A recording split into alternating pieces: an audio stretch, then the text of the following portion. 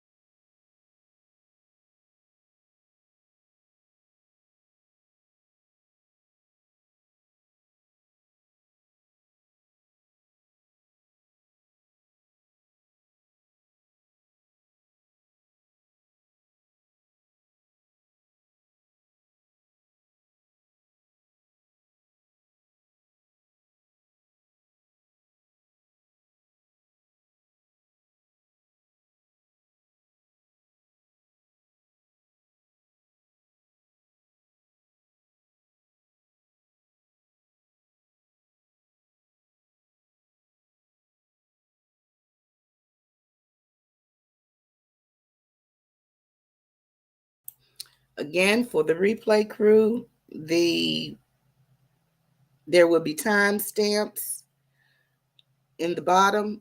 Also, to begin off with, they should pick up with Don Hughes, who is Amber Heard's clinical and forensic psychologist. Johnny Depp's team will be cross-examining her this morning.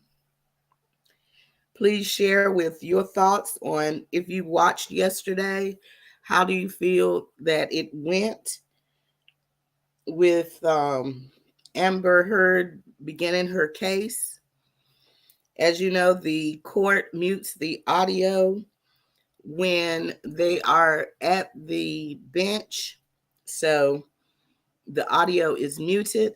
Please feel free to comment and share. We thank you for joining us today, Save News TV. Please like, share, subscribe, and turn on your notifications so when we go live, you will be notified.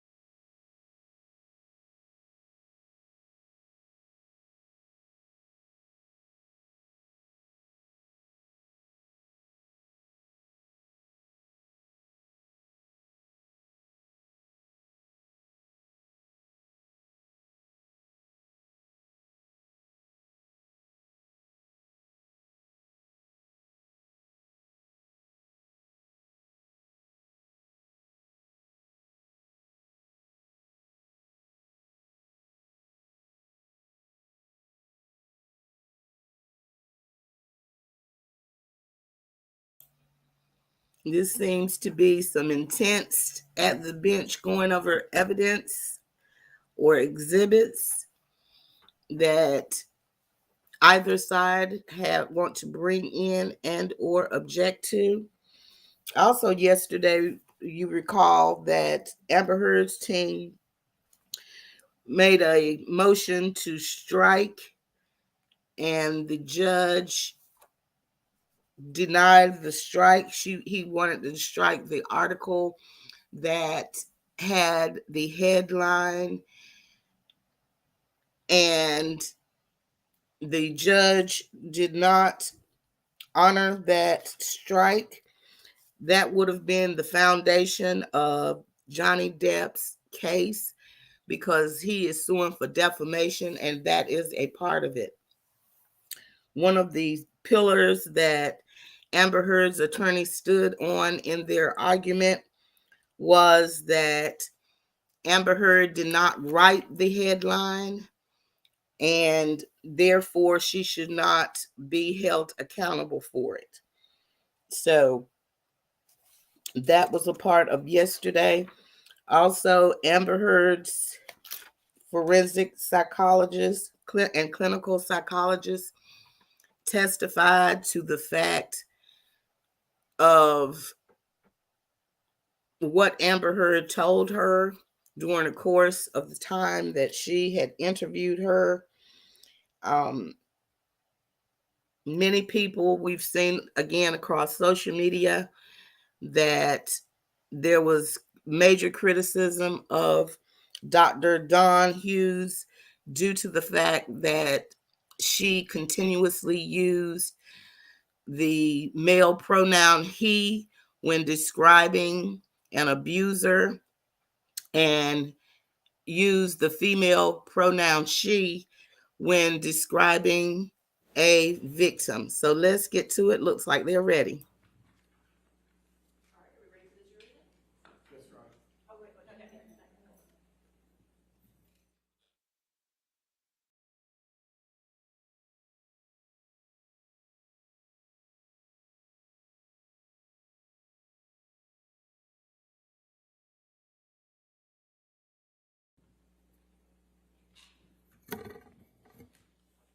I put my microphone on. Sorry, Judy.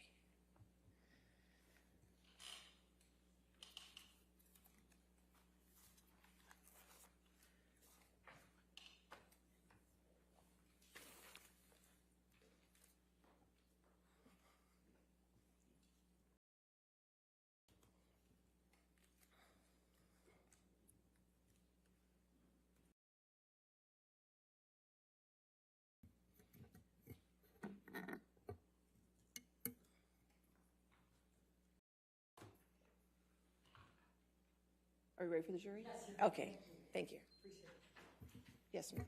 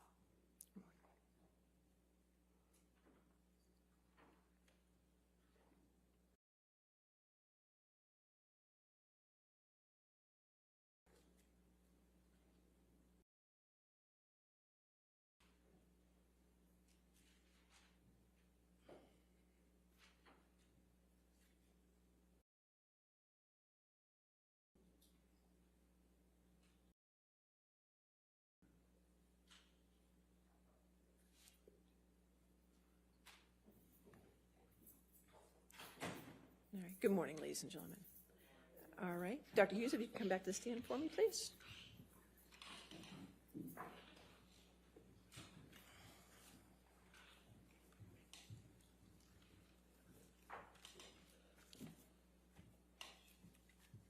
All right. Thank you. Good morning. Good morning. All right. Cross-examination. Thank you, Your Honor. Good morning, Dr. Hughes. I'm Wayne Dennison. We haven't met before. No, good morning. Morning. You testified yesterday that you have to give careful attention to gendered stereotypes, correct? That is correct. When you're talking about intimate partner violence, you have to pay attention to gendered stereotypes. And during your testimony, you in fact paid attention to gendered stereotypes, correct? I'm not sure what you mean. Well, you said we were going to have to pay attention to gendered stereotypes, and then you testified at length where you referenced both men and women. You paid attention to those stereotypes during the course of your testimony, correct? What I was saying was you have to pay attention to gendered stereotypes when you're conducting these evaluations. You can't assume all the time that the male is the perpetrator and the female is the victim. You have to go into the evaluation understanding that the male also could be the victim of intimate partner violence. In fact, you're aware that there are large-scale studies that do say that IPV towards males does exist. Of course. Okay. And every time you referred to the characteristic of a victim of intimate partner violence yesterday, you used the pronouns she or her, didn't you? I was using the she and her pronouns in this case because my determination was, as I stated, that Ms. Heard was the victim of intimate partner violence. That is why I was using the she, her pronouns. You, in fact, said women get into the relationship for all the right reasons. That's what you said. The woman gets into the relationship for all the right reasons. And then you say difficult for victim to extricate herself. You go on to say that she can and she should. Over and over, you use she, right? I believe in this case I did because I was referencing this case where I found Ms. Heard to be the victim of intimate partner violence. It doesn't mean that men don't get into the relationships for all the right reasons too. I believe they do.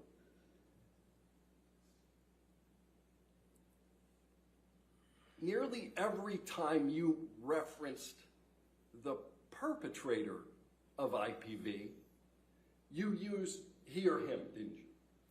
And it goes back to the same reasoning as I'm describing my understanding and my evaluation in this matter. Of course, men can be perpetrators and victims of intimate partner violence. That's well established in the research, and that's well established in my clinical practice as well. Isn't the reason that you used the pronouns that you did that you almost always testify on behalf of a woman? That's not correct. You don't even remember the last time you testified on behalf of a man. Well, I don't testify on behalf of someone. I testify as to the results of my evaluation. I frequently treat and assess male victims of childhood sexual abuse who are coming into treatment for abuse by their Boy Scout leader, by their coach, by their teacher, by a trusted adult. I see them in therapy. I see them in forensic matters, in criminal cases. So I treat and evaluate men all the time. I didn't ask you about treatment. I asked you about testimony. You broke out your practice between treatment and testimony. I'm not asking about treatment. When's the last time you testified on behalf of a man? I testified recently in a deposition on behalf of a man who was traumatized because he was wrongly convicted. At the time of your deposition 6 weeks ago, you couldn't remember a single time you had testified on behalf of a man. I testified in my deposition that I testified in a case of a man who was wrongly convicted about 20 years and suffered physical and sexual violence in prison, and I detailed the traumatic effects of that happened on that gentleman. All right, why don't we take a look at your deposition? Sure.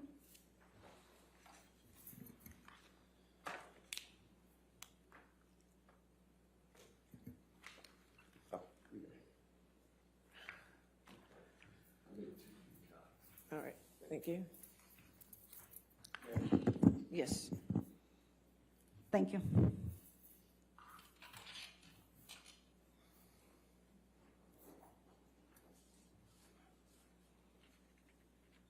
All right. Transcript of the deposition that you gave March 28th, 2022, correct? Yes. All right. Let's go to page 77.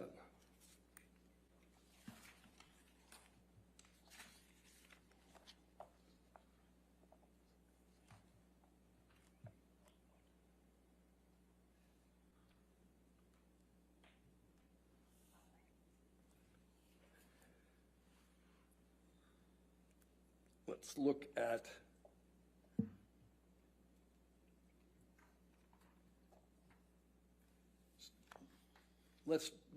page 78, line 8.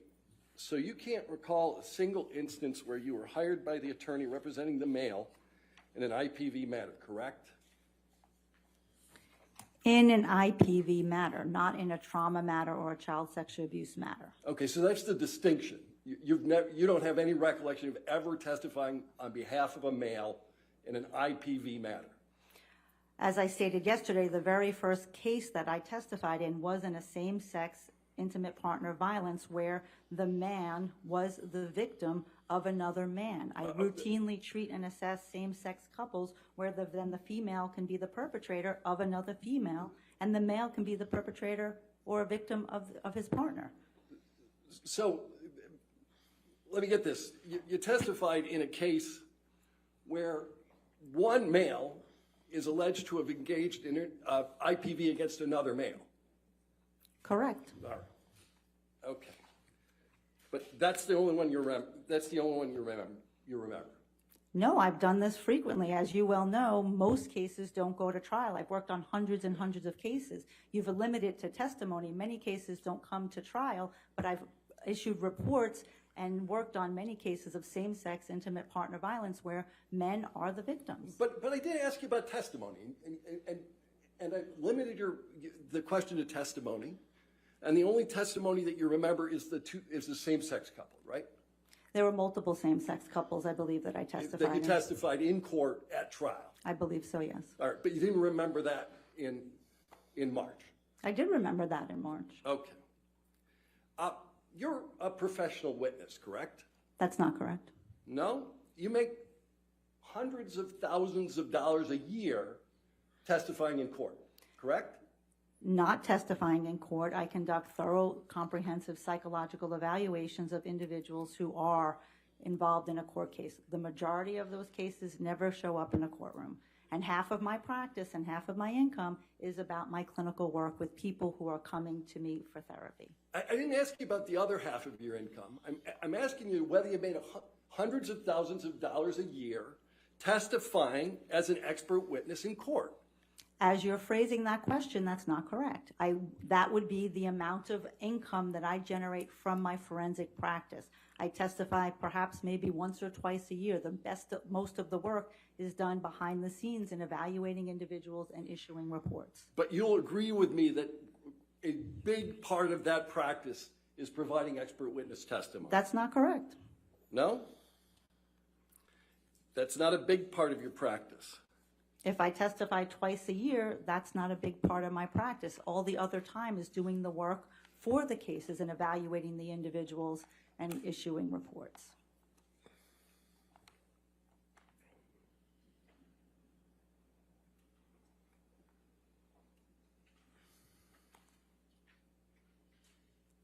All right. What percentage of work do you devote to forensic psychology? As I stated yesterday, I say half and half clinical, half forensic, but I also have a substantial amount of time that I use in the professional activities and serving on professional boards. So what portion of your practice do you provide expert witness services? I think you're using the expert witness services synonymous with the forensic psychology part of the practice. So the forensic psychology practice, what I do here today is one part of it, and it's a smaller part as opposed to all of the evaluations and individuals that I'm assessing. Your practice is successful enough that you maintain your offices on Madison Avenue in New York, correctly? Correct. I've had that office since 2005. Right. And you're sufficiently successful at your forensic work that you're able to perform unpaid work at a hospital, correct? Correct, and I also do pro bono work as well. All right. In fact, you actually instruct others on the use of expert testimony in court cases, correct? On the use and understanding trauma and violence abuse in the courtroom and how to, for advocates and people who could not have this level of training or experience, how to come into the courtroom and talk about very difficult issues of domestic violence, yes. All right. Can we pull up PX 1241?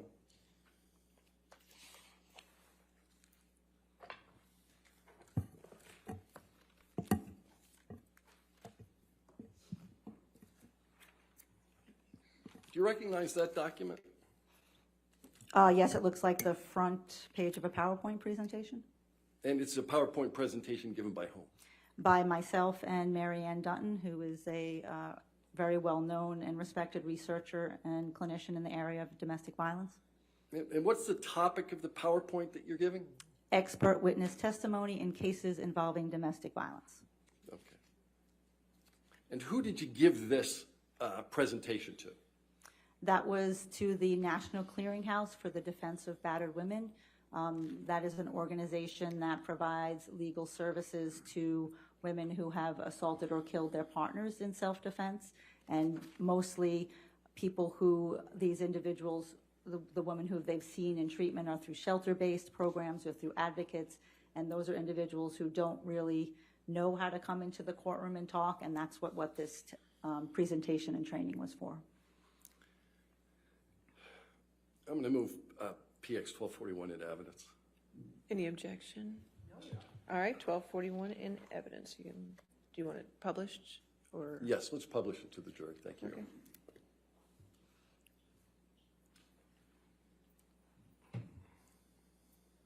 All right. Why don't we pull up PX 1242?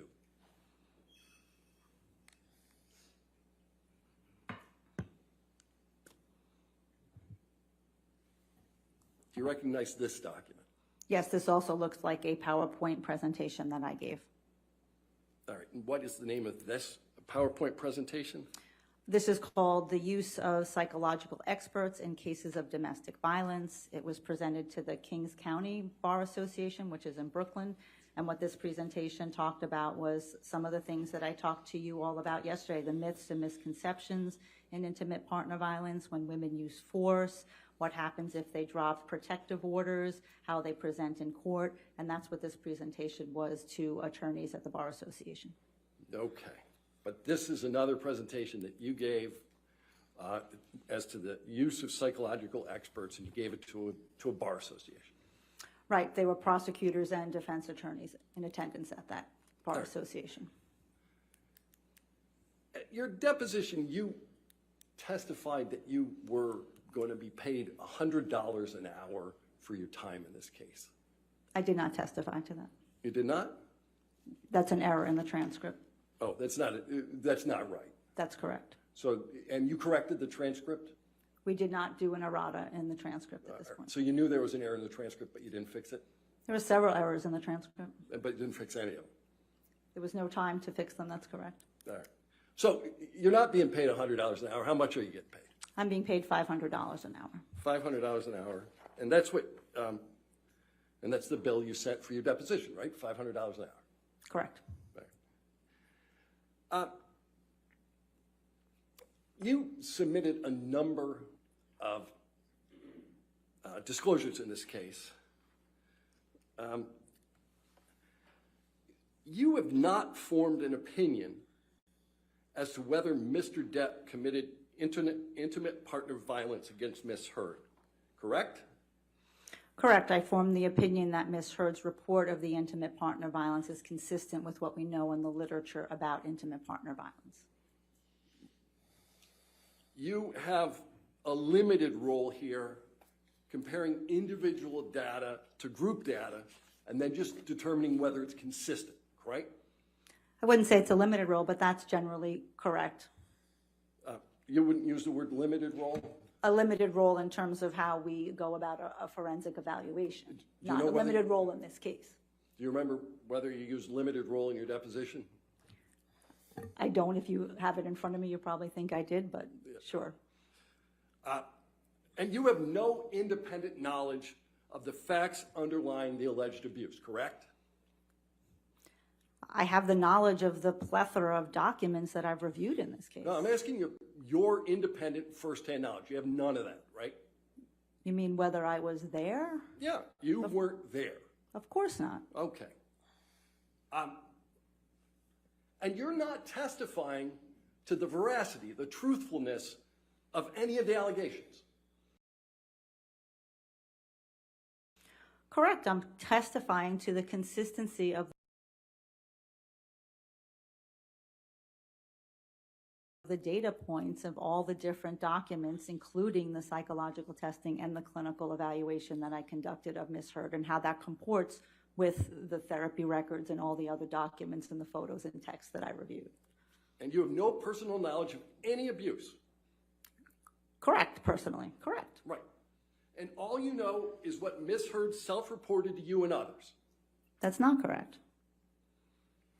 Because you did collateral interviews? And I reviewed medical records, and I reviewed other witness statements of what they witnessed and what they saw. And all of those statements that you reviewed, those were statements that started with Ms. Heard, correct? Not necessarily. Well, the medical records did, didn't they? Well, the medical records, if she's self-reporting what happened to her, sure. I mean, that's what we do when we go to a physician. We say, I have a headache. We're self-reporting our difficulties. Yeah. Everything Ms. Heard reported directly to you was after she was sued by Mr. Depp in this case, correct? Correct. And you didn't meet Ms. Heard until, what, September 2019? That was the first evaluation appointment, correct. How'd you get engaged? Engaged? How'd you get hired to do this work? I was contacted by the legal team. Or were you interviewed by her legal team as to whether you were going to testify here? I was not. You were not interviewed. I was not. You were contacted. Correct. Had you worked with that legal team before? I had. Yeah. So they already knew who you were, right? Correct. Right. And at any time that you were working with Ms. Heard or assessing Ms. Heard, she could have chose to fire you, correct? I suppose her legal team could have chose to fire her. I was not her. She is not my client. The legal team is the one who hires me. I am responsible to the legal team, not Ms. Heard. And the legal team that hired you already knew who you were because you worked together previously. And clearly they knew of my expertise in this area of intimate partner violence and traumatic stress, which is why they contacted me to work on this matter. All right, several times yesterday you used language about assessing Ms. Heard's relationship with Mr. Depp. Do you remember talking about that? Sure. You can't assess a relationship without talking to both parties, can you? You certainly can get a lot of information from one party, absolutely. But And you're gonna- especially when it's buttressed by other documents, including 4 years of therapy records and couples therapy records. You can get a lot of information based on those documents and that contemporaneous reports of the relationship. Respectfully, I didn't ask whether you get a lot of information. I asked whether you can assess a relationship without talking to both parties. I believe you can. There are certainly limitations inherent in that, but you certainly can. You talked to Ms. Heard for, what, approximately 30 hours, right? Correct. How long you spent with Mr. Depp? I did not spend any time with Mr. Depp. It was my understanding that he did not sit for a psychological evaluation. Right. In fact, you never met Mr. Depp, have you? I have not. But you purport to be able to assess the relationship between Mr. Depp and Ms. Heard? But I also read Mr. Depp's transcripts of his testimony. I watched his deposition testimony. I reviewed his medical records. I reviewed his text messages. So it's not necessarily totally blind. I did have information, although I'm not making a conclusion about Mr. Depp himself. Is the standard now not necessarily totally blind? I'm That's not how sure. you assess the relationship? If it's not necessarily totally blind, I can assess it? No, we assess as clinical psychologists relationships all the time. That's what we're trained to do. Certainly someone who's been trained in intimate partner violence to understand and look for the dynamics that happen in that relationship. And then when we have external data that supports what the individual is telling us, way before this legal case even came on the scene, that becomes very strong data to support that conclusion. Let's talk about some of that data. Sure. All right? You chose to conduct some collateral interviews, Correct. right? And you interviewed Dr. Bonnie Jacobs. Correct. And you looked at her notes, Correct. and you know that Miss Jacobs, Dr. Jacobs, doesn't know anything about the version of what happened in Australia until Miss Heard had already been sued, correct? I believe she was not in treatment with Dr. Jacobs at the time the Australia incident occurred, so that would be correct. She did reach out to Dr. Connell Cohen about Australia, who she was treating with at that time contemporaneously. All right, I'll ask you about Dr. Cohen. We'll get there. All right. So, you know that Miss Heard stopped seeing Dr. Jacobs in August 2014. That's correct. And she didn't go back until after she got sued, right? I believe that's the date. I'd have to look to make sure, but I believe that you're correct. Yeah. And you said you reviewed you interviewed Dr. Connell Cohen. That's correct. And you also reviewed his deposition testimony. That's correct. And you know that he testified that when he was treating a patient, he assumes the patient is telling the truth, correct? I believe he said something to that effect in his deposition. And If he has no reason to believe otherwise, if there's no other data to believe otherwise, that your patient's not being totally honest with you, then you believe what they're saying. Right. No other data to believe otherwise, but the sole thing that's happening is Ms. Heard is talking to Mr. Cohen, or Dr. Cohen. I wouldn't say she's talking to him, she's going to him for therapy, and he's using his clinical psychological expertise to understand the connection between her symptoms and what she's reporting, what's going on in her life. All right. But you understand that he testified that he assumes the patient is telling the truth. Again, I understand that statement in his testimony. I have a lot more rich information of having spoken to him for 2 hours and reviewing his clinical notes. He testified he was making a leap of faith with respect to that, right? With respect to the truthfulness. Again, that was not my understanding of speaking with him and reviewing his notes. I'm aware he testified something to that effect. All right. And you testified yesterday that Dr. Cohen never diagnosed Ms. Heard with any personality disorders. You remember that? Yes, In fact, Dr. Cohen's deposition testimony reflects the fact that he doesn't make diagnoses, correct?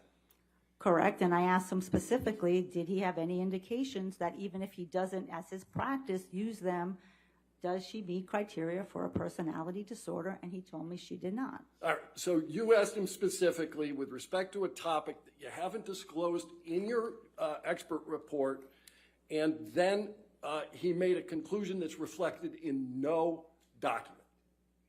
It's reflected in my notes. It's reflected in his notes about what he's treating. He's treating the symptoms.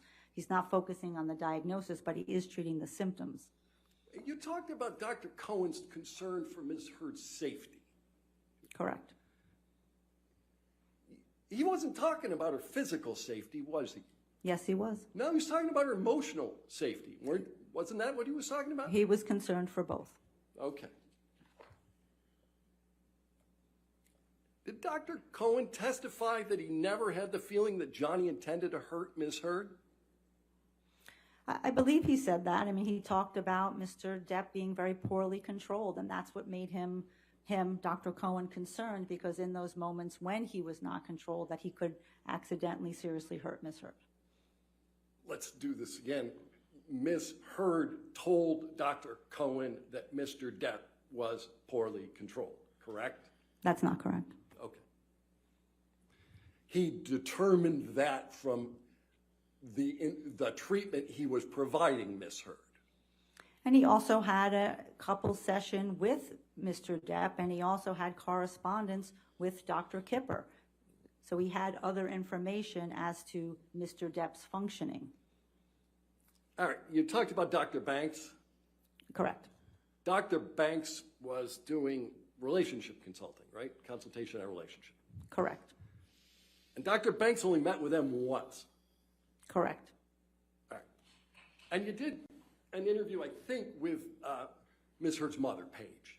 That's correct. All right. You'd agree with me that a person's family member is not the most objective source of information? Sometimes you have to certainly control for that the person may be wanting to be protective of their daughter, of course. And you interviewed Ms. Paige Heard after Mr. Depp had already sued Amber Heard. Right. The entirety of my work in this case happened, obviously, after the lawsuit. Did you review, in that context, any of Paige Heard's text messages with Mr. Depp? I'm not sure if I saw them with Mr. Depp. I do believe I saw some with Ms. Heard. I mean, Miss Paige Heard, Amber Heard's mother, did talk to me about her relationship with Mr. Depp.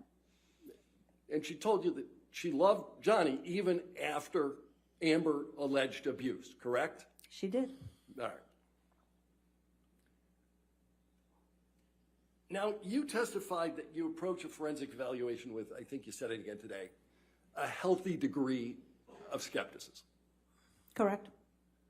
All right. This skepticism didn't cause you to conduct interviews with, for instance, Laurel Anderson. Right, I did not speak to Dr. Laurel Anderson. And you chose not to speak to Dr. Laurel Anderson because you disagreed with Dr. Laurel Anderson? That's not correct. All right. What did Dr. Laurel Anderson do on behalf of Ms. Heard and Mr. Depp? She was a couples therapist that they sought. They had 4 couples sessions, as I stated yesterday, one of them in which Mr. Depp stormed out of. She did have a long, I guess, evaluation or interview with Mr. Depp individually and with Ms. Heard individually. And then she saw them intermittently after the May 21st, 2016 incident, and when they were filing for divorce. So you didn't interview Laurel Anderson, but you know what she did. How'd you figure that out? Because we had her redacted notes and her deposition. All right. And you understood from her deposition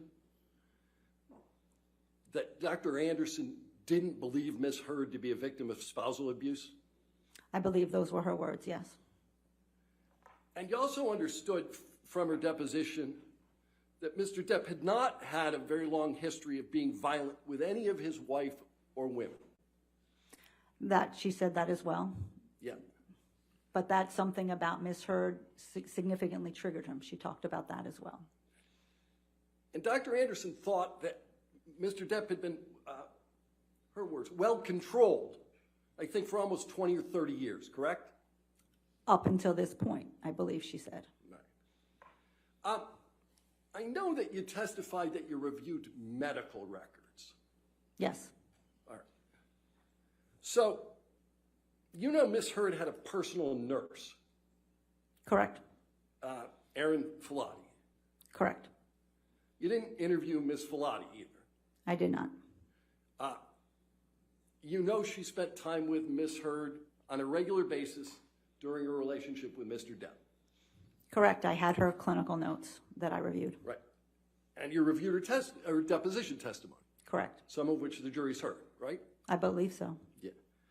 And you reviewed the nursing notes. Yes, So you know that Ms. Heard admitted to a history of eating disorders to Ms. Filati, correct? I know that's in the notes. That's nowhere else in any other record, so I'm not sure where that came from. But you relied on everybody else's notes. And there are some things that I disagreed with, like I disagree with Dr. Laurel Anderson about it being mutual abuse. Right. So the stuff you disagree with, you disregard, and the rest you keep, correct? That's not correct. But that's what you did. That's not correct. All right. You know that Ms. Filati saw Ms. Heard immediately after she returned from Australia. I'd have to look at the notes again to be sure, but I know she did see her when she came back from Australia. That's correct. Did Ms. Filati document any injuries to Ms. Heard in her notes? I did not see that in the record. Okay, so you looked at her notes, and there's no injury to Ms. Heard documented in her nurse's notes following her return from Australia. Correct. Okay. You talked about this concept, which you then defined, lethality. And you testified there are certain factors of their present relationship where a woman ends up murdered by her partner. Correct. And that's one of the ways you look as to whether a woman is in a very dangerous situation. Correct.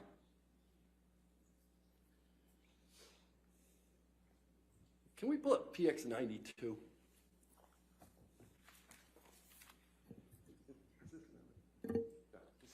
So It's in evidence. published to the jury. Yeah, it will be published.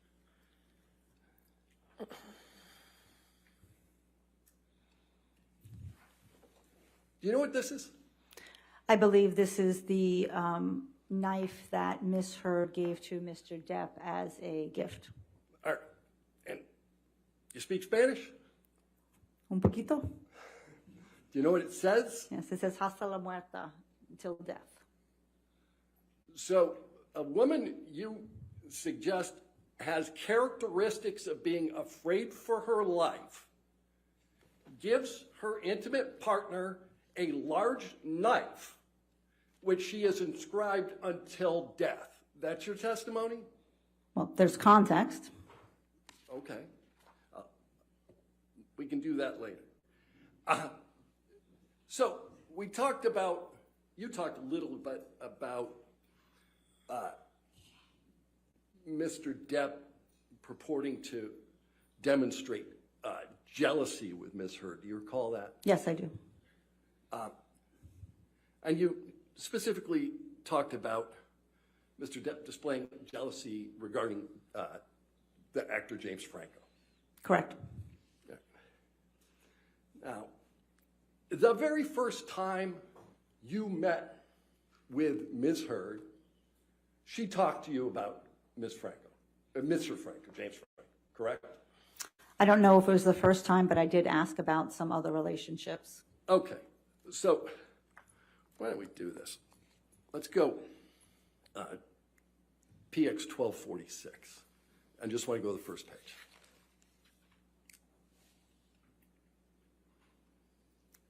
All right. So do you recognize the document that's in front of you? Yes. All right. And what I would like to do, what is it? It's a top sheet of a background information questionnaire that I use to help guide the evaluation. Okay. So now, this is, who filled it out? I filled it out, Whose form is it? my form. All right. I'm going to move just the first page into evidence because we're going to talk about other portions of it later. Could you back us so she can see the whole first page? Any objection? Okay, I can. We will admit the whole thing into evidence. You want the whole thing in evidence? Sure. I have no objection whatsoever. All right, 1246 in evidence in full.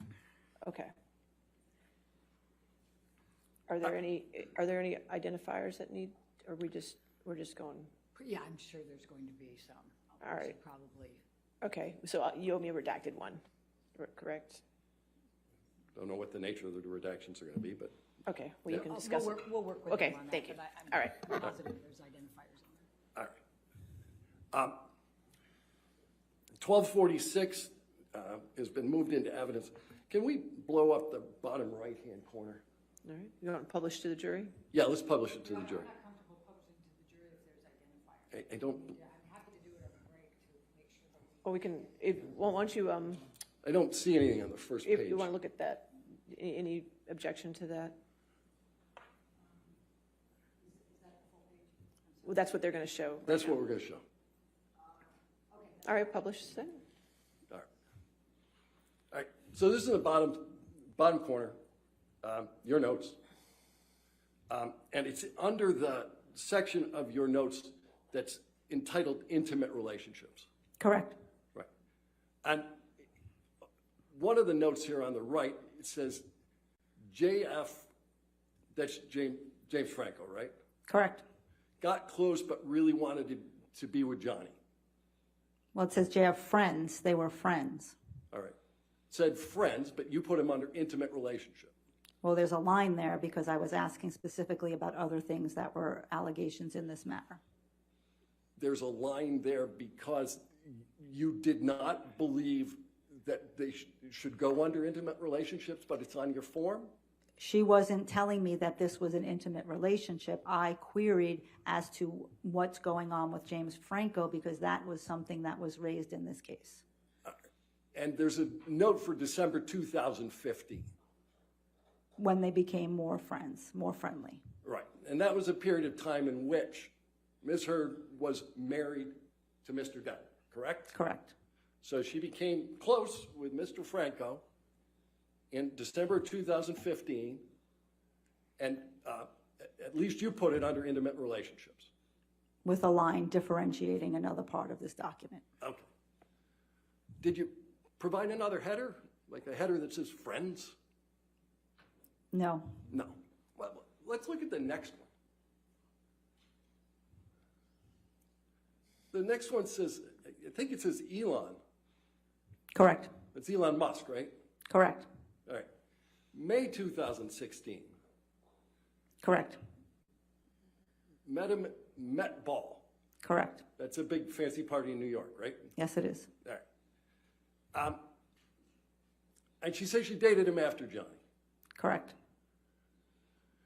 She met Elon Musk in May 2016 when she filed a TRO. The last answer was May 21st. I believe it was May 26th, 27th. If I'm correct. When did she start dating Elon Musk? Sometime after that. All right. Yeah, sometime after the TRO? I believe so, yes. Okay.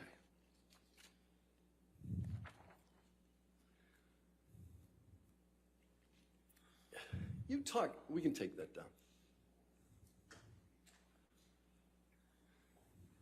You talked quite a lot yesterday about this concept of reactive violence.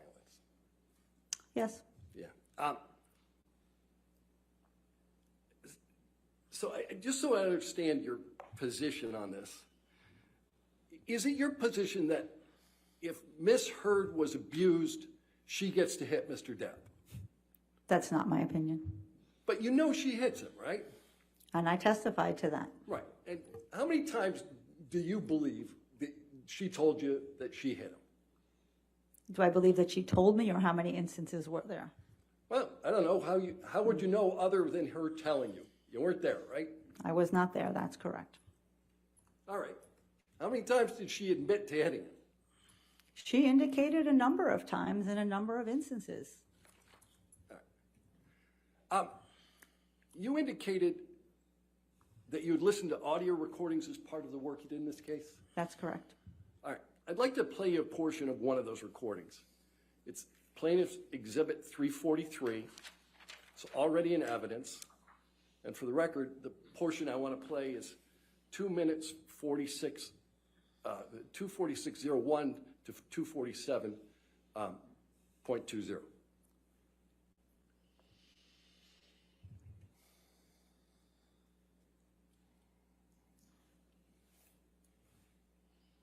I said to Travis, I said to you, hey, tell Travis what just happened. Oh, you told me to do it. You told me to. You said, go do that. I said, no, tell him what just And happened. I lied. And that you punched me in You're the right. fucking thing. And You figured in it the out. face. And you said, no, fucking, no, I didn't. What the fuck are you talking about? And I watched you lie. And then I didn't punch you, by the way. I'm sorry that I didn't hit you across the face in a proper slap, but I was hitting you. It was not punching you. Babe, you're not punched. Don't tell me what it feels like to be punched. You know, you've been in a lot of fights. You've been around a long time. I know. Yeah. No, when you fucking have a close You face. didn't get punched. You got hit. I'm sorry I hit you like this, but I did not punch you. I did not fucking deck you. I fucking was hitting you. I don't know what the motion of my actual hand was, but you're fine. I did not hurt you. I did not punch you. I was hitting you. How are you talking? What am I supposed to do? Do this? I'm not sitting here bitching about it, am I? You are. That's the difference between me and you. You're a fucking baby. Because you started. You are such a baby. Grow the fuck up, Because you started Johnny. physical fights. I did start a physical Yeah, fight. you did, so I had Because- to get the fuck out of there. Yes, you did. So you did the right thing, the big thing. You know what? You're admirable. You agree with Ms. Heard that it's admirable to retreat from a fight? Is it admirable? It is admirable to retreat from a fight. Yeah. Anything about this tape suggest to you that it's characteristic of reactive violence? In this instance, if true, if she said she hit him first, then that would not be reactive violence. All right. You testified that Ms. Heard reported to you that she engaged in low levels of violence, correct? Well, I don't think she said that. I think that was the characterization of knowing the types of minor and severe levels of violence. Okay, I got it wrong. You consider low levels of violence. Well, I considered what the literature and the research talks about low levels of violence as opposed to severe levels of violence. And I think you suggested that Ms. Heard sustained more severe injuries, correct? I think I said more frequent injuries. More frequent, but not more severe. Well, certainly the incidents in Australia and the sexual violence and the incidents on December 15th, 2015 were quite severe. You said you reviewed medical records in rendering your opinion. Correct. And you reviewed photographs. Correct. Now, other than the reports to her therapists, which you call medical records, right? Yeah, I would call those medical records, Right. sure. Other than the reports to her therapist, there's not a single medical record that reflects any injury to Ms. Heard, is there? That's not correct. No. There is not other than what doctor reflected injuries to Ms. Heard? The note by Erin Borum, her married name, I'm not recalling her married name, indicated that she was headbutted by Mr. Depp and that she went for a concussion check and she had a busted lip and then she went to Dr. Kipper's office in order to get checked. What? And there's a medical record other than that note that reflects it? There's a note that she showed up at Dr. Kipper's office. There's a note in the But there's similar 2 nothing from days that Dr. Kipper, Dr. is there? Laurel Anderson saw the 2 bruises from that same incident as well. All right. You reviewed photographs. Yes. All right. I'd like to put up PX 144. It's been published to the jury briefly. I'm going to keep it up very briefly. That photograph doesn't reflect a low level of violence, does it? Well, that reflects a severe injury, I would agree. Yeah. Why don't we go to PX 145?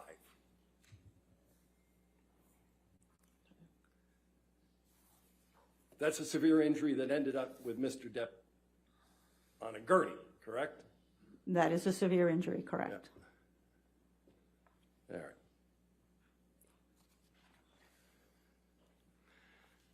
Is it your testimony that throwing a can of mineral spirits at your spouse is characteristic of reactive violence? If you are running away from your spouse who is trying to hurt you, yes. All right. So you can throw a can of mineral spirits. What about if you throw a can of Red Bull? Again, it depends on the incident I think that you're referring to. That was not necessarily reactive violence. That was in a state of frustration or anger. All right. So when you throw a can of Red Bull in a state of frustration or anger, that's not reactive violence. No. Right. What about if you throw a bottle of vodka because your husband fell off the wagon? Is that reactive violence? Are you asking me hypothetically? I'm asking you, would that be a characteristic of reactive violence? Throw a bottle of vodka because your husband fell off the wagon.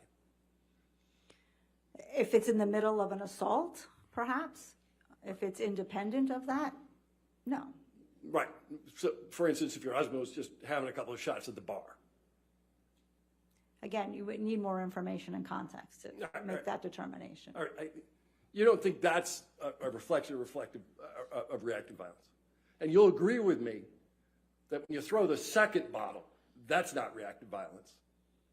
If somebody's throwing multiple bottles, again, psychological violence and abuse is psychologically destabilizing, which destabilizes individuals' coping strategies. That is absolutely true. Lost what's true. Is it your testimony that once you've thrown one bottle and missed, when you throw the second one, now it's reactive violence? That's not what I'm saying. I don't think throwing bottles is acceptable in any context. All right.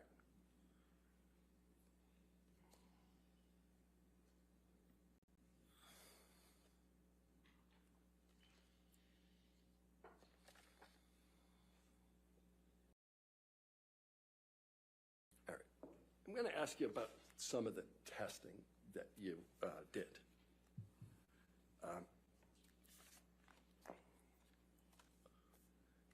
One of the things that you did was a form looked like called a CTS2 relationship behaviors form. The conflict tactics scale, correct.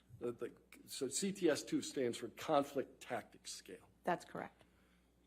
And this is one of the documents that you had with you on the stand yesterday. I had all my testing with me and all my clinical notes from my evaluation with Ms. Hurd. And you gave me a copy of it because you looked at it during your testimony. Because you asked me, so I gave it to you, yes. Right. All right. But you have a good recollection of what that test is about, the CTS2 test. I have a very good memory and a very good recollection. I want to give the jury the most accurate and thorough information. After having done 12 tests with so many questions, I wanted to just be as accurate as possible. I'm sure my memory would miss some things that might be relevant. All right, so let's talk about the CTS2. It's dated 9/26/2019. Correct. All right, 9/26/2019. And it goes through and it asks a whole series of questions about what you've done and what your partner has done. That's correct. There's tons of these questions. Correct. And every single one of those questions is preceded by the same question, right? How often did this happen in the past year? Correct. You knew that as of 9/26/2019, not a single one of the things that Ms. Heard identified happened to her in the last year. Correct. Right. She was oriented to a different time frame to get a checklist of those behaviors. All right. And one of the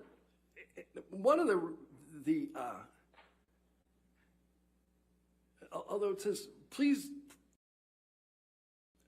how often did this happen in the past year? One of the questions is, my partner used force to make me have oral or anal sex.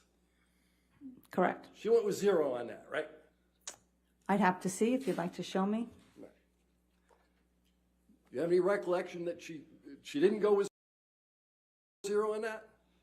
I have a recollection at that point in time, she was framing those type of acts as angry sex. She wasn't framing them as physical force, as most women don't on these measures. And you helped her to reframe it as something other than angry sex, didn't you, doctor? My job was not to do treatment. My job was to do an evaluation, and that's what I did. All right. So you did an evaluation. And one of the evaluations you did and one of the diagnoses that you ultimately made relates to PTSD. That is correct. All right. And you diagnosed Amber Heard with PTSD long before you made use of the gold standard test for PTSD. That is correct. All right. And I make the diagnosis of PTSD in my clinical practice without using the CAPS all the time. All right. So just so you and I are on the same page, and I think we are, this gold standard test that I'm referring to is the CAPS 5. That is correct. That's the one that Dr. Curry administered, correct? Correct. All right. You didn't administer the CAP 5 until after you'd already diagnosed Amber Heard with PTSD, right? She had PTSD in 2019. She had PTSD in the beginning of 2021 when I evaluated her. And then she had PTSD in December 27, 2021 when I administered the CAPS. That's correct. All right. I think I asked a much more narrow question than that. You didn't diagnose, you didn't give the CAPS 5. Hold on, I'm going to strike that question altogether and start it again. You had already diagnosed her with PTSD before you did the gold standard, correct? Before I administered the CAPS 5, there was enough data in the psychological testing and my clinical evaluation to establish that she met criteria for PTSD. That is correct. You submitted an expert disclosure in this case on January 11th, 2022. I believe the attorney submitted that disclosure, yes. You participated in that? In the January 11th, it was the same disclosure that went before. There were no changes on that. Did you reference the CAPS 5 in that at all? I don't believe I gave the results of the CAPS 5 to the attorneys at that point. All right. You met with, I got dates here. This time I'm using the cheat sheet. All right. You met with Amber Heard on September 26, 2019. I would love to have my cheat sheet, but I'll take your word for it. I'll share. Thank you. October 11, 2019. When did you give the CAPS 5? The CAPS 5 was administered the last time that I saw Ms. Heard. I saw her over, as as stated multiple times over the past 2.5 years, and having not seen her in about a year to get an accurate assessment of her current symptoms, having had all the background information, the CAPS-5 is a great structured clinical interview to do that. All right, so you hadn't seen her for about a year before you gave her that test. That is correct. And you did it over Zoom. That is correct. All right.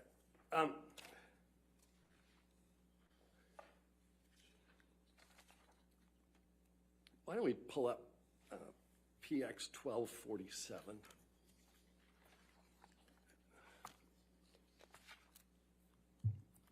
And this may.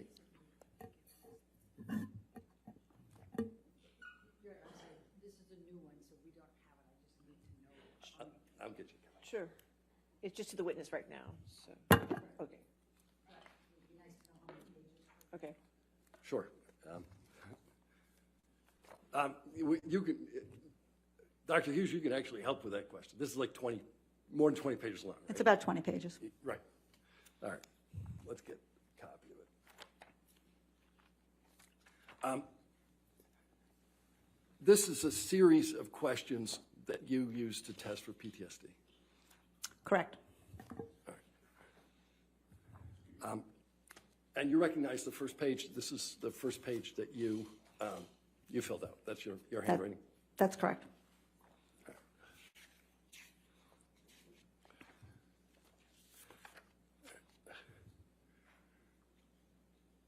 I'd like to publish the first page to the jury.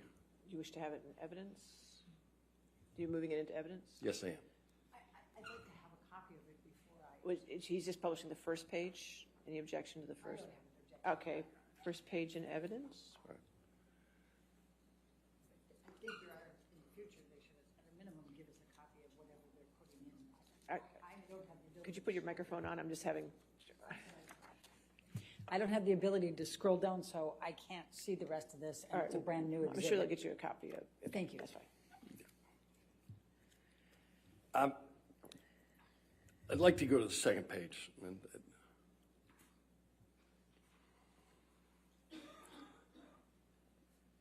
Can we put up the second page? Are you putting the second page into evidence? Not yet.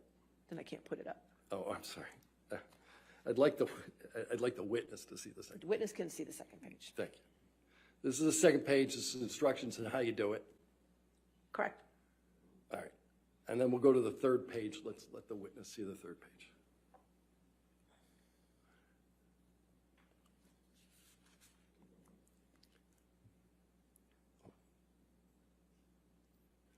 Now, this is entitled scoring. Correct.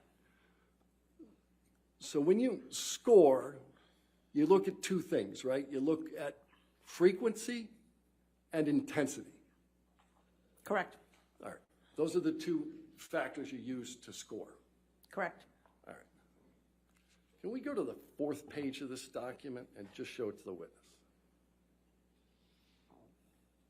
All right. So, Dr. Hughes, this is the first page of the CAPS B where, other than the identifying information, where there's any input into the document, correct? The CAPS-5, you said the CAPS-B? Yeah, I misspoke. Okay, yes. This is the criterion A, which means that in order to, as I said yesterday, to obtain a diagnosis of PTSD, you have to have sustained a very specific traumatic event. That's the first gate to get through the door. All right. So,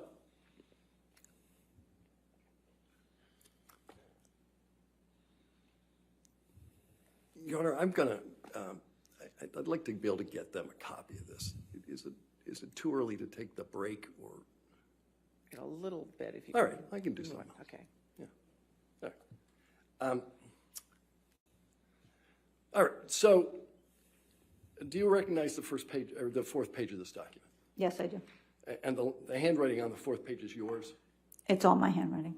All right, the entirety of it is yours. I'm going to move this document into evidence along with the first page. And that one is, what number? I think it is You're still on 1247.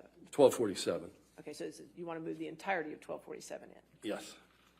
Do you have a copy of 1247? It's Exhibit 1247? I don't have the whole page in front of me. Well, I mean, do you have plaintiff's exhibits 1247?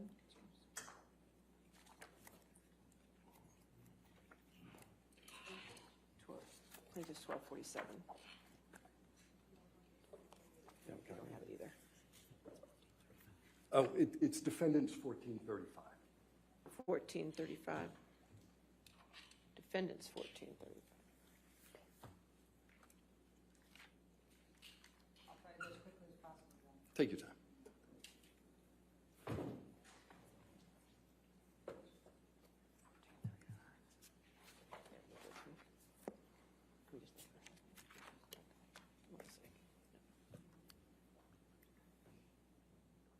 Did you want to take a look at the court's copy? Would that be easier for you? Yeah, it's 59 pages.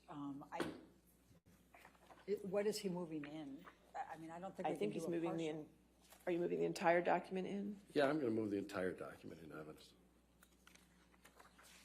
I don't think I have an objection to that. No objection? No Did you want to take a look at the court's copy, or you're good? Yeah, I would, thank you. My apologies, sir. That's fine. Thank you, Jamie.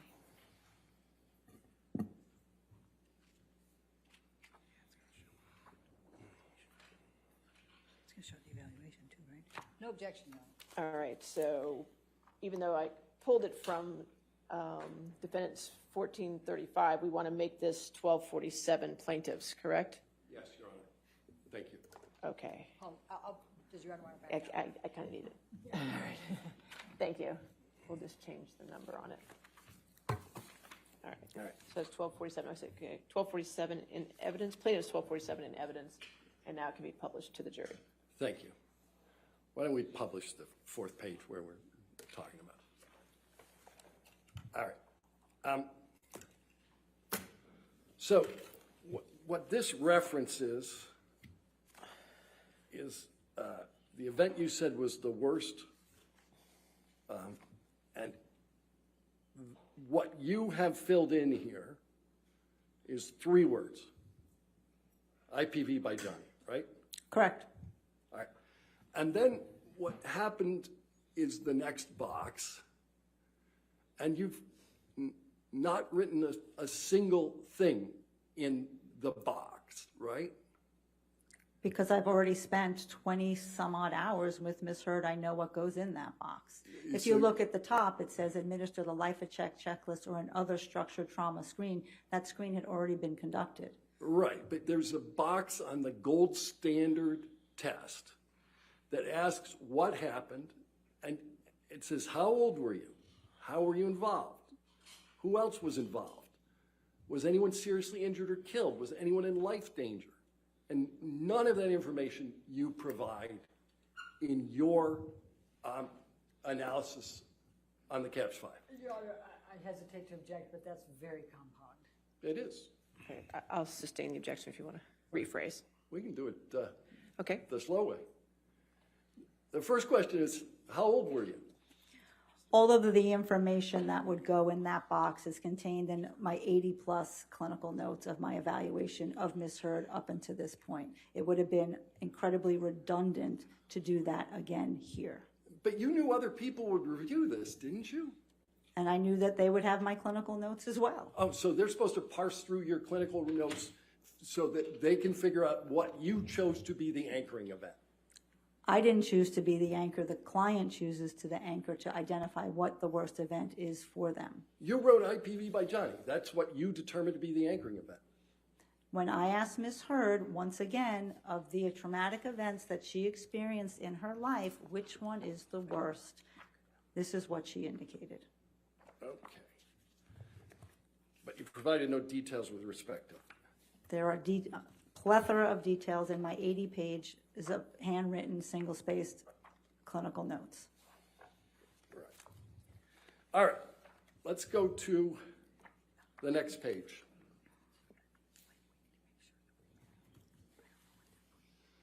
All right. You felt it appropriate to fill this page out, didn't you, doctor? Well, these are the questions about the symptoms, so I'm asking specific questions and getting her responses. Didn't you know this already? Well, I was making sure at this point, having not seen her for a year, what is the trauma expression at this time? It can change over time. It could go away. It can get better. It can get worse. All right. Why don't we go a couple more pages in? Let's go into page 7 of 20.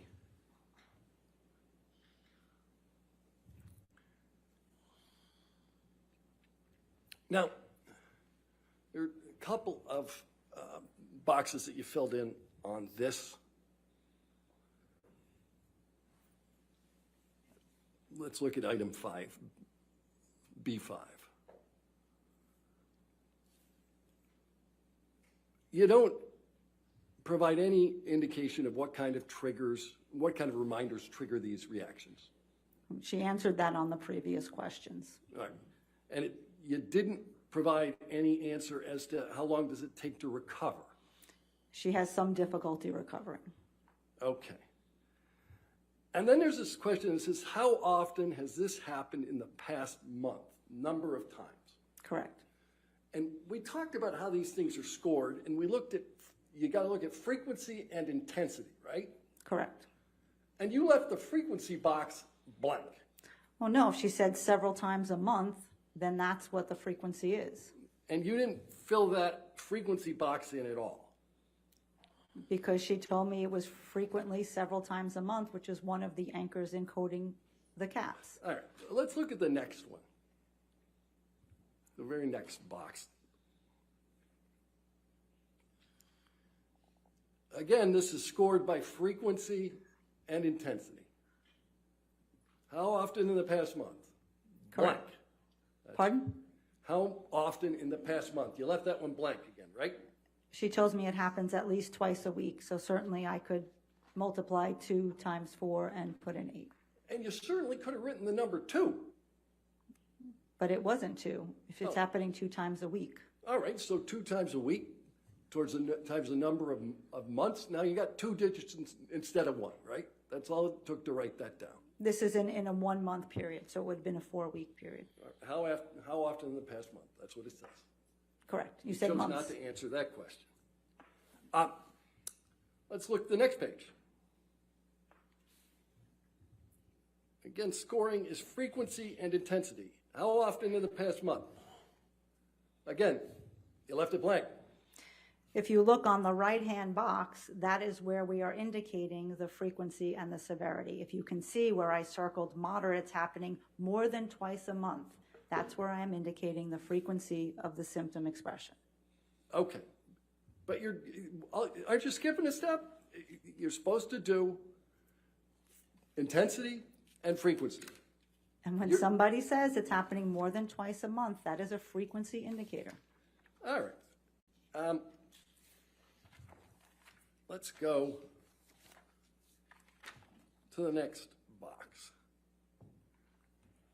Again, we have, in the past month, how many of the important parts of event have you difficulty remembering?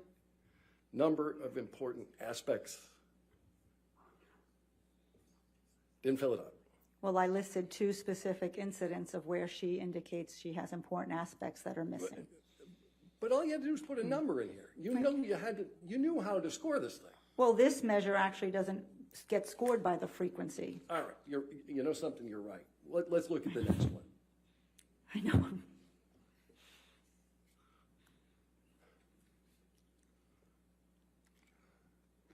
The next one gets scored by the frequency. That's blank, right? Well, I did not code it as a PTSD symptom. Okay, let's go to the next one.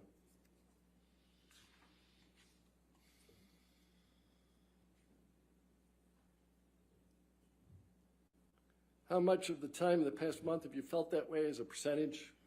Right? So as you can see, I circled 20 to 30% of the time. Right. It's just as I'm putting it on the right side in the box where I'm coding the instrument. We're going to talk about the right side in a minute. You took issue with the way that Dr. Curry did this test, didn't you? Correct. Right. But your test, in every instance where you're asked the number of times and to fill in the blank, you leave it blank. They're on the right side of the document. All right. You want to talk about the right side of the document? Let's do that.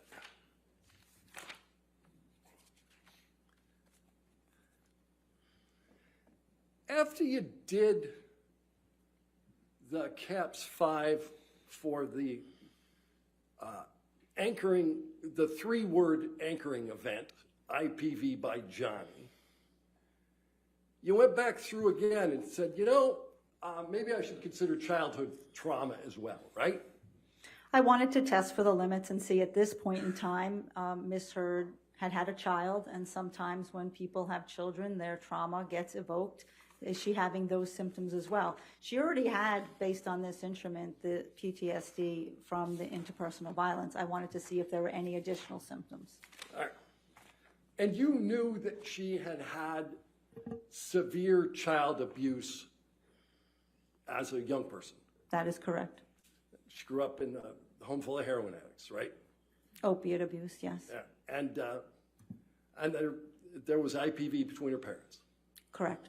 All right. And so you wanted to make sure that there wasn't some impact with this childhood trauma in the diagnosis of PTSD. Yes. Right. And so you decided to give her the test again.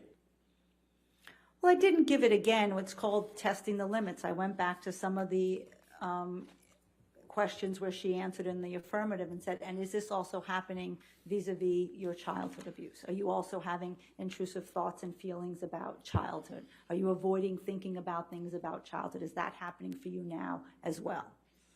All right. So there are a series of notations on the right-hand side. Let's go to page 5 of 20 in the test. All right. Why don't we highlight the right-hand notations that start under the word childhood? All right. So the way you tested for childhood PTSD is to write a notation in the corner and answer a couple of questions. Same test. Well, I wasn't administering a whole CAPS again. What I was doing was seeing, as we know with people who have what we call polyvictimization or revictimization, someone could in fact meet criteria for the PTSD from the domestic violence, but then they're also experiencing some symptoms as a result of the childhood abuse. Both can occur. Right. But Mr. Depp isn't responsible for her childhood abuse. That is correct. Right. And the way you tested this childhood abuse PTSD is you made notations on the in the right-hand column of a form that you partially filled out for the IPV by Johnny, right? Well, I disagree with the partially filled out. The frequency was clearly filled out in the box where we score the CAPS. But yes, I did write about the childhood to the right of that box. Okay.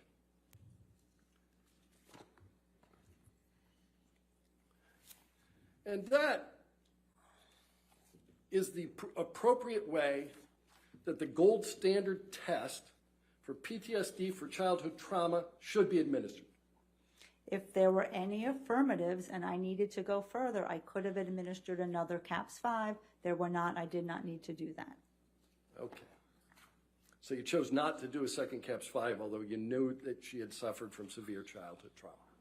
No, because she wasn't suffering symptoms at that point in time, PTSD symptoms from the childhood trauma. All right.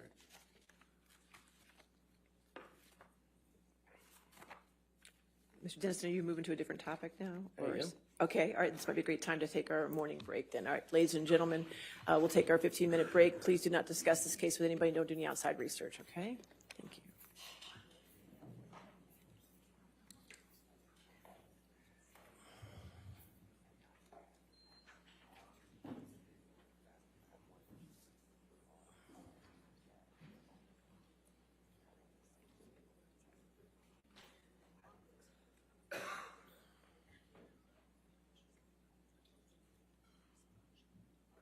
All right, we'll go ahead and take.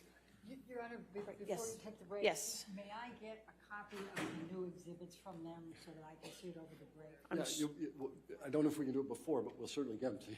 Well, I mean, I need to be able to redirect, and I have never seen these. Okay, we'll go through it. That's fine, all right?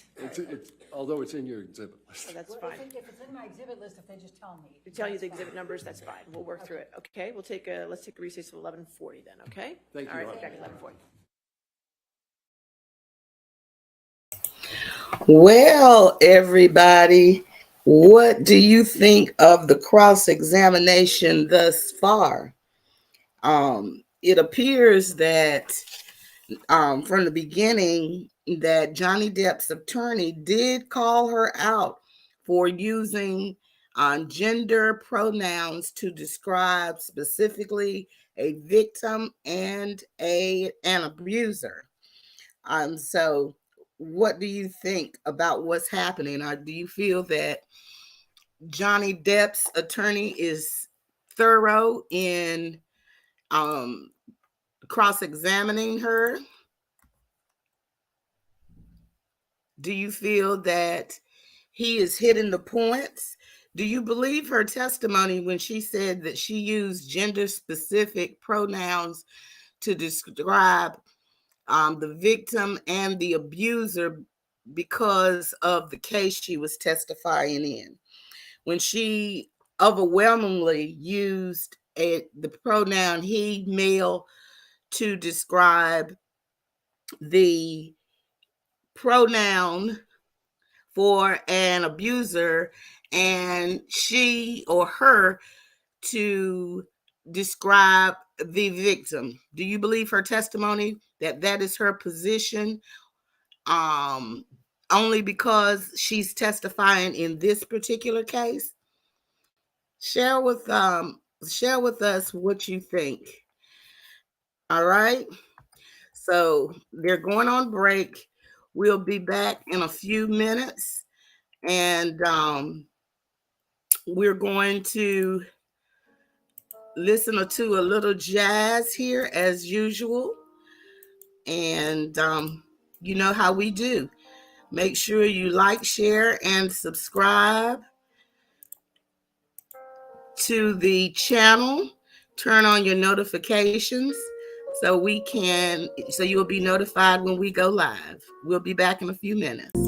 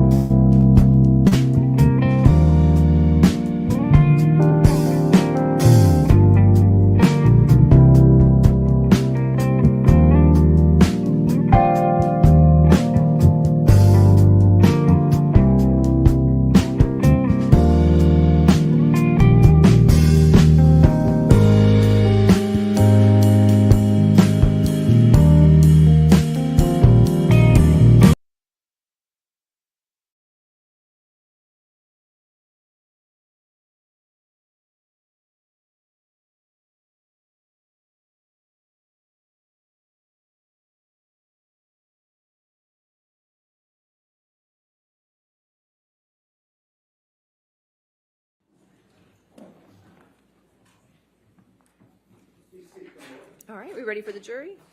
Okay.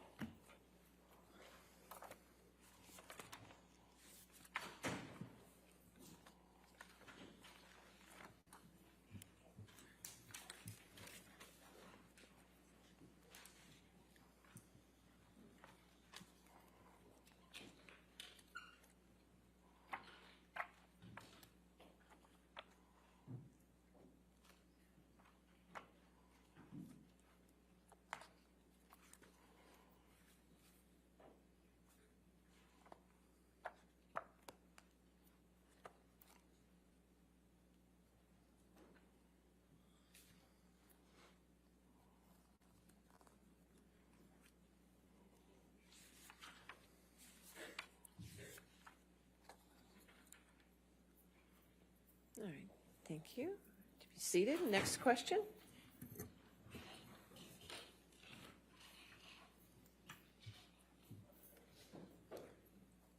Why don't we put back up plaintiff's 1247?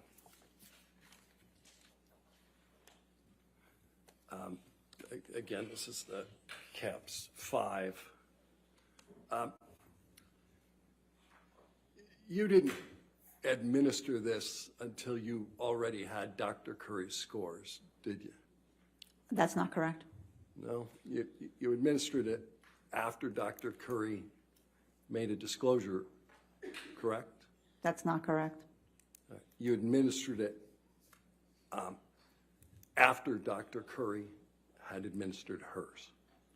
I learned that in late February when she submitted her report, but I had no way of knowing that in December of 2021. And you didn't make any reference to this in your disclosures until after Dr. Curry made reference to hers, right? I don't recall the date of the final disclosure or the fourth disclosure. All right, can we go to the next page?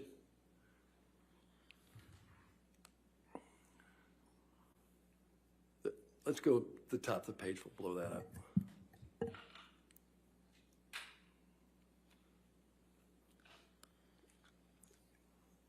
Instructions start with standard administration and scoring of the CAPS 5 are essential for producing reliable and valid scores and diagnostic decisions. See that language? I do. All right. You don't contend it's standard not to fill out the frequency line. I think if you're filling it on the right side of the box, I think that's perfectly fine. All right. So you think it's standard administration to simply leave blanks that are already in the form? I didn't leave blanks when I needed to find out the frequency of the symptoms. All right, let's go down a little bit further.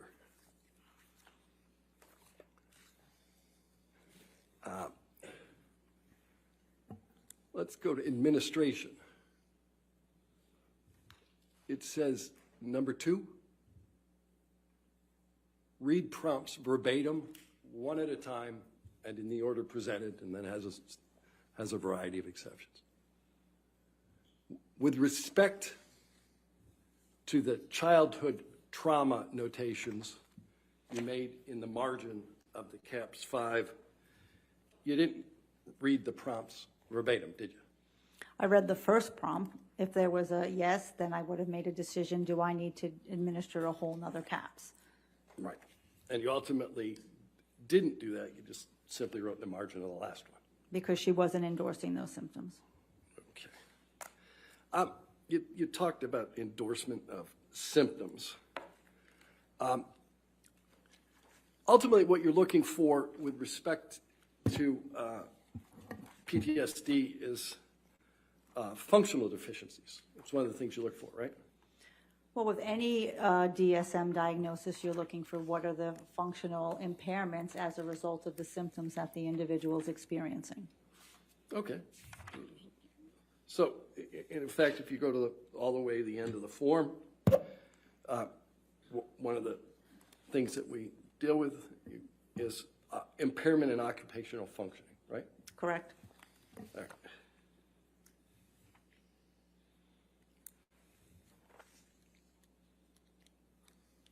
What's Ms. Heard's occupation?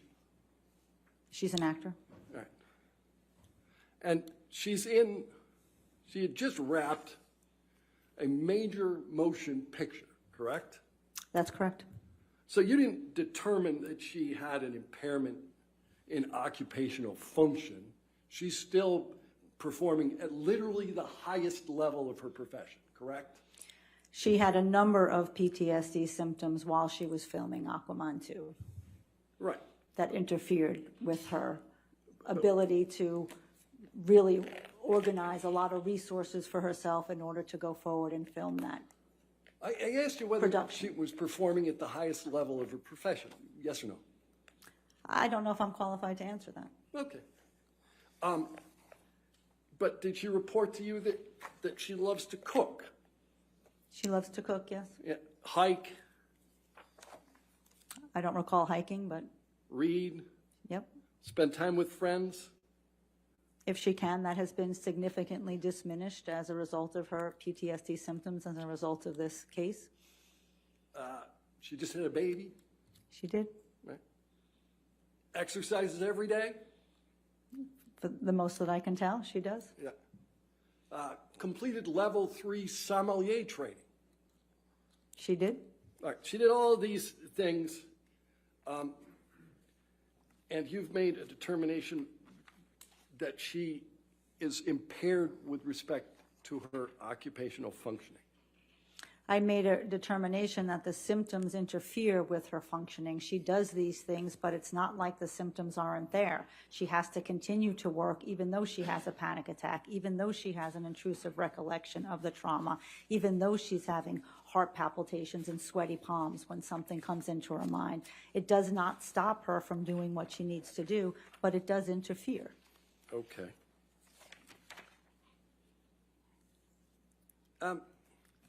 So I'm going to ask you about another test that you administered, and that one's called the PAI. Do you know that one? Yes, I do. That's the personality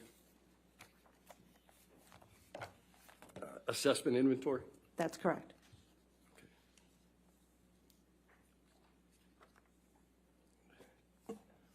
Why don't we put in front of the witness the PX 1244?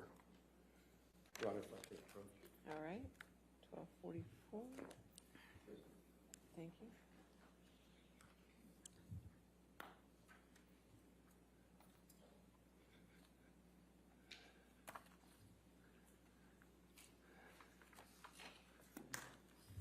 All right.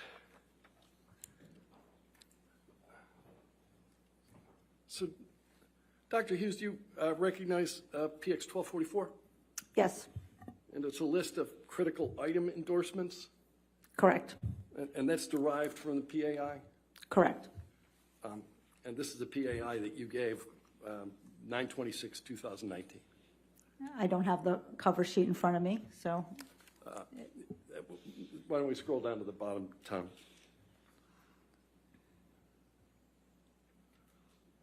There it is. yep. There Thank it is you. down there. Thank you. You bet. Okay. Now, critical item, I'm going to move this document, PX 1244, into evidence.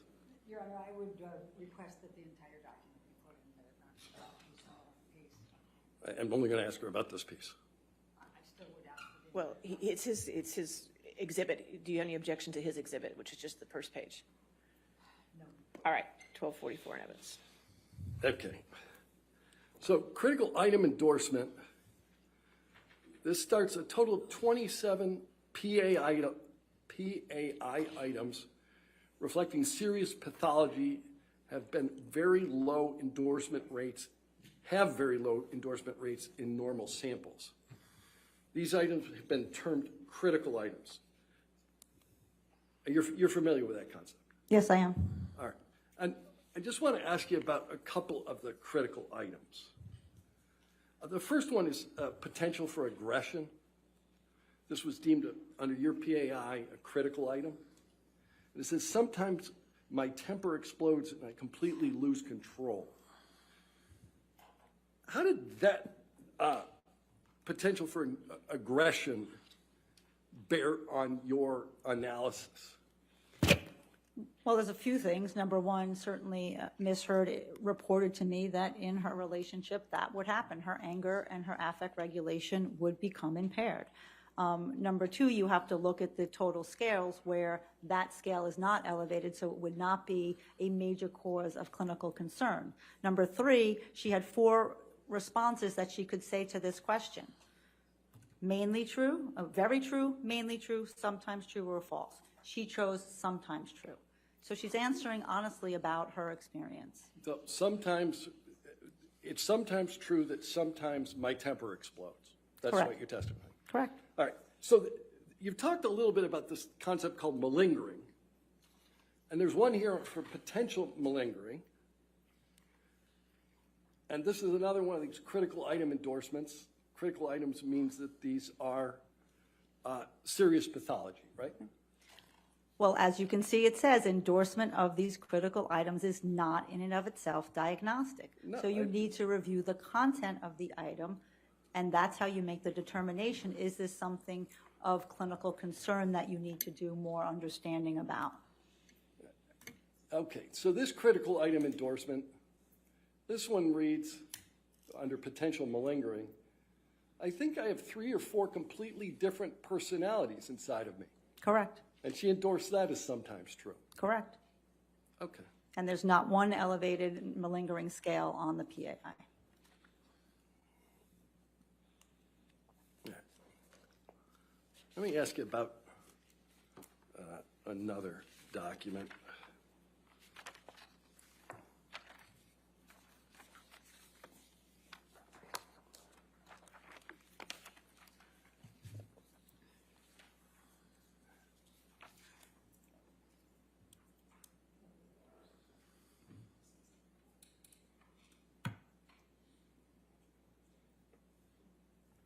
I'm going to mark the document as PX 1248.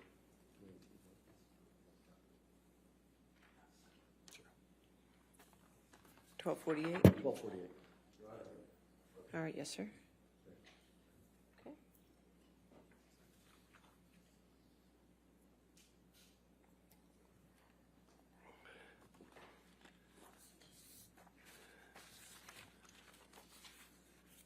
All right.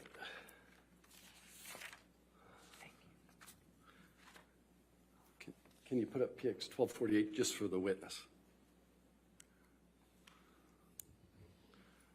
Dr. Hughes, do you recognize this? Yes. All right. And these are critical items that were deduced on the TSI-2 critical items list. Correct. And what's a 0 mean? Means that she scored a 0 on that item. She said it's not something that's relevant for her at the time frame that the test was administered. And these are all self-reports, right? Correct. And so she scored a 0 on doing something violent because you were so upset. Correct. See that language? You knew Ms. Heard to do violent things when she's upset. This test specifies how often have you had these symptoms in the last 6 months? Just in the last 6 months. Correct. All right. So she hadn't had them in the last 6 months. Correct. This test also asks and inquires about intentionally hurting yourself or cutting. In the last 6 months Right. is the prompt. All right. In the last 6 months. Correct. Had Ms. Heard previously indicated to you that she cut herself? She indicated one time as a teenager in a reckless moment she did. It was stupid and I never did it again.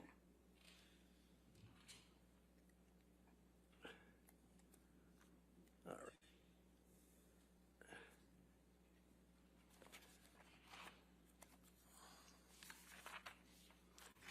right. So that was the first time you met her. She indicated that she had cut herself.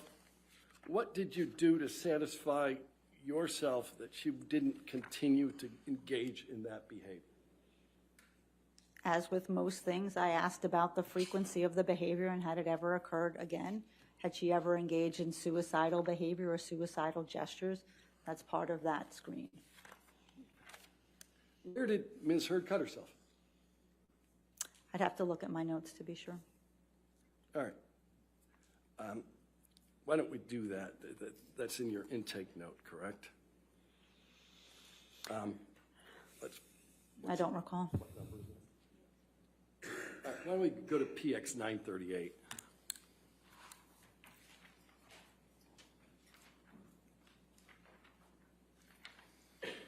And if you'd put it up for the witness. All right, that's not it. Let's go to the next page.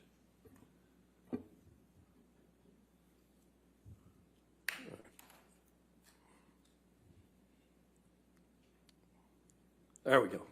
All right. PX 938, we're on the third page.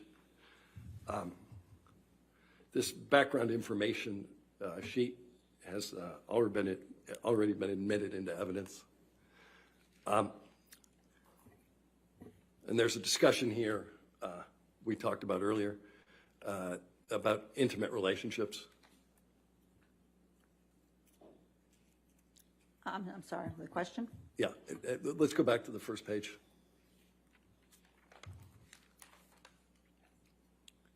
All right, there we go. What number is this?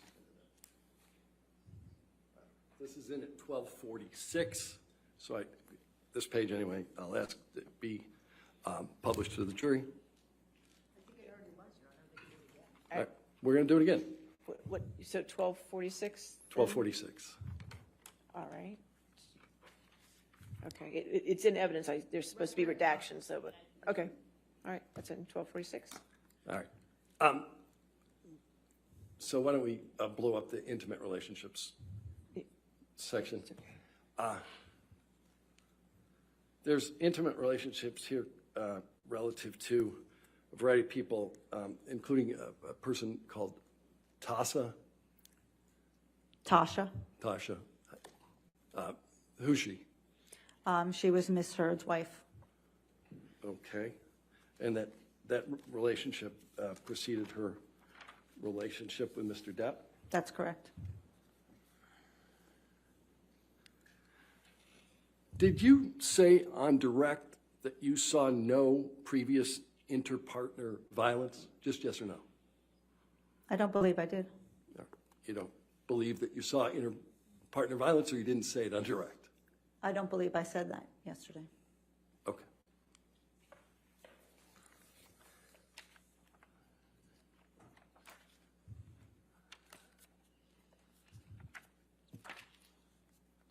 Your Honor, can we approach? All right, yes, sir.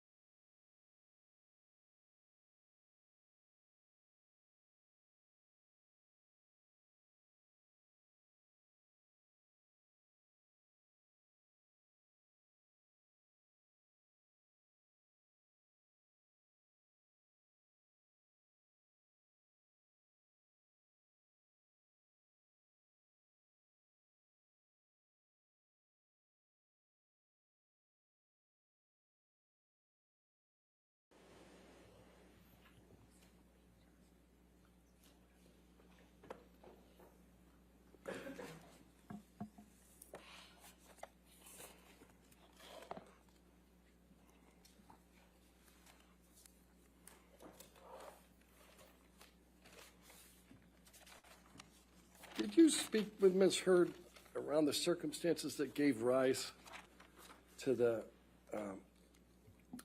TRO? With, on May 21st? Yes. Thank you. Yes, I did. Okay. Did Ms. Hurd ever tell you that James Franco spent the night with her at the ECB between May 21 and May 27? I recall, I mean, again, it would be helpful to have my notes so I can tell you exactly what, but I do recall that she did see him at some point. I do not know if he spent the night. Do you know if Elon Musk spent the night during that period? I don't know. All right.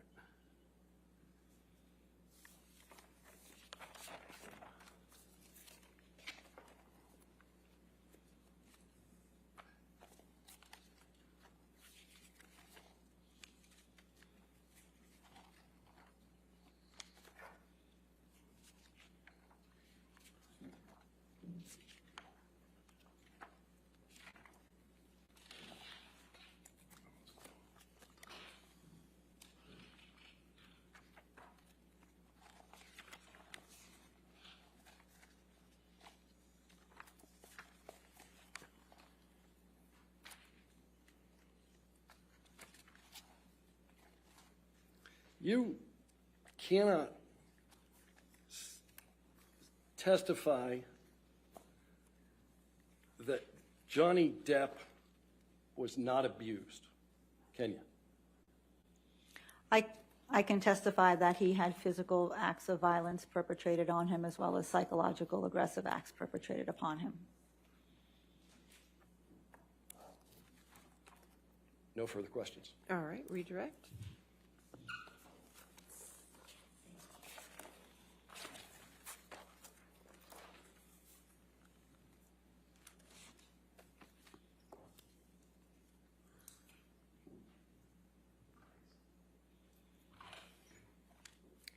Dr. Hughes, you were asked about some presentations. I think plaintiff's 1241 was the first one. If we can bring that up. Tom, could you help me out with that? 1241?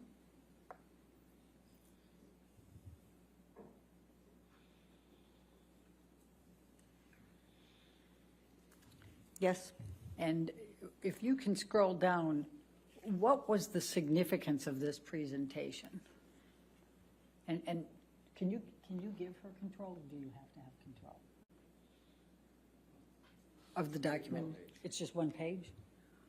Oh, it's not the entire presentation. Okay. Can you please tell the jury what you provided in this presentation? To the best of my recollection, it was what I spoke to you about before of how people who are not trained in forensic psychology but who are working with victims of domestic violence can go into court and navigate with the court system and present and talk about domestic violence in a legal setting. Okay, thank you. And that's been moved into admission, that's been moved That's in, it, correct? yes. Okay, well, let's go to the one that I don't think was 1242, please. Tom, if you could bring that up. All right, and is that just one page too? How many pages is that one? Okay. Do you recall this presentation, Dr. Hughes? Yes, I do. Okay. Could you please just, well, I'm going to move the admission of plaintiff's exhibit 1242, first of all. Any objection? All right, 1242. And could we publish it to the jury, please? Yes, ma'am. And Dr. Hughes, could you please tell the jury, explain to the jury what this presentation entailed? So I was asked by the head of the Kings County Bar Association to give a presentation about intimate partner violence, domestic violence, and how psychological experts can be of assistance.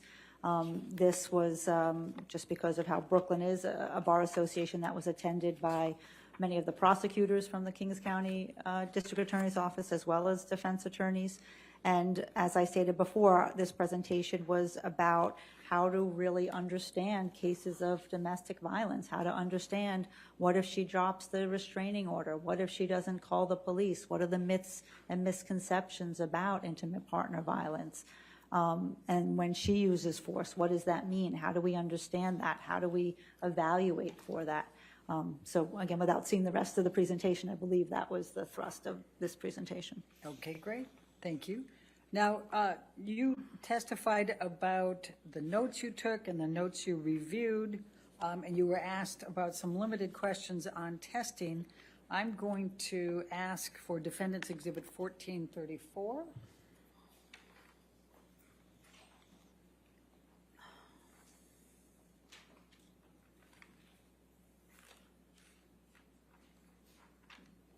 You're gonna do that one or what? No, oh, no. Okay. Oh, we need, thank you, Sammy.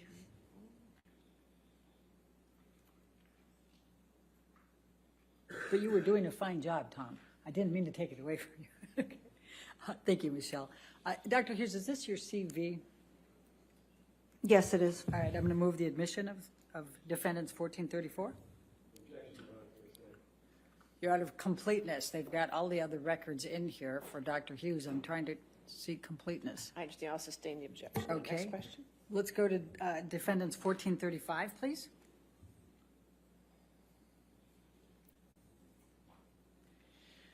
Now, Dr. Hughes, you've testified about the different testings that you administered, and this is one of the ones that I believe you testified to earlier, correct? That's correct. And this is the DSM-5? This is the clinician-administered PTSD scale for the DSM-5. Okay. I'm going to move the admission of 1435. Any objection?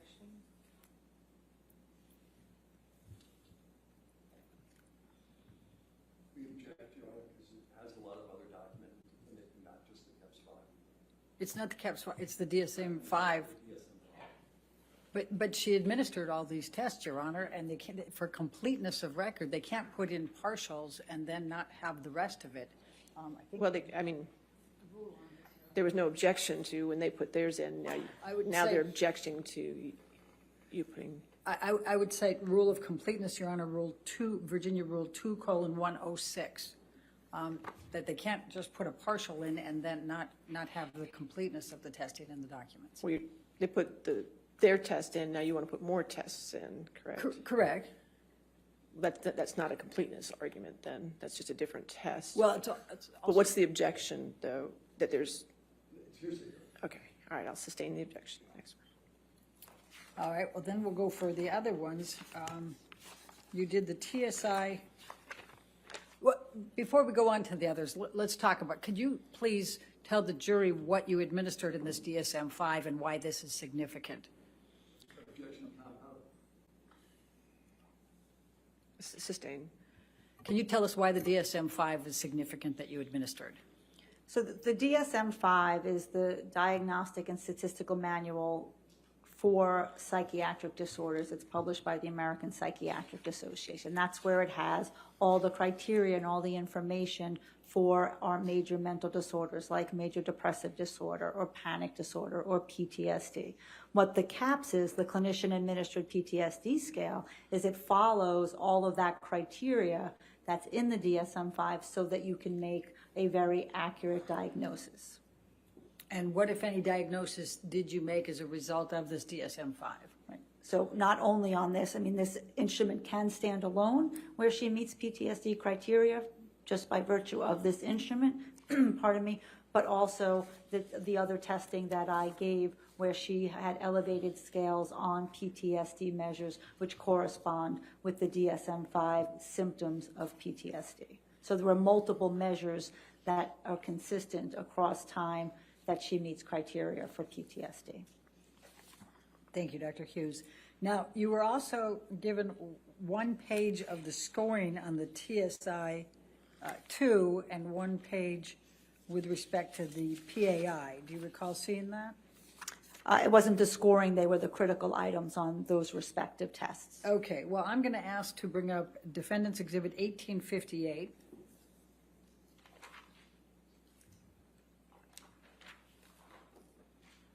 Which is the full PAI. And was this the actual testing and scoring? Yes, this is the profile, the scores that are generated from the 344 questions that Ms. Hurd answered on this test. And what were the results? What did you determine based on the testing of this PAI? Well, that the results were valid and reportable. There was no evidence of exaggeration or malingering on this test, and there were significant symptoms that correspond with traumatic stress and post-traumatic stress disorder symptomatology. And I believe you said again that there was no elevated scores. Can you explain to the jury what you meant by that? Objection leading. Overruled. Go ahead. So elevated scores are a way that we get to know where a cutoff is to say that something is clinically significant, and that follows very standard statistical principles. So when a scale is elevated, it means that we have sort of greater confidence that this individual endorsed a lot of different symptoms that make this scale relevant, and then we want to figure out why that person is having an elevated score on something like depression or anxiety. It gives us greater confidence that, this person's maybe reporting depressive symptoms like people who are depressed. Okay. And what would constitute an elevated score? Well, on different tests, it's different things. Certainly on the PAI, it doesn't follow linear T-scores. It's a little different statistically, so you have to look at it differently. But certainly, it's usually about a T-score of a 65. And on some it's a T-score of a 70, which is a T-score is a normative curve, is a way of allowing us to compare people's scores, comparing your scores to the normative group of scores. Okay. And would it be at all helpful to have the entire test as opposed to a one piece of paper or one page? Well, certainly you cannot tell the entirety of how the symptoms that Ms. Hurd endorsed and the scales were elevated just by the critical items. All right, I'm going to move the admission of Defendant's Exhibit 1858. Objection hearsay. And this is the completeness, Your Honor. I'll sustain the objection. Next question. Let's bring up 1859.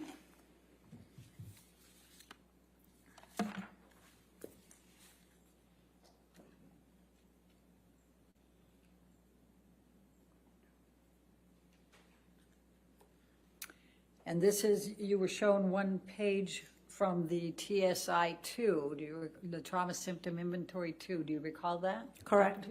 Okay. What is the significance of the TSI-2 exam, the full exam?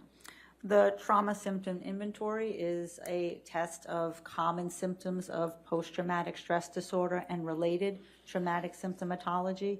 And on this score, she had, elevations in intrusive experiences, which is the intrusive component of PTSD, where thoughts or memories or feelings come into your mind when you don't want them, with accompanying distress. And then the defensive avoidance, doing many, many different things to push it down, to try not to think about it, to try not to talk about it, so that you don't get upset. And she also scored high on a scale of relational avoidance, having difficulty feeling close in relations and relationships, not only intimate relationships, but friendships as well. And that's a related trauma symptom that individuals have after having sustained an interpersonal trauma like domestic violence. Okay. And would it be helpful to have the full exam as opposed to one page out of it? As with anything, seeing an entire profile gives one more information. Your Honor, I'd move the admission of Defendant's Exhibit 15 for 1859. Objection hearsay. And I would argue the If completeness we could rule approach again. for this.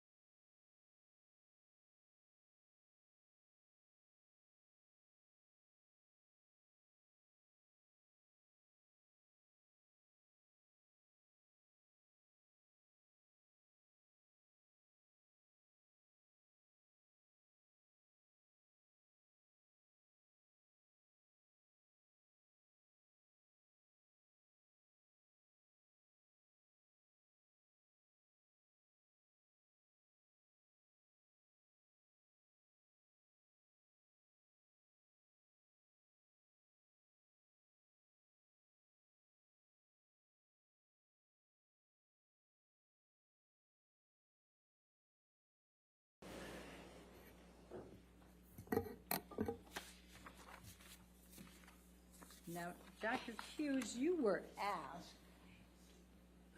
you were shown a couple of finger pictures of Mr. Depp. And I believe you indicated those were shown to you, and I think you were asked if these were severe injuries, correct? Correct. All right. Did you have any understanding of the cause of those injuries by Mr. Depp?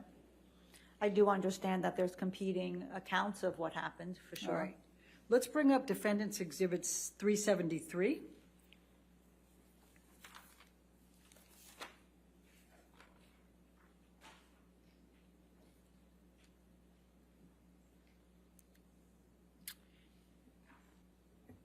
Your Honor, I think this is already admitted. I don't see it, and Jamie doesn't have it, so 373, I can mark it, but it's not admitted yet. I think there was Unless a it's- version of that. If I may, I don't know that. Your Honor, I can just tell you that 373 has not been admitted into evidence. Your Honor, it's not redacted, and I don't believe it's been admitted. the part I'm trying to admit is in another exhibit, so let's go in a different way. We'll take that one down. Let's go with 398. 398 redacted is in evidence. That might be the one.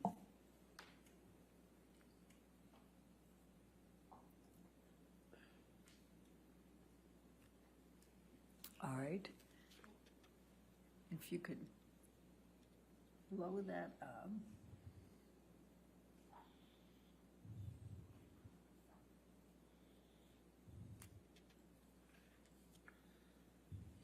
And I think we're looking for, if you could move that up, Michelle. There we go. You could blow that one up. And this is an email from Mr. Depp to David Kipper. Your understanding was that was his doctor, correct? Correct. Okay. And then I'm going to draw your attention to the last part of this, and this is on 3/19/2015. Thank you for everything. I gotta figure out how to do this. I'm missing the controls on this. Thank you for everything. I've chopped off my left middle finger as a reminder that I should, thank you, Your Honor, that I should never cut off my finger again. Do you see that? Yes, I do. Okay, so that's Mr. Depp admitting that to Dr. Kipper in 3/19/2015. Objection leading. Okay, I'll sustain the objection next. okay, that's fine. I'm good with that. Let's go to Defendant's Exhibit 499.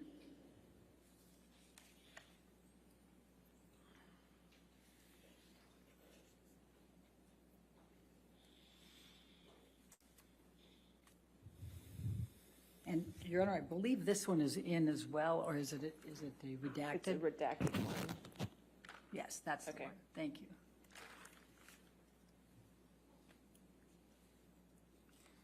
And then if I could draw your attention, this is a text message from Mr. Depp to Erin Falati. We talked about her earlier on 10/31/2015. And it says, this is the second time he's held off giving me my meds by blackmailing me into seeing him. The first time I had just chopped my finger off.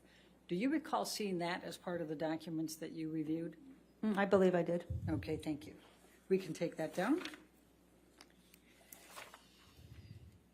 Now, you were also asked to listen to an audio tape, and it's Plaintiff's 343. I'm going to, and do you recall listening to that audio tape at some point as part of your review? Yes, I do. Okay, I'm going to now pull up that same audio tape from the same date, and I believe that's June 2016.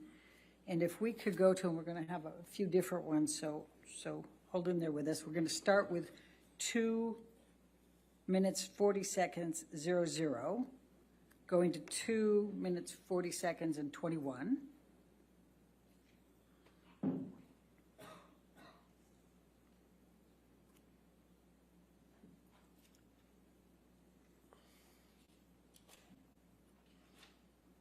knocking on the door. I don't Because get that why is a one fucking informs the other. irrational and violent fucking maneuver. How So does a one man would inform want the to other? get out of that area so that he doesn't get so fucking angry that he actually does pop the fucking wife.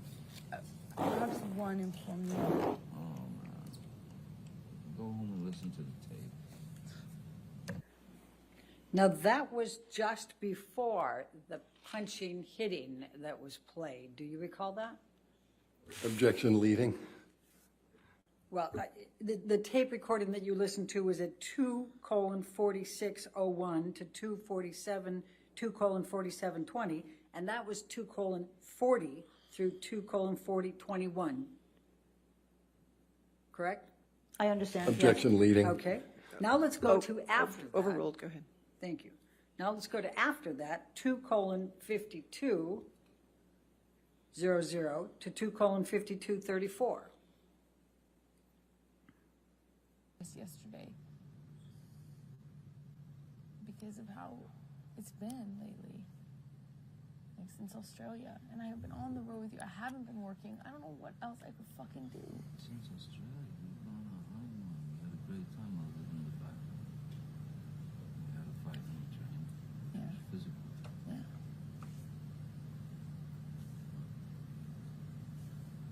Then we had a fight in San Francisco. And I thought everything else was great. You're saying long distance from Australia. No. And then let's go to 3:20:00 to 3:21:37.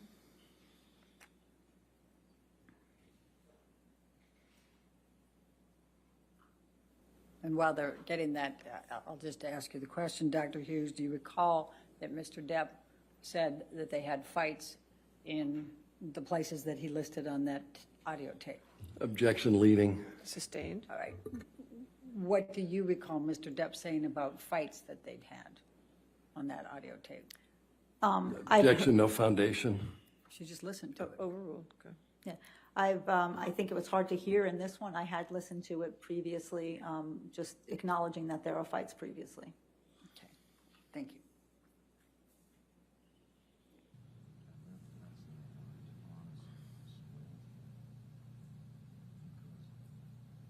I just couldn't take the idea of more physicality, more physical abuse on each other.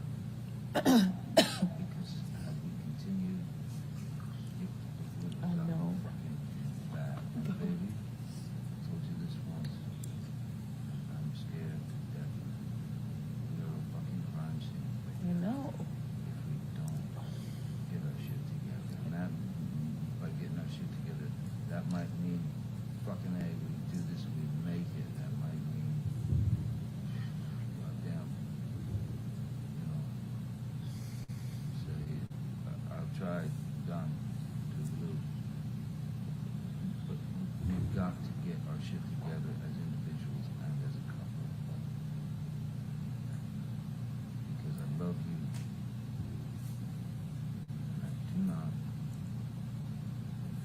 want to leave you. I do not want a divorce. I do not want to get out of my life. I just want peace. If I'm the culprit, majority of the time, I will fucking do everything I can. And I will recognize when I'm fucking starting to go sideways. I will recognize it.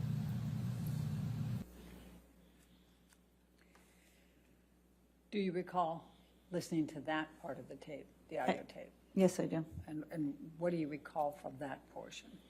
Again, I know it's hard to hear, but It's hard to hear, but what I recall from hearing that was the negotiation that the couple is trying to do and trying to say, you know, I'm going to do my part, I'm going to do better. okay. Is it possible to turn that up anymore, or is it, I have one more? I'm just.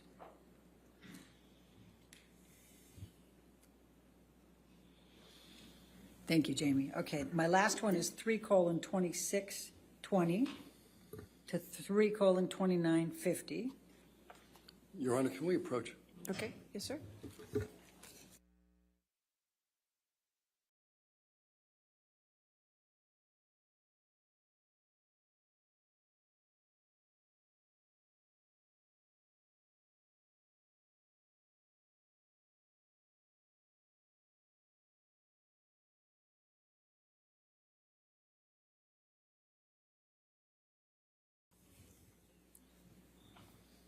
When you're ready. What are we going to do different in the moment when you're mad and you go fuck it and In the you decide moment. all bets are off? Well, look what I did in Australia. Look what I accomplished. I put the fucker away. I told myself every fucking day, no, he's gone. No, he's not fucking put him away. Put him away. And by a list of the things that I feel that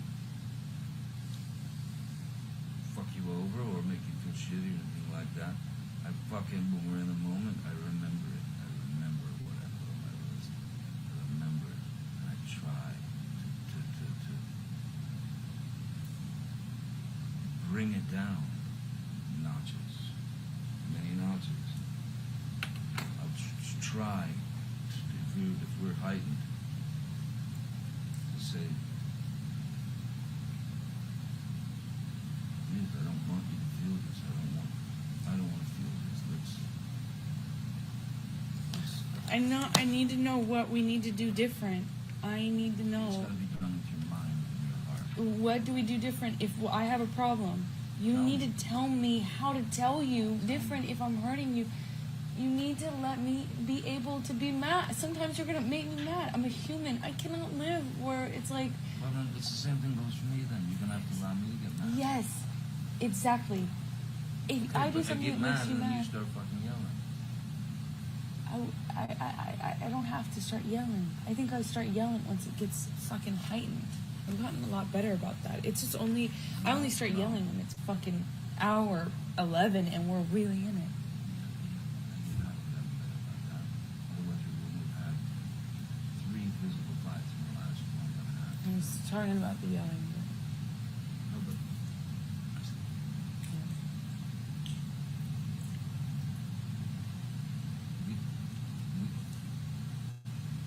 you witnessed it. You're the one that brought it up. Australia was fucking great. You just argued.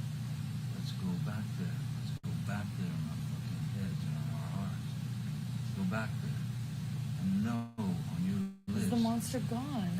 Did you put him away? It's been so, when you get on that train, you get angry, you stay on it for so long and you won't come down, you won't talk to the person that is you. That's not always. It doesn't have to always be the monster, but what is it? Can you put that away?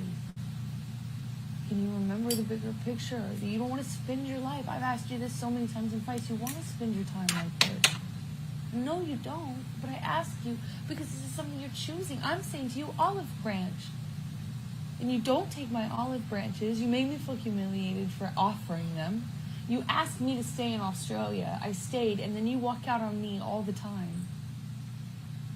You've got to take some olive branches from me. You've got to offer them too. You've got to be bigger than what you feel at that moment. And so do I. So do I. But if I call you on it, will you hear it? Will you call me out on it if I'm doing it?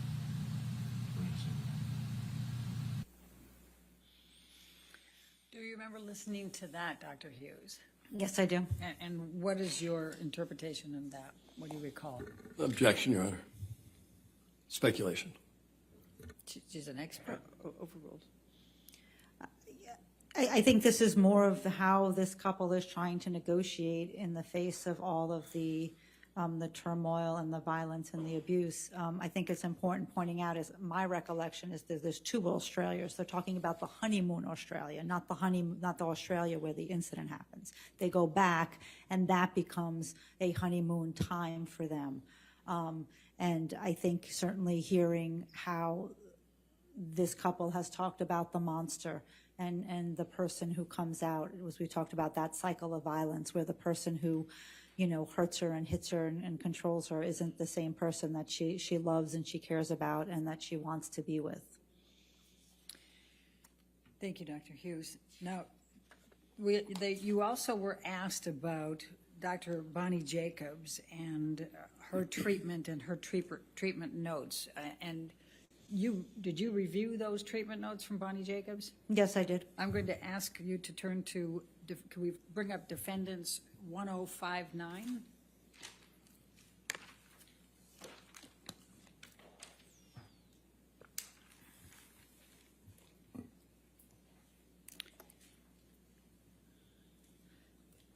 And do you recognize this document? Yes. Okay. And what is it? This looks like the first of Dr. Bonnie Jacobs' treatment notes starting in October 17th, 2011. Okay. And do you recall whether Ms.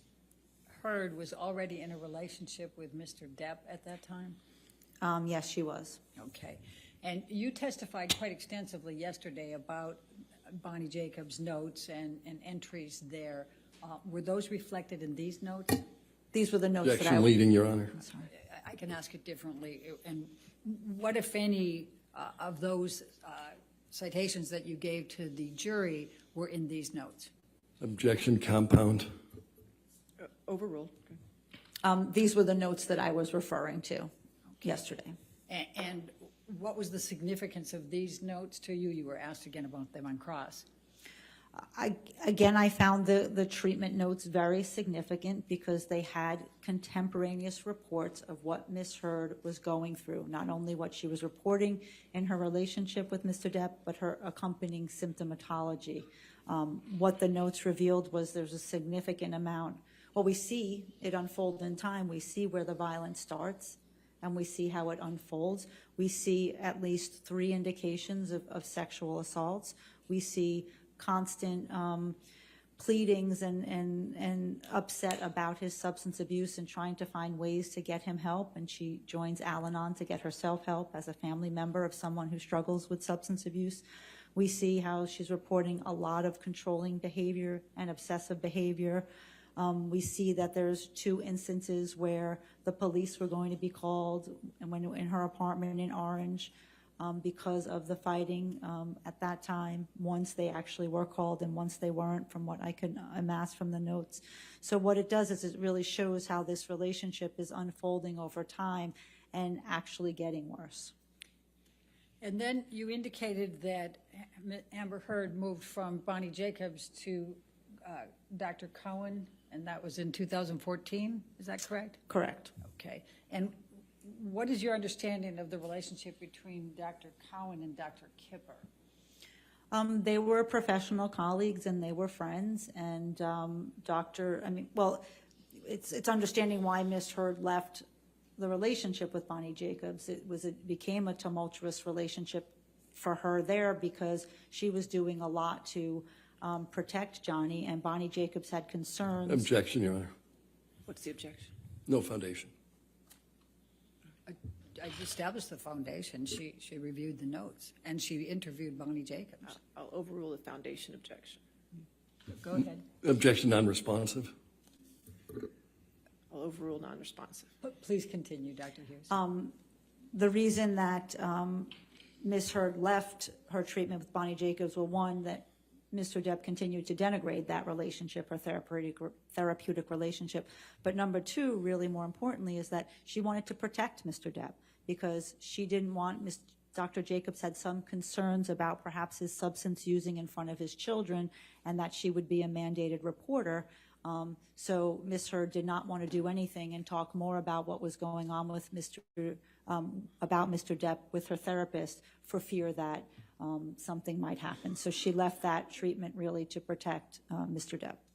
I'd like to move the admission of Defendant's Exhibit 1059, the treatment notes. Objection to hearsay, Your Honor. This is what we dealt with yesterday.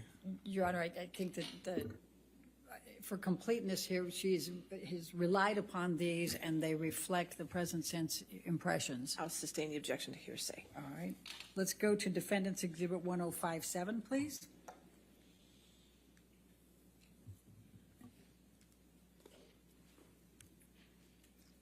And Dr. Hughes, you also indicated that you relied on the treatment notes of Dr. Conan, correct? Cohen, Connell Cohen, yes. That's it. Okay, and you also interviewed him as well? Correct. Okay, and what was the significance of what he reported to you that related to your opinions? Well, this was a continuation of her treatment, and the treatment here where it seemed like Dr. Connell Cohen was going was a harm reduction model, really trying to help Amber stay safe in the relationship by not talking back, by leaving, by not engaging. And those are very sort of short-term strategies when you're in a relationship mired with interpersonal violence. What we also see is what I mentioned yesterday is her psychological status and functioning continues to deteriorate. She continues to have more anxiety, more affect dysregulation, sort of feelings are coming up and down all the time. She's having more sleep problems. She's going on more medication. And this sort of the conceptualization and understanding of that is, sort of exposure to repeated trauma causes psychological disequilibrium and destabilization. And we're sort of, again, seeing the trauma unfold over time. And also in these notes, I mean, certainly there are those contemporaneous reports that correspond to specific incidents, like I was speaking with you yesterday about the Boston plane incident. There are actual notes where she called him after Objection, Your she Honor. called Yes, him. what's the objection? Beyond the scope of the question. All right, I think I'll that- sustain the objection. Next question. Okay. What, if any, additional information did you get from Dr. Cowan that assisted you in your opinions? Well, certainly from the notes, as I was stating, that, there were times where right after an incident, Ms. Heard wrote, she contacted Dr. Cohen either by text or by email and saying, Johnny did a number on me tonight. I really need to see you. I'm safe. I'm hurt, but Objection, I'm safe. hearsay. I think she can rely on hearsay, Your Honor. Sustain the objection to hearsay. Okay. Well, Your Honor, I'm going to move the admission of the notes, defendants 1057. Objection, hearsay, Your Honor. I'll sustain the objection. Thank you. Move to strike the hearsay testimony as well. No, we'll continue on. Go ahead. Thank you. You were asked about a knife. You were shown Plaintiff's Exhibit 92 and a knife that's, I think, is till death. What is your understanding of the significance of that knife and that phrase as it related to Amber Heard? Objection, Your Honor, no foundation. He showed it in cross-examination. I'm able to ask about it and what her understanding was. He cut her off when she was trying to talk. I'm just letting her go back in. Her understanding of a knife? Let's pull up Plaintiff's 92. Tom, could I get you to do that, please?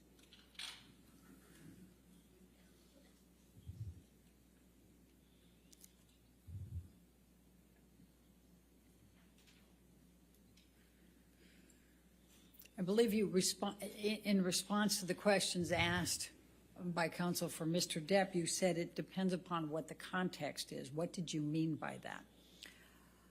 Well, first I believe that this is the knife that has a turquoise end, and this was a time when Mr. Depp was filming The Lone Ranger, and he was in a turquoise phase, and she purchased him that because she thought it would be a kind gift. The phraseology is that Mr. Depp told her the only way out of this relationship is death. And Objection, hearsay. I don't understand the objection. I think she was entitled to be able to speak to that. But Yeah, it's Mr. Depp's statement, a party opponent I'll admission. overrule the objection. Thank you. Okay. And what is your opinion? What do you think of that as a clinical psychologist in specializing in IPV and trauma? I mean, Objection, Your Honor. Can we Okay. approach? Sure.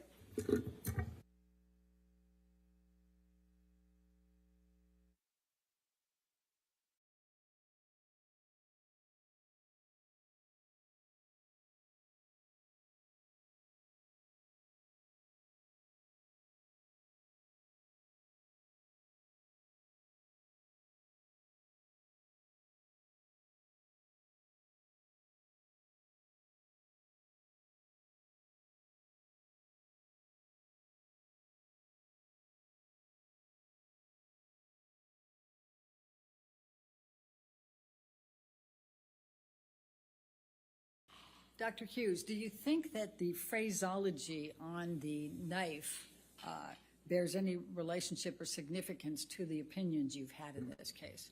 Objection, Your Honor. Leading. Sustain the objection. What, if any, significance does the phraseology on the knife have to the opinions you have provided in this case? Objection, Your Honor, beyond the scope of the disclosure. He brought it up in cross. I'll Your Honor. overrule the objection. Thank you. So there are several things. I certainly am aware that at this time that Ms. Heard purchased this knife for Mr. Depp, she was engaged in her whole lot of denial and minimization about the extent of the violence in the relationship. There is a notation in Dr. Bonnie Jacobs' notes about when Mr. Depp uttered this to her was around the discussions of the prenup, and he said, I don't want one because the only way out of this relationship is death. Dr. Jacobs didn't think that that was funny. Ms. Heard was taking it like, oh, maybe it's endearing, maybe this is okay, but it was definitely a clinical cause of concern at the time that phraseology was used. Thank you, Dr. Hughes. Now, you listened to an audio tape, and then we showed some additional ones from that. What, if any, photos did you review as part of your examination? Objection beyond the scope of cross. He was asking all the different authority. I'm just establishing that she also looked at photos. I'll sustain the objection. Okay. It's beyond the scope. Dr. Hughes, based on everything in the cross-examination and the redirect, what, if any, changes do you have to any of the opinions that you provided to this jury yesterday? Objection compound. Overrule. I don't have any changes to my opinions that I gave yesterday. And do you still hold those within a reasonable degree of psychological probability or certainty? Yes, I do. Thank you. I have no further questions. All right, is this witness subject to recall? Yes, Your Honor. All right. Ma'am, you can't discuss your testimony with anybody, but you're free to stay in the courtroom since you base your on expert testimony, okay? Thank you, All Your right, Honor. thank you. All right, I think we'll go ahead. Yes, sir? Okay.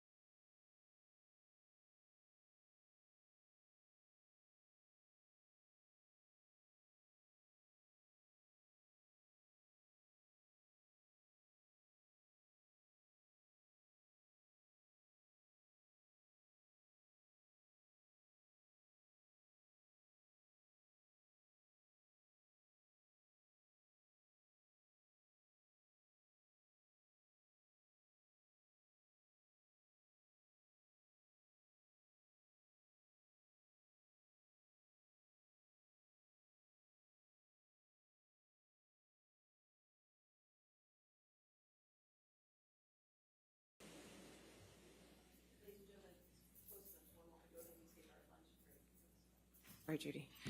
Let's go ahead and take our lunch break now. Just do not do any outside research and don't talk to anybody about the case, okay? We'll see you back here too, okay?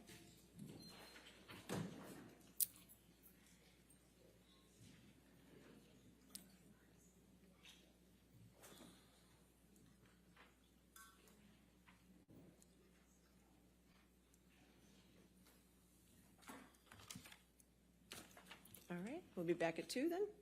All right, thank you.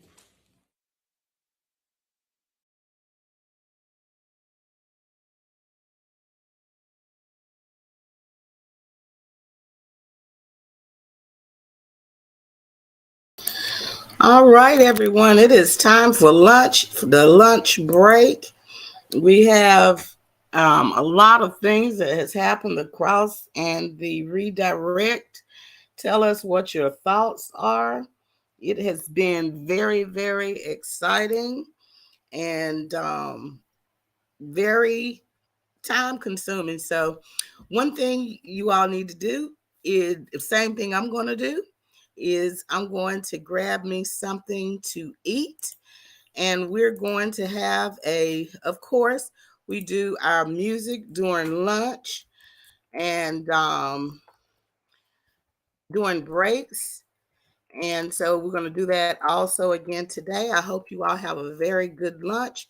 You can come back here to this channel, and we will be here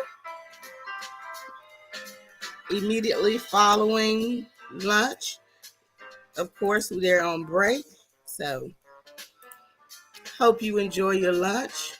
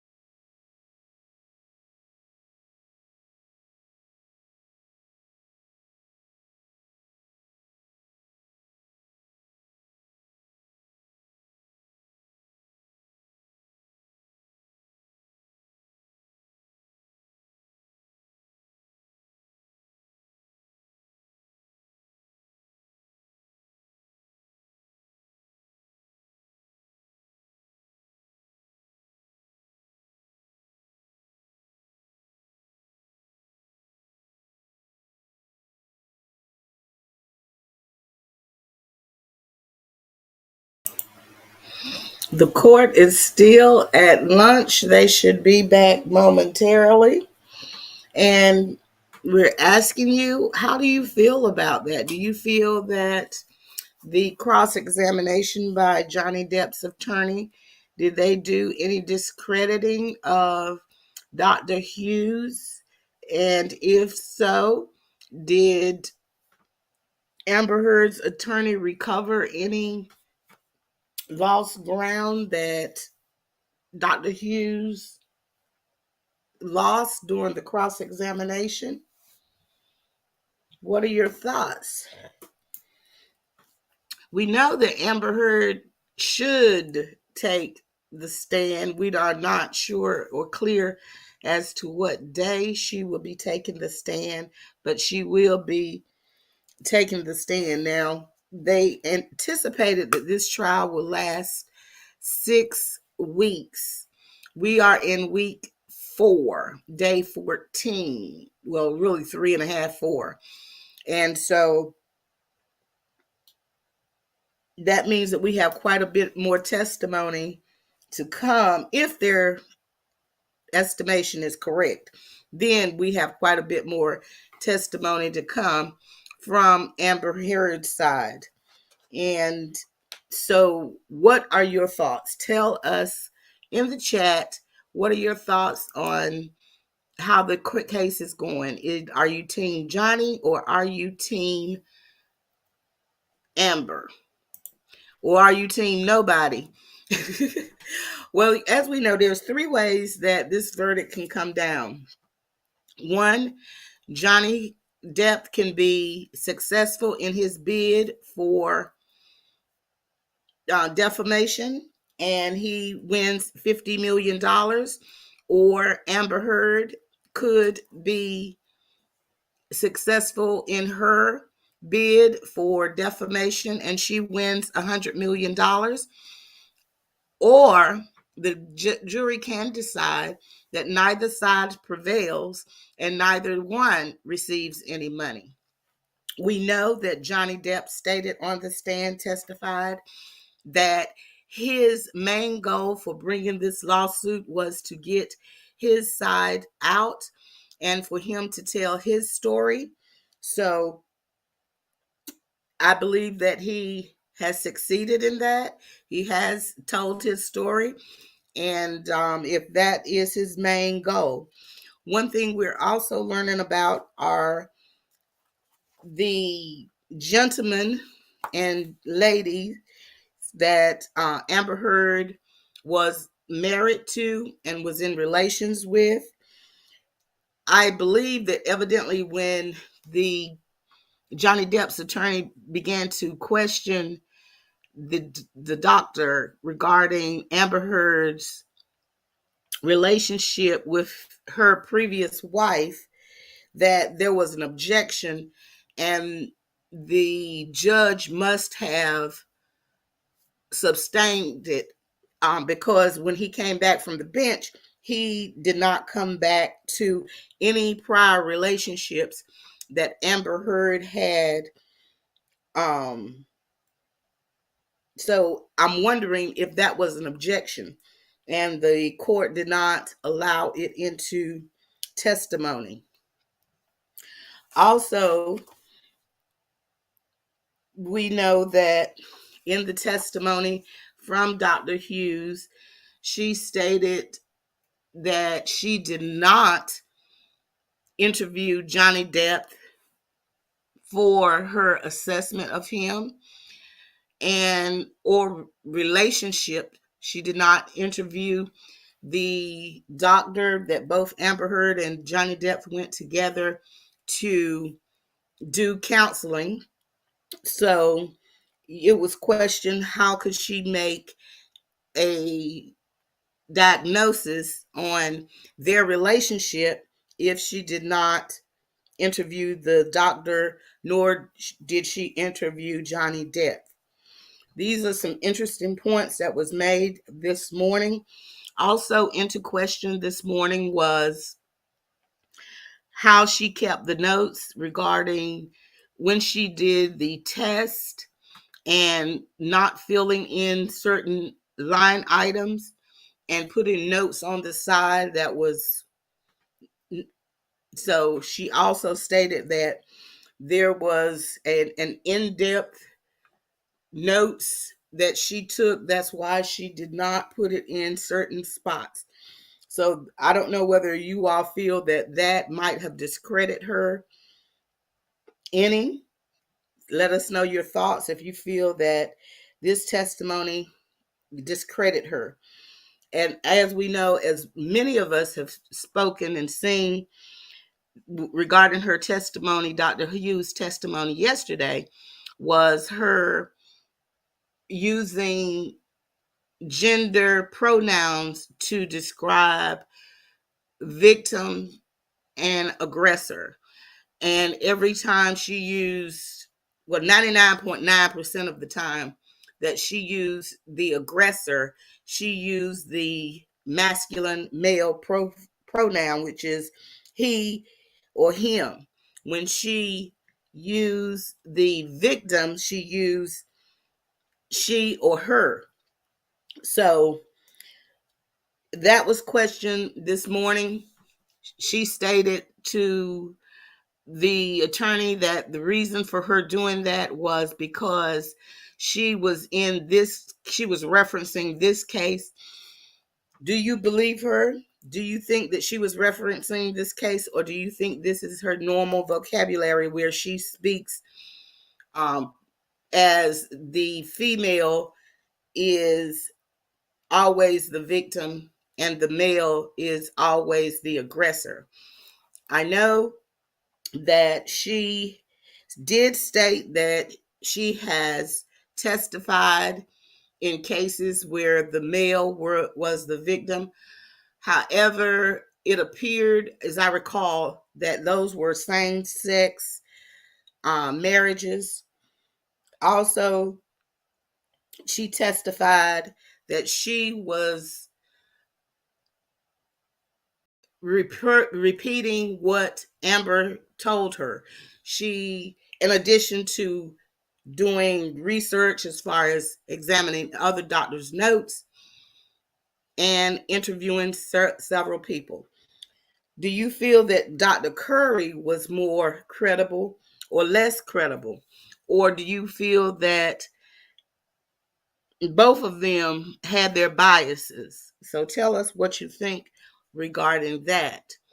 They should be returning to court momentarily. They should be in soon. They're probably at the bench, and so the feed has not come in. We're waiting for court to resume, just like you are. So I hope you all had a fabulous lunch. For the replay crew, there is timestamps in the bottom below. Please like, subscribe, and share the video out to other people so that they can receive this information and watch this video also. We really appreciate your support during this time and watching us and sticking with us as we report on this. As you know, we do not comment during live testimony while they are in court. We want you to enjoy what is being seen and make your own determination. We try to walk in the middle of the road and take neither side, and but we are interested in what you have to say and what your determinations and your opinions are of this matter. Hopefully they will be in court soon, and so we're going to leave it up, and they should be back soon because they're running a little behind, which is interesting. But sometimes they do run behind. They do run behind, but it's okay. We are here to find out what is going on. All right.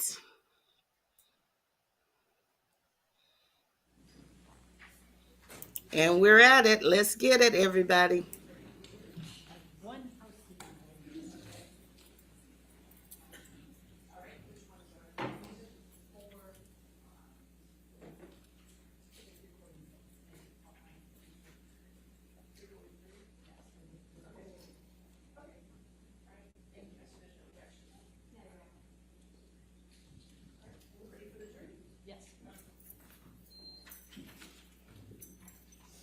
Sorry, Judy. It's been that kind of day.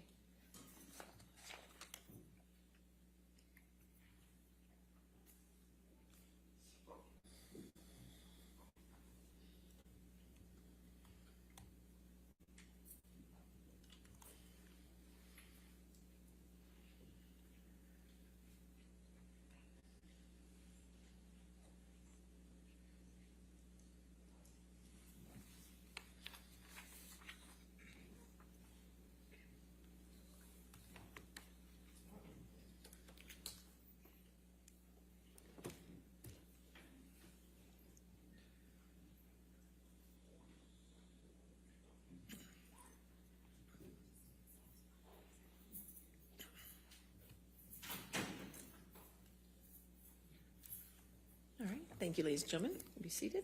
All right, your next witness. Your Honor, we'd like to call Laura Amber Heard to the stand. All right. Amber Laura.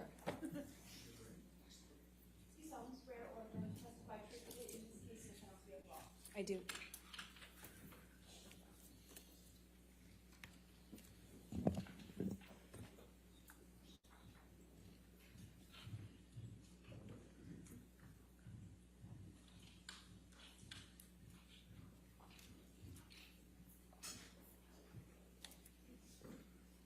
All right, thank you. All right. Thank you, Your Honor.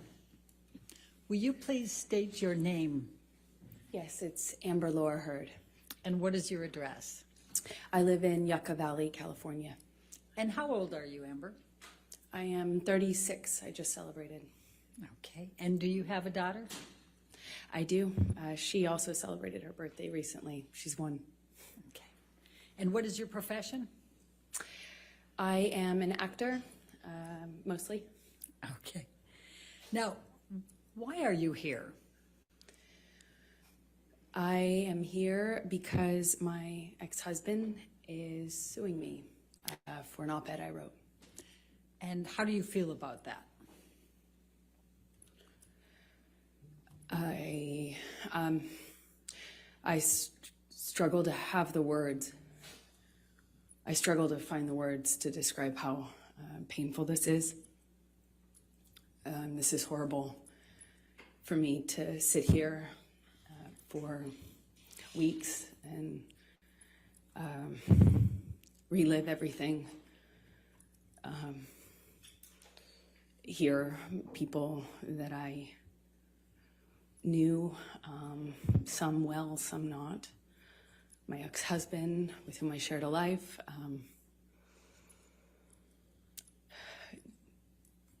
speak about our lives in the way that they have. This is the most painful and difficult thing I've ever gone through, for sure. Now, there was a trial in the UK in July of 2020 where Mr. Depp had sued the Sun newspaper and Dan Wooten. Do you recall that? Yes. And what was your level of participation in that lawsuit, in that trial?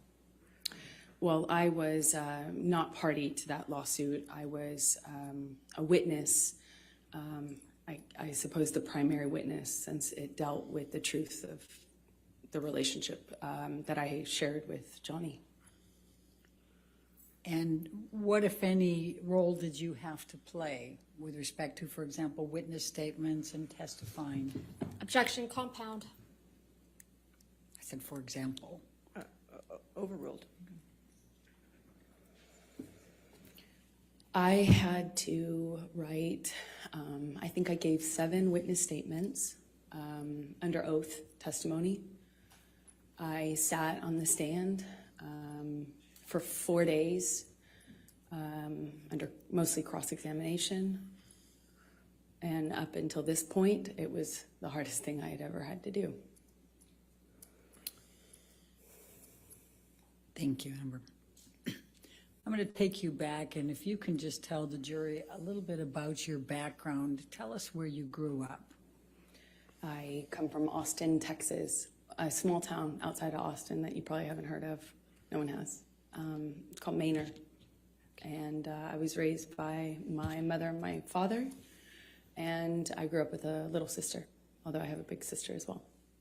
And your little sister's name is? Her name is Whit Hurd. And how much of an age difference is there between the two of you? Whitney and I are about 1 year, I think we're 16 months apart, so right next to each other. And what did your father do for a living? My father broke horses and did construction, he painted houses, and hunted and fished, but that was for fun. And what did your mom do? She worked for the state of Texas. Let me just, since you talked about the breaking horses, can you just tell the jury what your role is in assisting your dad on that and what is involved in breaking horses?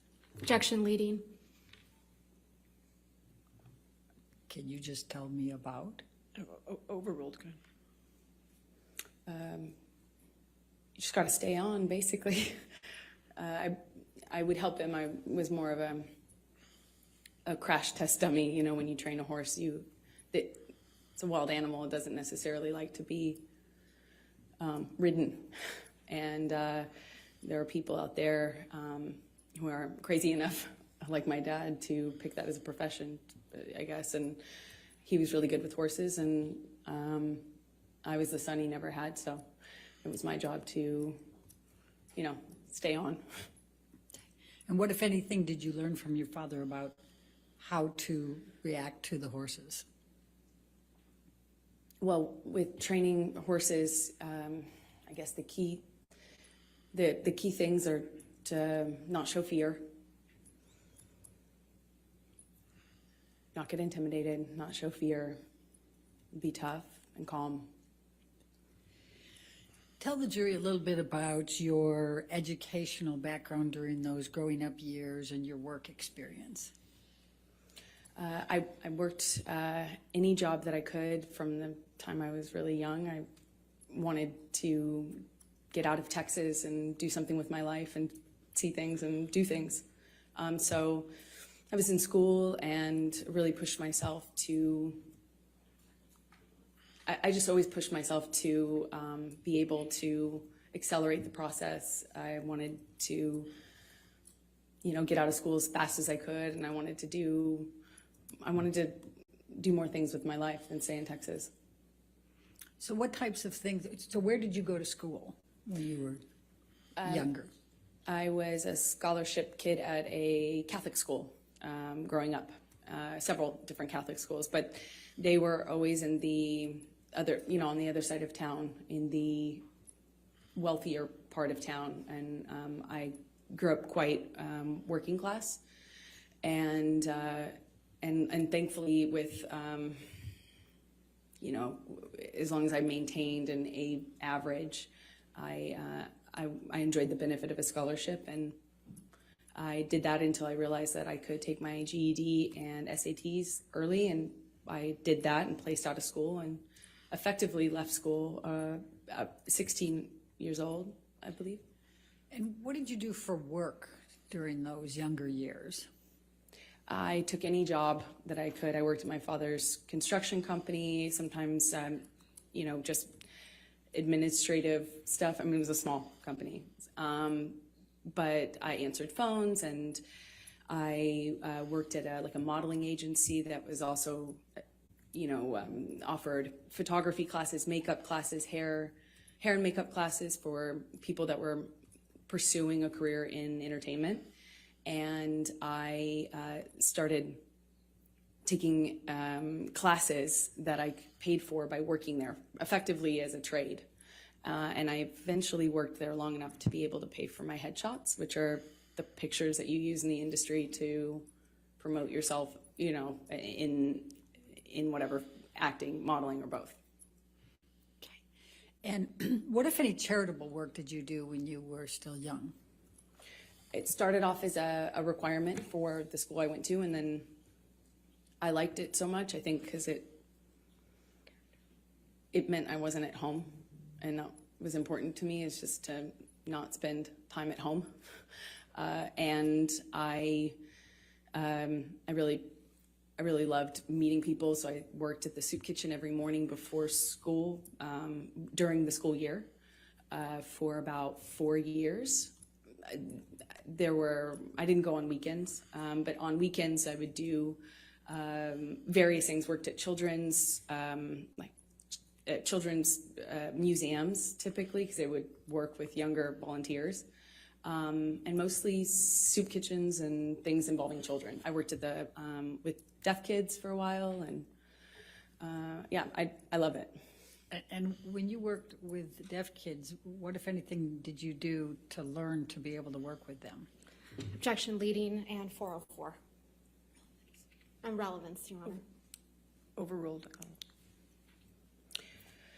Well, I taught myself how to sign basic sign language, and then I pursued it. I audited a course at the community college, which I ended up going to get out of high school early later on. But I would audit classes. The teachers never wanted to kick the random 12-year-old out of their class, I suppose. So I remarkably was able to audit, I think, the majority of 2 semesters, and that's also helped me learn. So how did you end up in Los Angeles? I did a small job in Texas where I played a part in a movie, and the actor in the movie that I was playing opposite had an agent visiting him from LA, and I met her on set, and she said that she had heard about me from another bit part I did. I was taking jobs in Austin for really anything, to be an extra, to apply I did makeup once. I you know, nothing, no job was too small or, you know, for me. So I put myself out there, and she had heard about me, and she said, I have heard about you in this town, and I'd love to meet you in LA if you're ever out in LA. And I was like, when can I come? And she made an appointment with me for the following week, and I used all but $180 or something to get out there, and I landed. I didn't know anyone. I was 17, and I've effectively been there ever since, I suppose. So when you arrived in Hollywood, please tell the jury what you did to get moving there, get going. I went to every audition, every casting, every meeting, every appointment that I could. I put myself out there. I didn't have a car because those were expensive, so I took the bus around LA. It was before smartphones. I had a Thomas guide in my bag and a change of tank tops. Not that it mattered, but I went to about 10 auditions sometimes a day, and would change clothes if I needed to in the back of, you know, the bus I was taking. And I just hustled from one audition to the other. And I got a bit part on one thing, and then I got a bit part on another thing. And then eventually my roles kind of became more important or bigger. And it's been a slow progression, I guess, since then, you know, of doing either tiny bit parts in bigger movies or doing, you know, larger roles in movies that no one would see. And I guess, you know, it still is kind of like that. So I'm going to ask you to go from 2002 to 2009. If you could just describe for the jury a little bit what types of parts you had. I think they've indicated they didn't. You have not been well known here in this courtroom compared to Mr. Depp. So perhaps just take them through a little bit of that. Yeah, that's fair. I did small roles in big films like, you know, Zombieland and Pineapple Express, and movies that were well known. My first one was Friday Night Lights, but again, I had small roles in those bigger films, and then I would do larger roles in kind of smaller films. Like I did a project where I was the lead in a John Carpenter film, and he came out of retirement to do that, and that's kind of how it was in terms of my career for those that first initial 10 years or so. It was just going from slightly bigger role to slightly bigger role, and just working my butt off. So I'm going to take you up to 2008. Did there come a time that you auditioned for The Rum Diary? Yes, I auditioned for that in about 2008, I believe. Please describe for the jury your experience in auditioning for The Rum Diary. Well, I auditioned a few times, which is common in my work. You know, you get a call back, as they say, and I think I had at least one, maybe two callbacks with the director, and then I got a call saying that Johnny, who at the time was, I think I knew that he was producing it as well, was doing a project that was something very personal to him. He was reprising his role as his late friend, Hunter S. Thompson, and it was a very important project to him, and that he wanted to meet me in person. I thought I would be going for maybe an audition, but it was just a meeting. I went to his office and met with him for a few hours. And what did you talk about during those few hours? We talked about books and music, poetry. We liked a lot of the same stuff, you know, obscure writers and, you know, interesting books and pieces of poetry that I haven't heard anybody else reference or know or like. And he was very well read and charismatic, and you know, I think I left the office with a few books that he gave me, and we spent the whole time just talking about things that we care about. And I was so surprised that somebody, you know, I knew who he was. I wasn't familiar, I wasn't a fan of his work. I wasn't familiar with him, but I knew who he was. He's one of the most famous people in the world. So it was already a weird thing to go and get called into his office. And, I'm a no-name actor. I was 22, I think. And I thought it was unusual. It was weird because he was twice my age and he's this world-famous actor. And here we are getting along about obscure books and weird, old blues. And I thought it was remarkable. I just hadn't really, I thought it was unusual and remarkable. I left there just feeling like, wow. So did there come a time that you learned that you were going to be cast for the role in The Rum Diary? Yes, a few days later, my agent said that Johnny's going to call you. We gave him your phone number. I was like, oh, okay. And shortly after, my phone rings, I pick it up, and I hear, this like deep voice on the other line, and he said, "You got the, you're it, kid. You're the dream. Hunter wrote this part, and you're the dream. You're it, kid." I was like, And amazed. please describe for the jury what that means. What was the Rum Diary and this Hunter Thompson? What was the concept here, and what role were you playing? Well, it was my understanding that he was bringing to life his late friend. And what he told me was that this character is supposed to be the dream woman, like the dream, American dream. And so I knew what he meant. He indicated to me when he told me I got the role that I was that, that I was the dream kid. That's what he said. So did there come a time that you started filming The Rum Diary? Yes, I'm not quite sure how much. I think we started filming in maybe March of 2009. And where did you film The Rum Diary? We shot it in Puerto Rico. And describe, if you can, the events of the filming and your interactions with Mr. Depp during that time. It was a bit surreal, filming in a place like Puerto Rico. It was beautiful. It takes place in the 50s, so everything really looked beautiful, and cars and clothing, the music. It was a very colorful shoot in general. I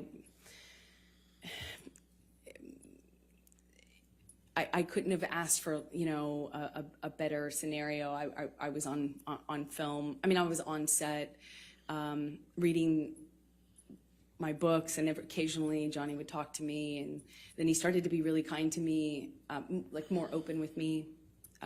When we'd have hot days filming, there'd be this big SUV pull up, and a security guard would kind of usher me into this car, and it would have the AC blasting, and I'd be sitting in the back of the SUV just thinking what a strange experience the whole thing was. And we didn't really have a whole lot of interaction on set until we did a scene that involved kissing. We had a kissing scene, and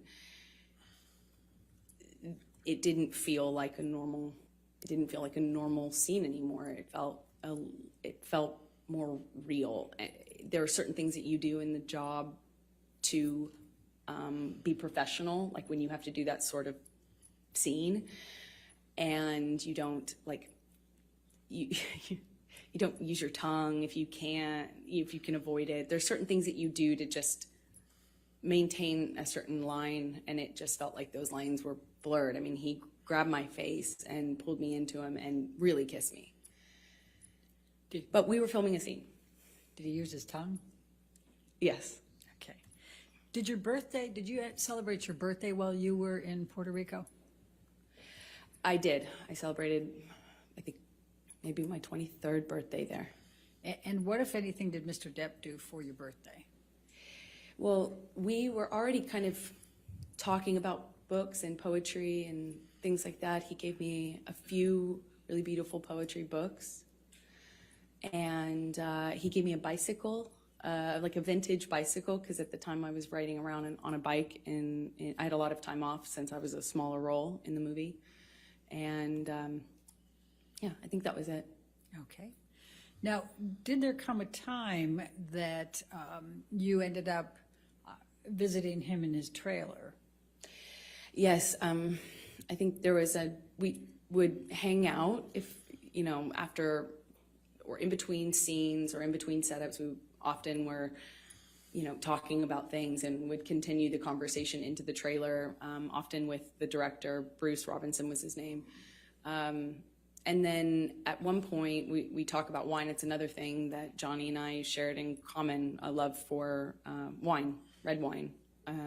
And we were talking about a kind of wine that I enjoyed, and I was, going on about how great this bargain wine was. And I didn't understand, how much more sophisticated Johnny's taste in wine was. So I was going on about the virtues of Malbec or something, and I brought him a bottle of this wine, and I set it down. And at some point, I'm going back to get back to set, and he kind of kicked his foot up in the air and basically kind of lifted the back of my bathrobe up. And Can I just stop you there? Why were you wearing a bathrobe? because I was doing a scene, it was a period film, so it took place in the 50s. And so I had all of this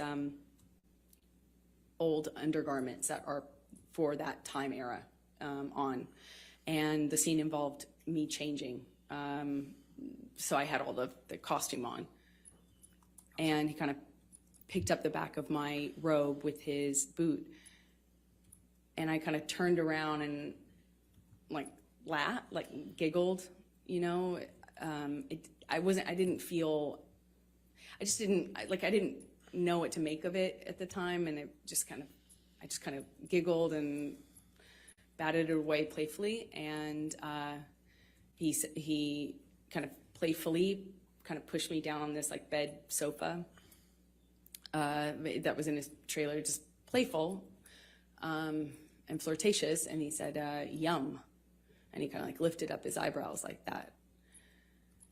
And I just giggled, laughed it off, kind of batted him away, and, moved on, went back to set. And were you in a relationship at that time? I was. Okay. And was Mr. Depp in a relationship at that time? That was my understanding, yeah. Okay. And did anything else of significant happen during that time period while you were filming with Mr. Depp, other than what you've told us? We just had this, it was a friendship, a flirtatious thing. I felt chemistry. I felt this other thing that went beyond the pale of my job, for sure. Johnny clearly felt that way about me, had indicated to me that that's how he felt in many different ways. But at the same time, we were both in relationships, and it is a job, and, it was intimidating. And I just remember feeling kind of intimidated and a little nervous about that. And I also was in a relationship, so we went our separate ways, and I didn't hear from him for a long time. And that's, so approximately how long were you filming in Puerto Rico for the Rum Diary? A few months is my best All right. guess. And when you left Puerto Rico in the filming, when is the next time that you had any contact from Mr. Depp? And contact could include anything, communications, written communications, as well as telephone or otherwise. We had no contact until Johnny called me on the phone one day, and I was driving, and he invited me over to his home in California, in Beverly Hills.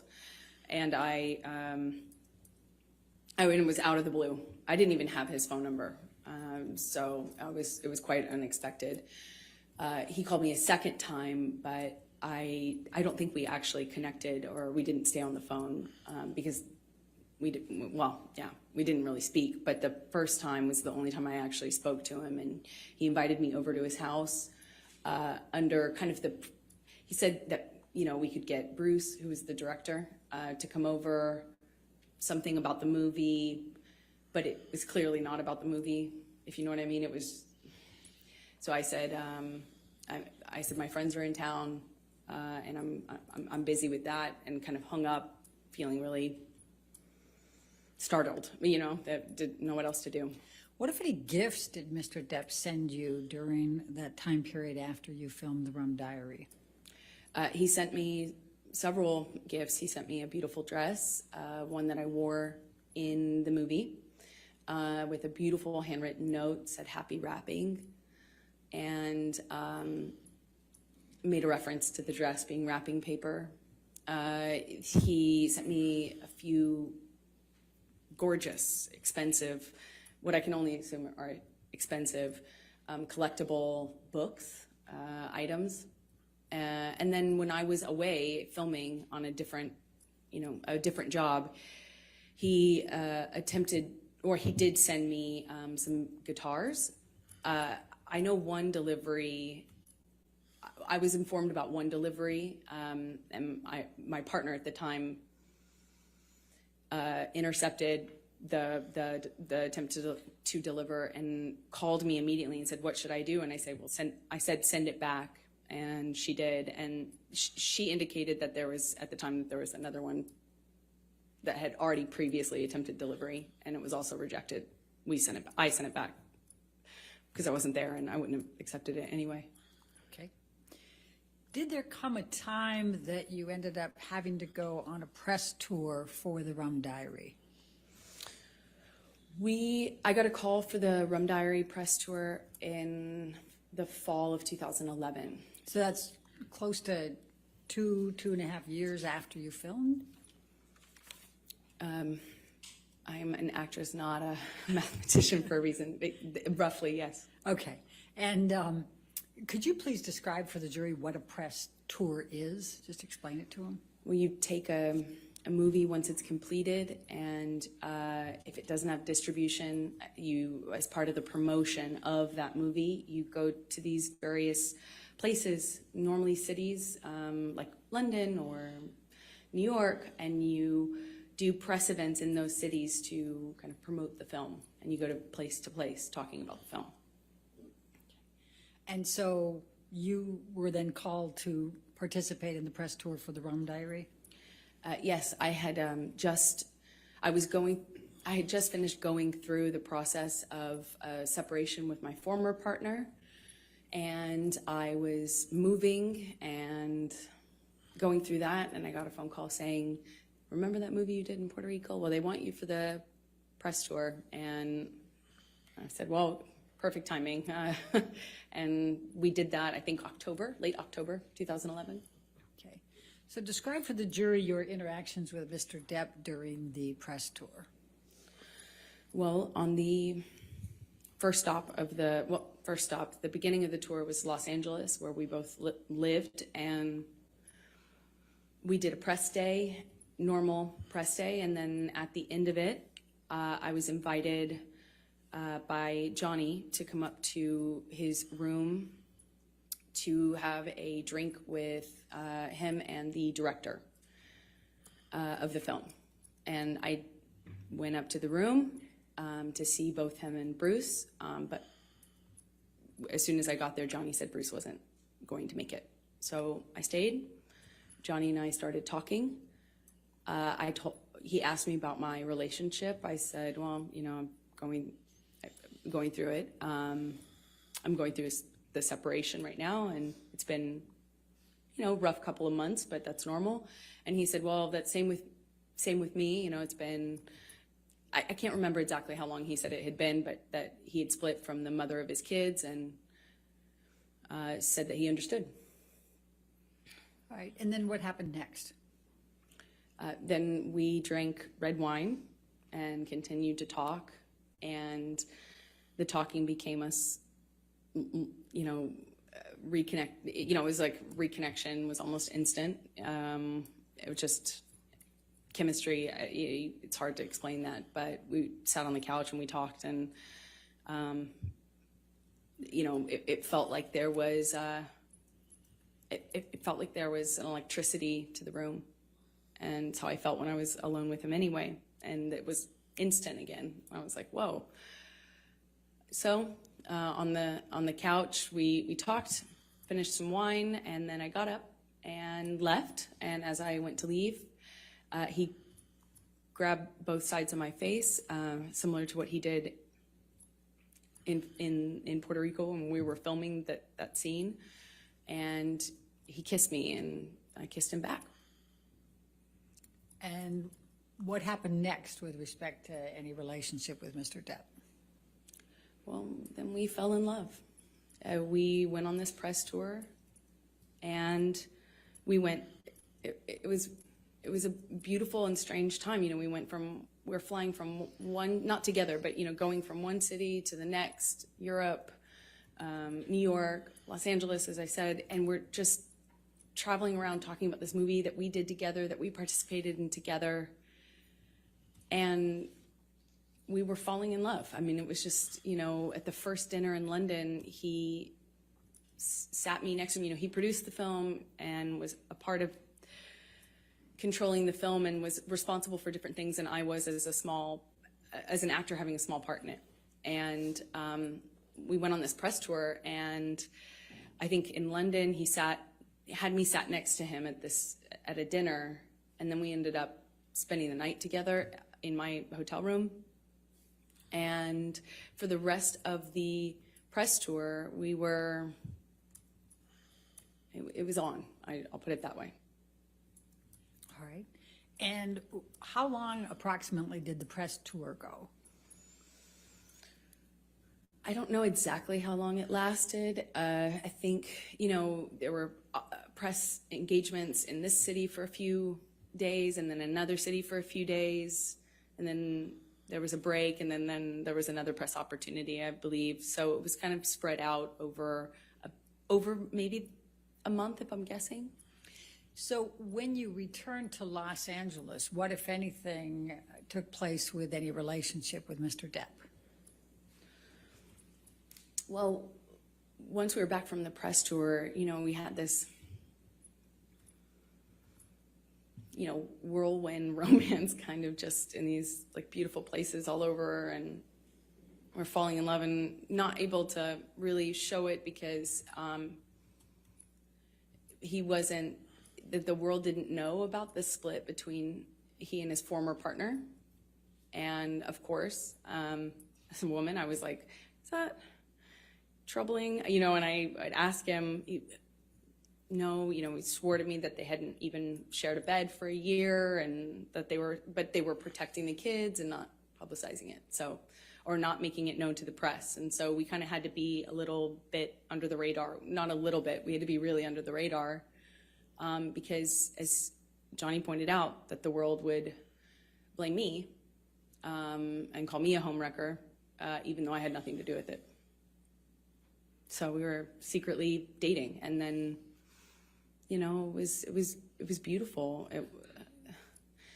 It was I felt like this man knew me and saw me in a way that no one else had. I felt he understood me. I felt he understood where I came from. I felt that, like, when I was around Johnny, I felt like the most beautiful person in the whole world. You know, it made me feel seen, made me feel like $1 million. And that kind of feeling where, you know, he's just lavish gifts and lavish expressions of love, and how he had never met a woman like me. I mean, I remember he took the foil off of this bottle and put it on my ring finger, and I had only been with him like days, you know, or maybe it was weeks at the time. Yeah, it was probably about a few weeks, but it just felt very intense.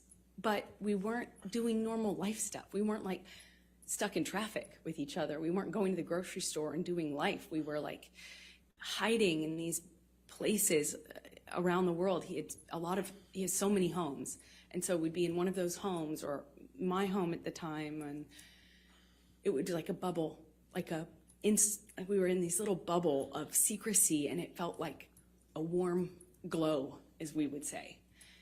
Just music and the kind of books that we both loved and poetry that we both knew by heart, and it felt like a dream. It felt like absolute magic. So while you're dating, I take it you're dating at this point, right? Yeah, While sorry, you're falling in love, you're also dating, right? Okay. Yes. Did there come a time early on that you ended up going to his Bahamas island? Yes. So shortly after, we, I think, started dating October of 2011, and as I mentioned, this bubble, where he'd come over to my house and not leave for like 3 or 4 days, just smoking cigarettes and playing music and reading poetry to me or painting me or, just talking. And then he would disappear. And there'd be just no way to get a hold of him, no way to contact him. At first, I didn't really think anything about it, but he disappeared at one point, and then came back and said he was dealing with some health issue, and would I join him in the Bahamas? And I think that's when I learned he had an island, and I was on a trip with a friend of mine in Spain, and it was for the holidays, and I kind of rerouted my trip so I could come and land in LA landing in Miami instead of LA, so I could go and meet him on the island. And he had Keenan come and meet me on that trip, like in Miami. I get off one plane, get onto another, and go and join him on his private island. And I noticed he was drinking Beck's and tea, like lots of tea. And I didn't foolishly think anything of it. I just, thought the man really, seriously, I missed it before, but really, really loves tea. And we had this beautiful, I don't know, less than a week probably, trip in the Bahamas, a private island, beautiful sandy beaches. It's a scene that you just don't, I had never experienced anything like that. It was a beautiful place, a beautiful time, and I fell head over heels in love with this man. So after the Bahamas, I assume you came back, and are we talking now early 2012? Yes, that's correct. Okay. So what were you doing work-wise while you were dating him in this early stage?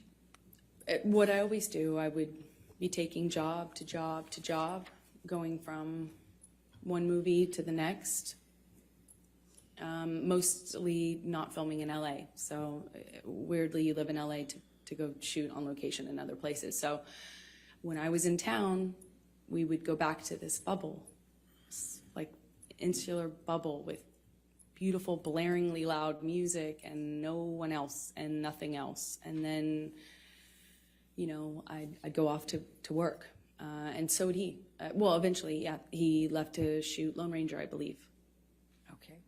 Now, we've heard a little bit about Lone Ranger, and that's about mid-2012, is that right, when he was shooting that? That sounds right, mid-2012, yeah. And were you shooting anything at that time? I was shooting...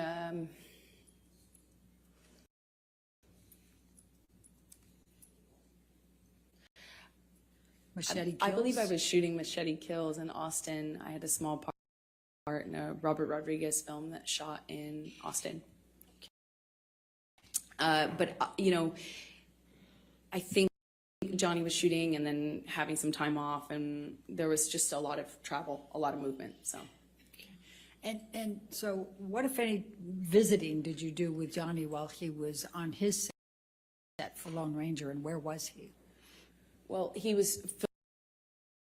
filming all over the Southwest, and at some point I came to visit him, and on one of his locations, and I would stay in the house because I couldn't really, you know, occasionally I would leave with his security guards, but I didn't really have anything to do but visit him for a few days. So I'd cook and kind of stay at home and paint or whatever and wait for him to come home and have dinner ready. And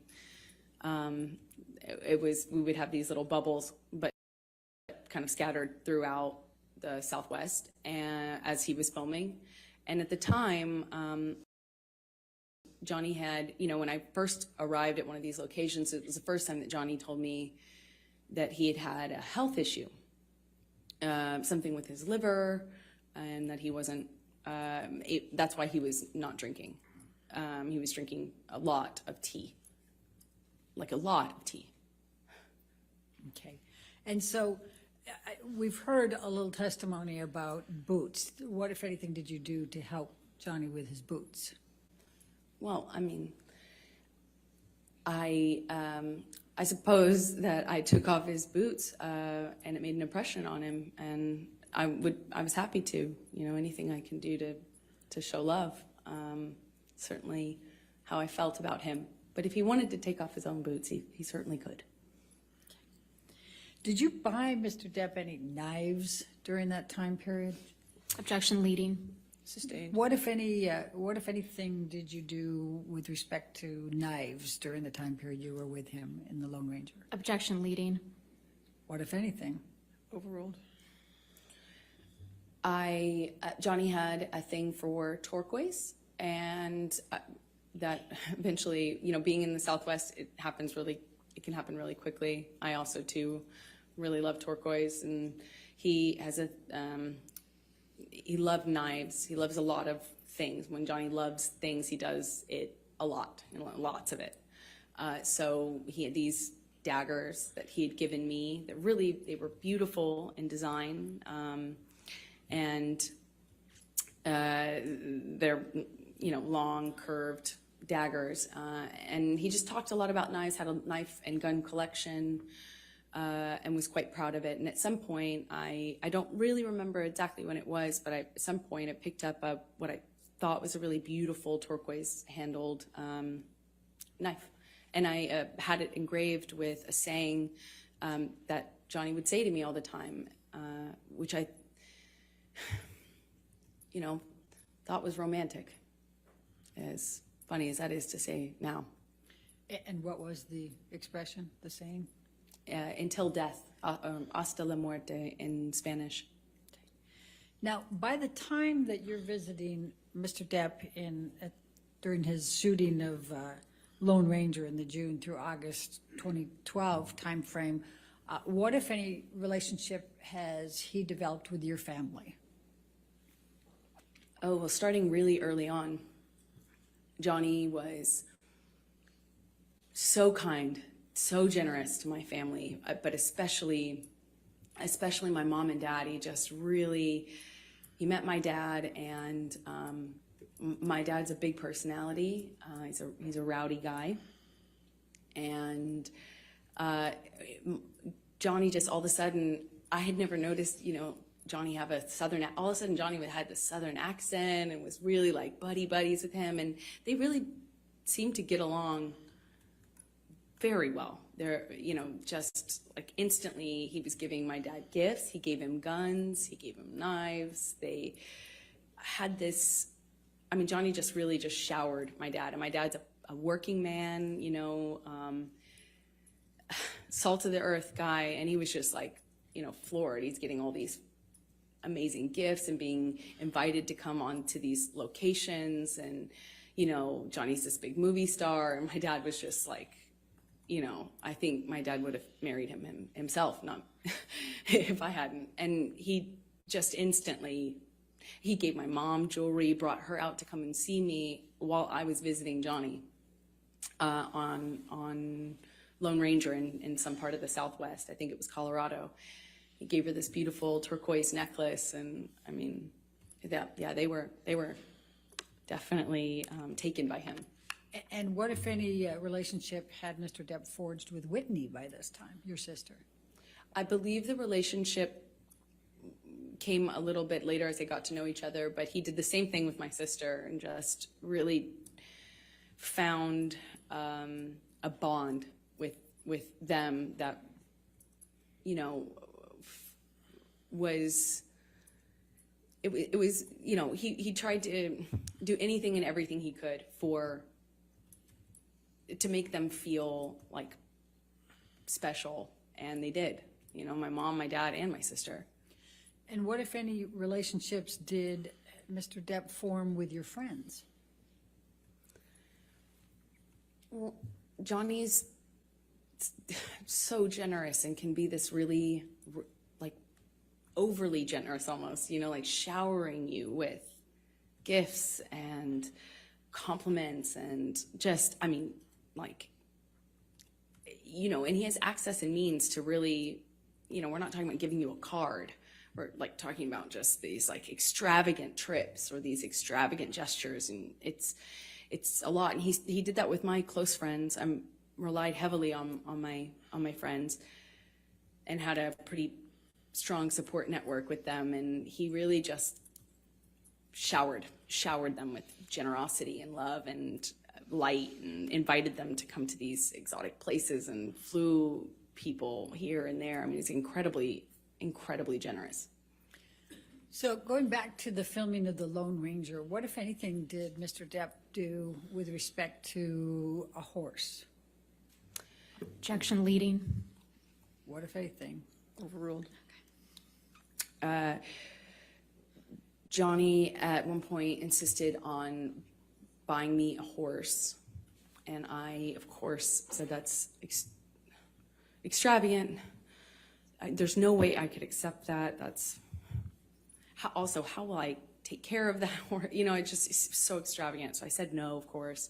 Eventually, he got a hold of my dad and worked it out with my dad, like what kind of horse to buy, and then showed me a picture of this horse and said, "It's yours. It's coming here." I think it was being transported, and he said, you know, that he had my dad's help on it, picking out. And you know, I grew up on my dad's horses. You know, I grew up riding with my dad, so you know, I had resisted for I think about like a month and a half or something of him kind of bringing up the idea and me saying, that's a crazy gift. No, thank you. No, that's incredibly generous, but I couldn't accept. To all of a sudden I had a cult. So let's take you through 2012 and your relationship. Could you just describe for the jury a little bit about how that relationship evolved through 2012?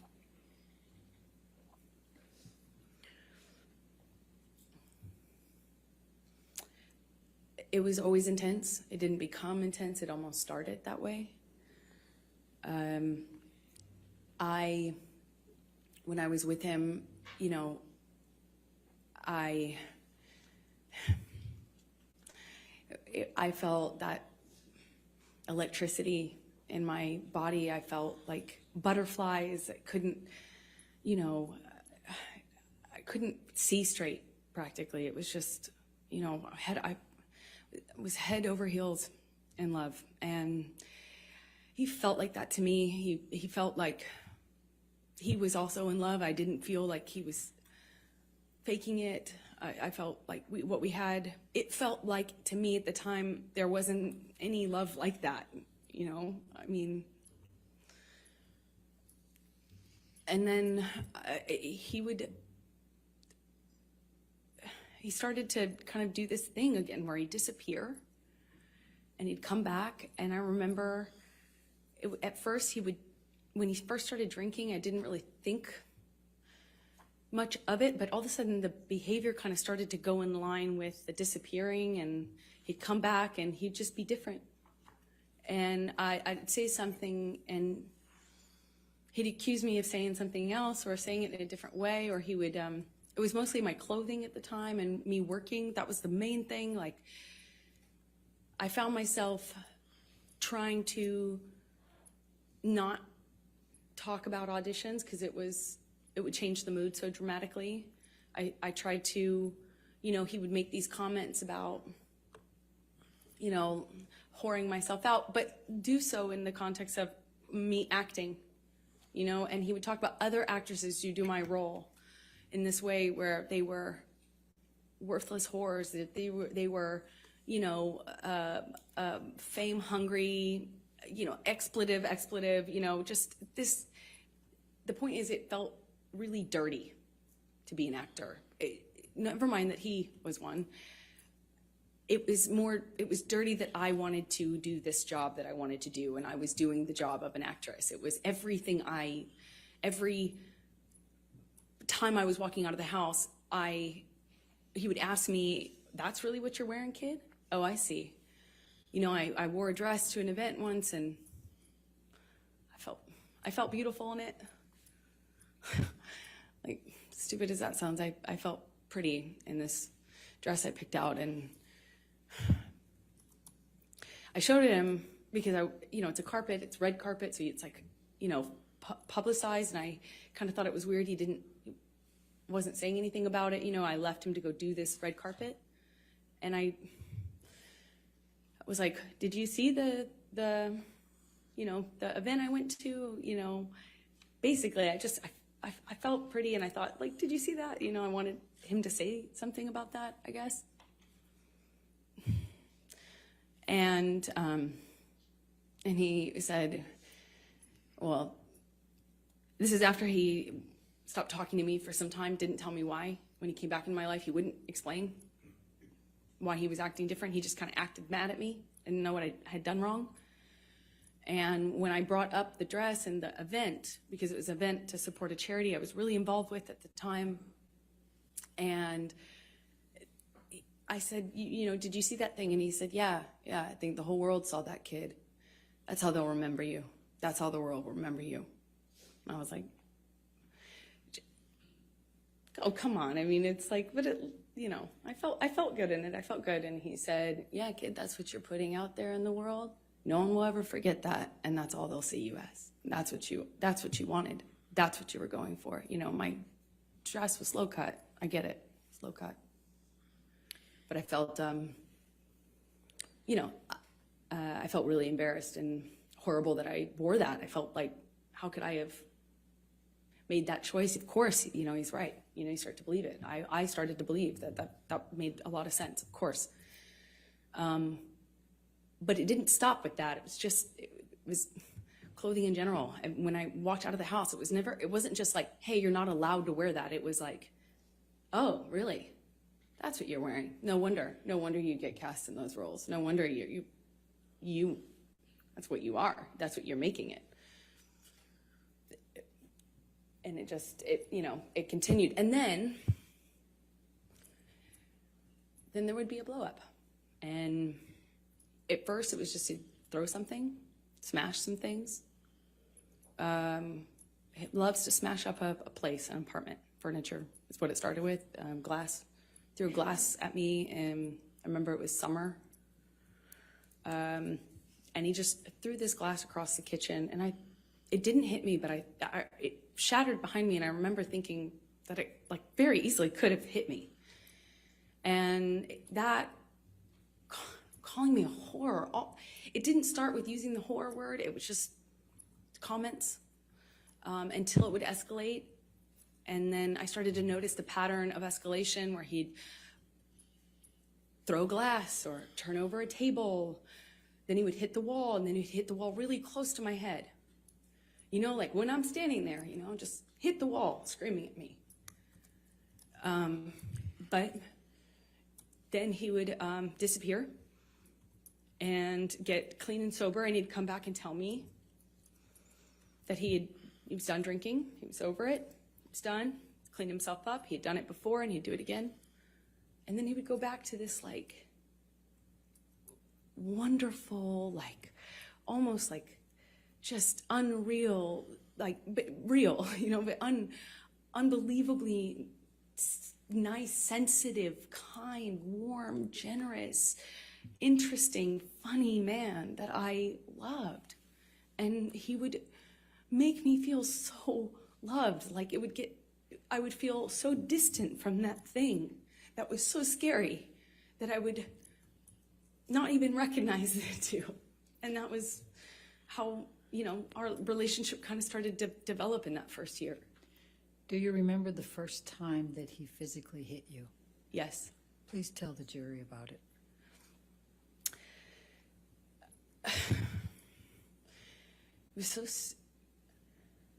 It's seemingly so stupid, so insignificant. I will never forget it. It changed my life. I was sitting on the couch and we were talking. We were having a normal conversation, there was no fighting, no argument, nothing.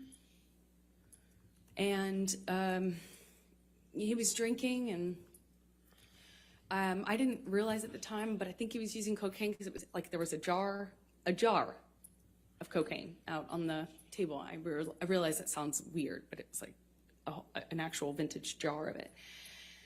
But I didn't see him use it at the time, so I didn't really factor that in. I just, he's drinking and we're talking and there's music playing and he's smoking cigarettes and we're sitting next to each other on the couch. And I asked him about the tattoo he has on his arm. And to me, it just looked like black marks. I didn't know what it said. It just looked like muddled, faded tattoo that was hard to read. And I said, what does it say? And he said it says wino. It says wino. And I didn't see that. I thought he was joking because it didn't look like it said that at all. And I laughed. It was that simple. I just laughed because I thought he was joking. And slapped me across the face. And I laughed. I laughed because I didn't know what else to do. I thought, this must be a joke. This must be a joke. Because I didn't know what was going on. I just stared at him, kind of laughing still, thinking that he was gonna start laughing too to tell me it was a joke, but he didn't. He said, "You think it's so funny? You think it's funny, bitch. You think you're a funny bitch." And he slapped me again. Like, it was clear it wasn't a joke anymore. And I stopped laughing, but I didn't know what else to do. I didn't know what to do. You would think you would have a response, but I, as a woman, had never been hit like that. I'm an adult and I'm sitting next to the man I love, and he slapped me for no reason, it seemed like, and I missed the point. It was that stupid. Second slap, I know he's not kidding, but I don't know what else to say or do, so I just stared at him. I didn't say anything, I didn't react, I didn't move or freak out or defend myself or say, "What are you doing? You're crazy." I just stared at him because I didn't know what else to do. And he slaps me one more time. Hard. I lose my balance. At this point, we're sitting next to each other on the edge of the couch, or I was on the edge of the couch. And I'm all of a sudden realizing that the worst thing has just happened to me that could possibly happen to you. I realized that I wish so much he had said he was joking, because it didn't hurt. It didn't physically hurt me. I was just sitting there on this carpet, looking at the dirty carpet, wondering how I wound up on this carpet and why I never noticed that the carpet was so filthy before, and I just didn't know what else to do. I didn't know what to say. I didn't know how to react. I just sat there thinking, how much time do I have till I figure out what I need to do? Because, God, did he just hit me? No, I didn't want to leave him. I didn't want this to be the reality. I didn't want to have the man I was in love with. I know you don't come back from that. I'm not dumb. I know you can't hit a woman, you can't hit a man, you can't hit anyone, you can't just hit somebody because I knew it was wrong, and I knew that I had to leave him. And that's what broke my heart, because I didn't want to leave him. I thought if I got up out of that room, I'd leave the best thing that ever happened to me. And I wish I could sit here and say I stood up and I walked out of that house and I drew a line and I stood up for myself. I was just looking at the dirty carpet, trying to will myself to get up, to walk out of the door, because I knew I needed to. And I really slowly, I stood up, and I remember looking at him in the eye and just looking at him, frankly, because I didn't know what else to do. And before I know it, he starts crying. And, you know, like, I had never seen an adult man cry. I didn't even really see my dad cry at my grandma's funeral. You know, it's weird. And he's crying. Tears, I mean, just falling out of his eyes. He gets down on his knees and he grabs my hands and he's touching my hands and he's saying to me, I will never do that again. I'm so sorry, baby. I put the fucker away. I thought I killed it and it's done. I thought I put the monster away and I've done it before. It's done. But on his knees. And I didn't have words. I didn't know what to say. I just remember thinking that it was just, he was crying.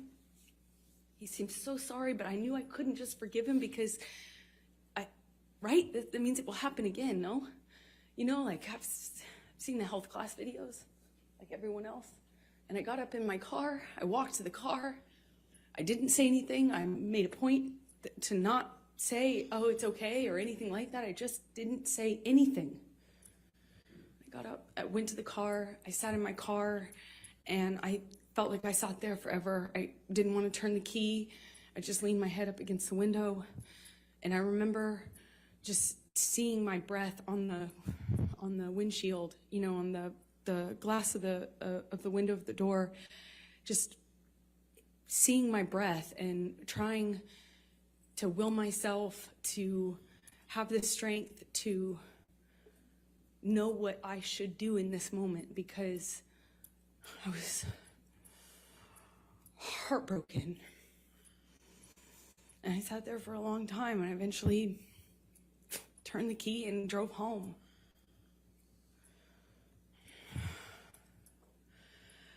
And what did you do after that?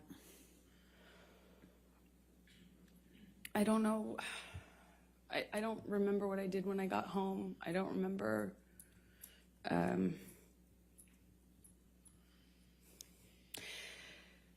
I went to my therapist. I told her. Objection, hearsay. I'll sustain as to what she may have told her. I went home, and a few days later, started getting, I actually don't know how many days later, but I started getting calls and texts from Johnny, you know, apologizing profusely. I mean, just, you know, he said, I'd rather cut my hand off than ever lay it on you or lay it upon you, you know, and he had that way of talking. It felt like poetry. And he showed up to talk, like with the understanding that, you know, he understood I could never forgive him and it was done. So I felt kind of safe in saying, okay, let's have a talk, or, you know, yeah, we'll talk. I think you know, I know I just wanted to see him, and he comes over, brings me gifts. He brought me a couple cases, actually, of that Vega Sicilia wine that we've heard about. Which is a really nice, expensive wine that I could never, at that time, dream of affording, you know. And we talk, and he tells me that he had put this thing away, that I could trust him, that it would never happen again. Of course, it would never happen again. that he had put this thing away. He had killed the fucker, is what he said to me over and over again. I put that fucker away. I killed that monster. I'll kill it again. It's done. I'll never lay a hand on you again. And I wanted to believe him, so I chose to. Chose to stay in the relationship?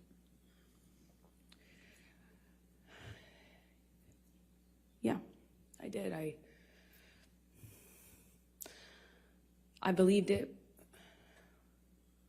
but, you know, I believed it wouldn't, I believed that there was a line he wouldn't cross again, and that was it.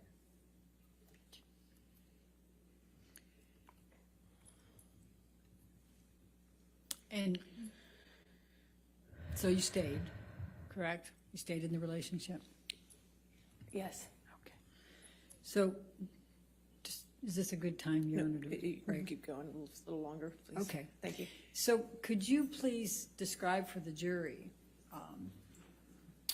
the evolution of your relationship after that time with Johnny? I don't know how long it was until things got bad again. He did start drinking again. I remember it was almost, you know, he'd start drinking again, the disappearing thing, the coming back. He'd come back like in the middle of the night to my house. And it would be unclear to me, you know, drunk, often really drunk, and kind of accusing me, but not directly. Nothing was very direct. It was a lot of accusations, but they were veiled.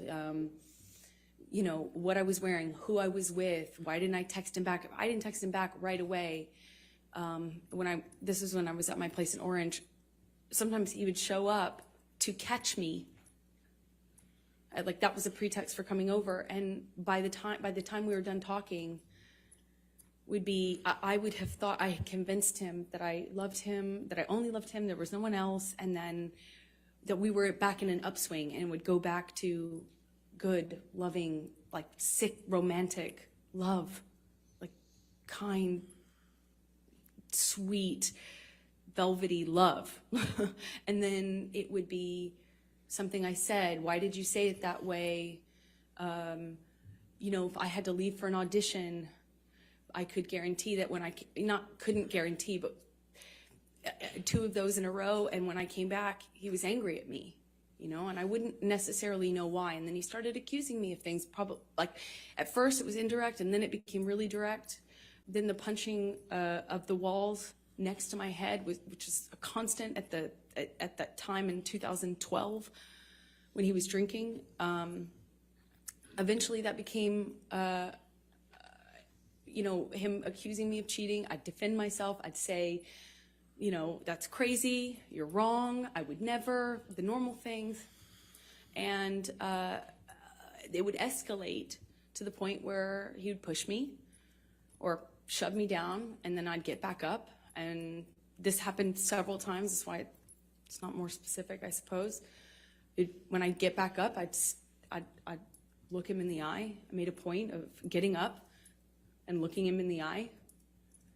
It's my way of defending myself at that time.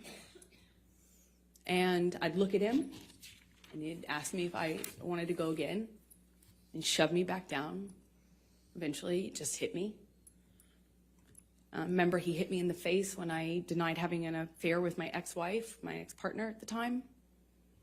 And he said he had proof. I denied it.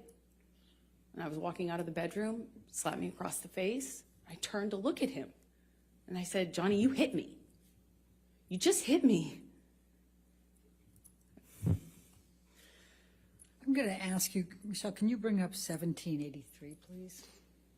What number again, please? I'm sorry? What number? Defendants 1783? 1783, thank you.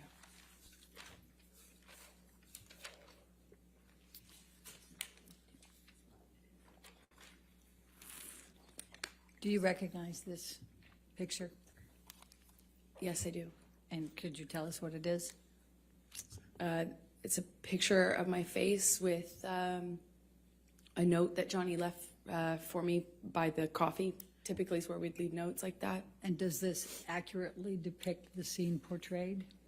It was one of those scenes. As embarrassing as it sounds now, I don't know which scene this came from. There was a lot. It escalated quickly, fast, and it became. Amber, let me ask it a different way.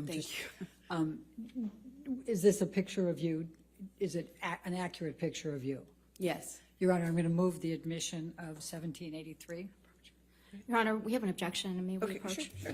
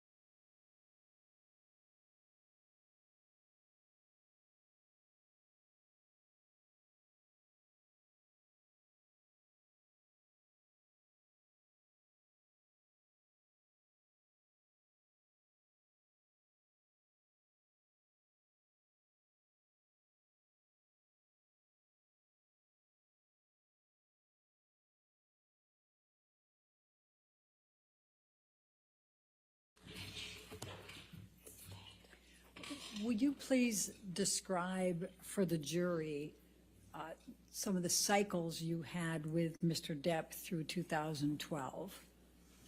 So in 2012, the violence was pretty, relative to what it became, pretty,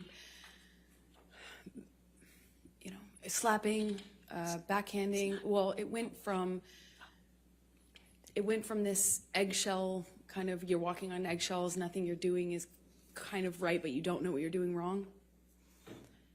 And then I was doing something wrong clearly, but it was unclear within the scope of an argument what I was defending myself against. So it would shift from a rumor he had heard that I was with a friend, or I had been photographed standing too close to a male person. That was a person I had had something with, and I was lying to him about, and it would be eggshells, accusations, and then he would explode. It started with throwing things, destroying the property, and screaming at me. I remember the screaming at me was the worst, because I kind of always felt like I had done, I had to defend myself. I had to tell him so he didn't think these things were true. And sometimes, he would shift accusations while I'm trying to dispel one accusation. He'd start another one, and nothing I could do to calm him down. It seemed like I'd walk away, and that would make it worse. I remember in my apartment in Orange, he would grab me by the hair, or he'd grab me by the arm, pull me into him, scream at me that way. He'd smash things around me, then he would smash things very close to me, and then he would just hit me. And it started with slapping, and it got to be like repetitive slaps where he'd hold me in a position and slap me multiple times in a row. Then it would be, eventually I later would either push him off of me, or I'd try to hit his hands away from me. I'd try to, not in 2012 so much. At that time, I was mostly, my defense was, I'd go some other place. Like, I don't know how to describe that. I'd focus on something else. I'd stand up, look at him, try to stand up to him that way. Later, I adopted other kind of strategies to deal with it, but at the time in 2012, he'd have this blowout, and then he would leave, disappear, and I'd be committed to not talking to him. I'm done with this relationship. I can't take it anymore. I said that so many times. And then he'd come back, clean and sober, telling me either he had a chip, he didn't have any chips, but he would say, I've gone to meetings, I have a sober companion now, I'm doing this program, I'm reading this, I'm doing this, and he was done with drugs and alcohol for good this time. And he'd come back in my life, and with the combination of him being sober and having gone through this horrible thing where I felt like my heart ripped out of my chest, you know, like a relationship ending is hard, I think, for anyone, but ending under that circumstance is really painful. And so when he'd come back, it would almost feel like a solution to that, and it would feel great, and we would be good again, and he'd be extra nice and extra apologetic and extra loving, and then we'd be back in the good bubble, the warm glow. And eventually I'd get bored, and then I'd see him drinking again.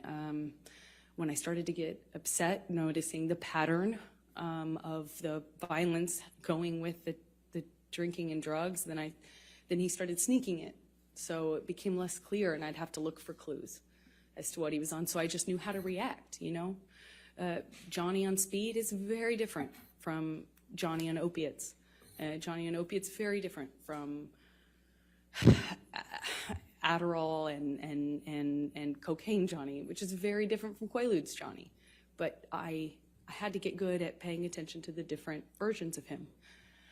2012, I was in the beginning stages of this, just learning these patterns. I was just learning that drinking kind of correlated with the violence. And did you confide in anyone about these issues you were having? I think she can Objection, say hearsay? I think she can say if she told anybody. As long as she doesn't say what she said. Right, right. So did you tell anyone? Yes, I did. Who did you tell? I told my therapist. I eventually told my mom. And let's go ahead and take a look at Defendant's Exhibit 150. 150.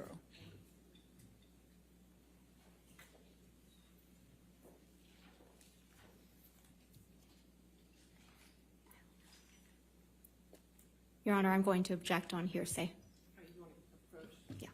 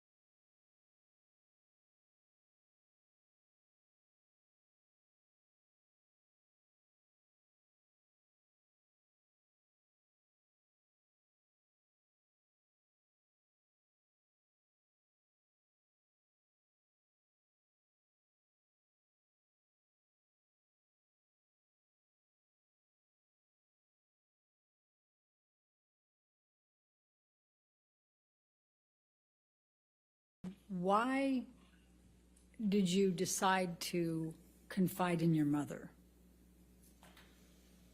about the issues you were having with Mr. Depp?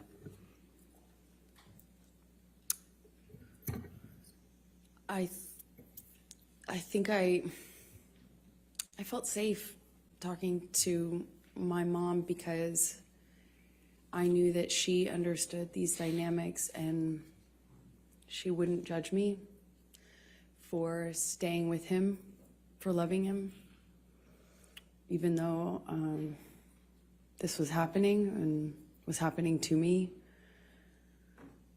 I knew she would understand. And when approximately did you start confiding in your mom about your issues with Mr. Depp and the physical abuse? Objection, hearsay, compound. I sustain as to compound. When did you start confiding in your mother about the abuse you were suffering at the hands of Mr. Depp? I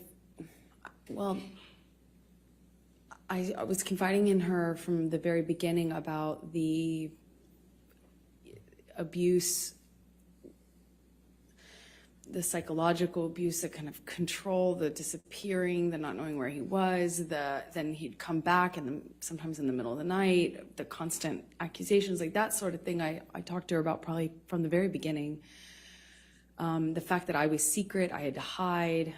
I couldn't tell any of my friends that I was with him for a long time because he told me everyone would blame me for the split with him and his partner. So I had to kind of sneak around and kind of get brought to his house, typically in a secretive way, and then he'd come to mine in a secretive way, and it was just all very, so very isolating. And I confided with her at the very beginning on that sort of thing, and then later opened up to her about some of the violence. I did it gently. First I just wanted to have someone to talk to about how scary it was. The rage and the uncontrolled violence, the rage that this man had, and why it was pointed at me. Objection, Your Honor, hearsay. May we approach, please? Okay.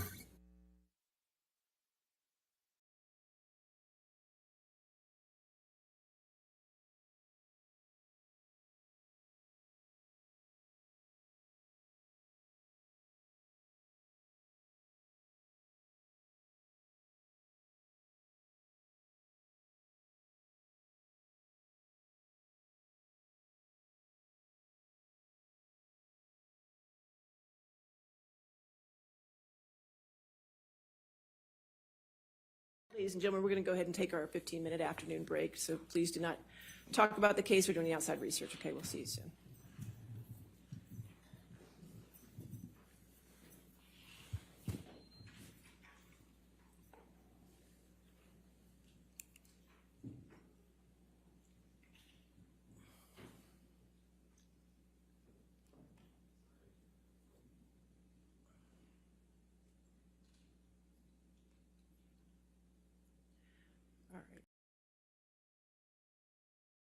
Testimony with anybody to include your attorneys, okay? All right, so we'll be back. Let's make it 3:45, okay? Thank you. Thank you.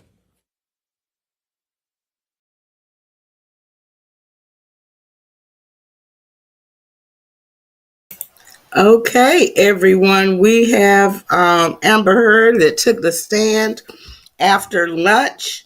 So tell me, ladies and gentlemen, how do you feel regarding Ms. Heard's testimony?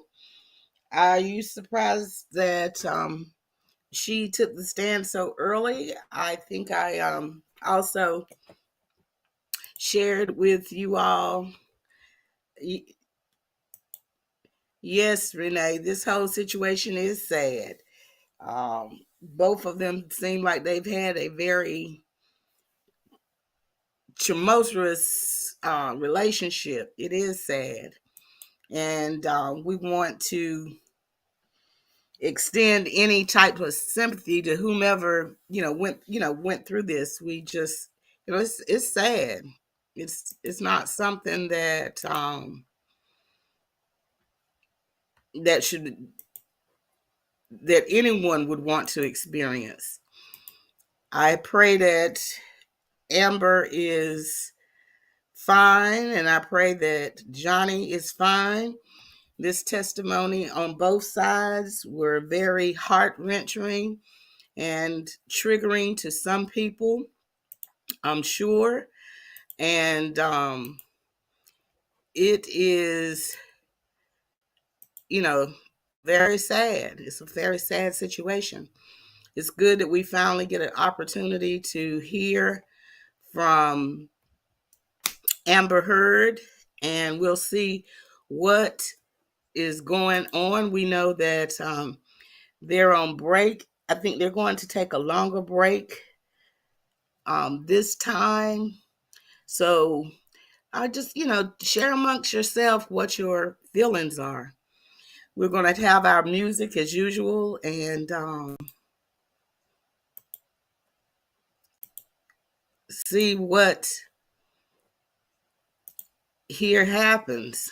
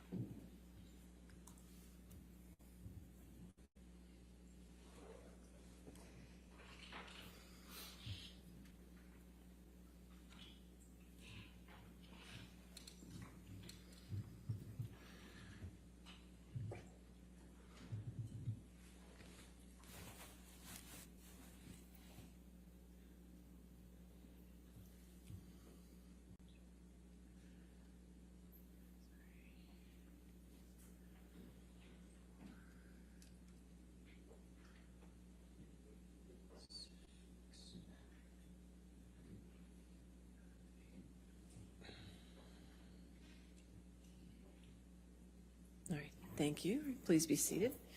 Your next question. Thank you, Your Honor. Amber, I'm going to take you up to March of 2013. Can you describe your relationship with Mr. Depp during that month? And we'll start there. I remember that was after a period of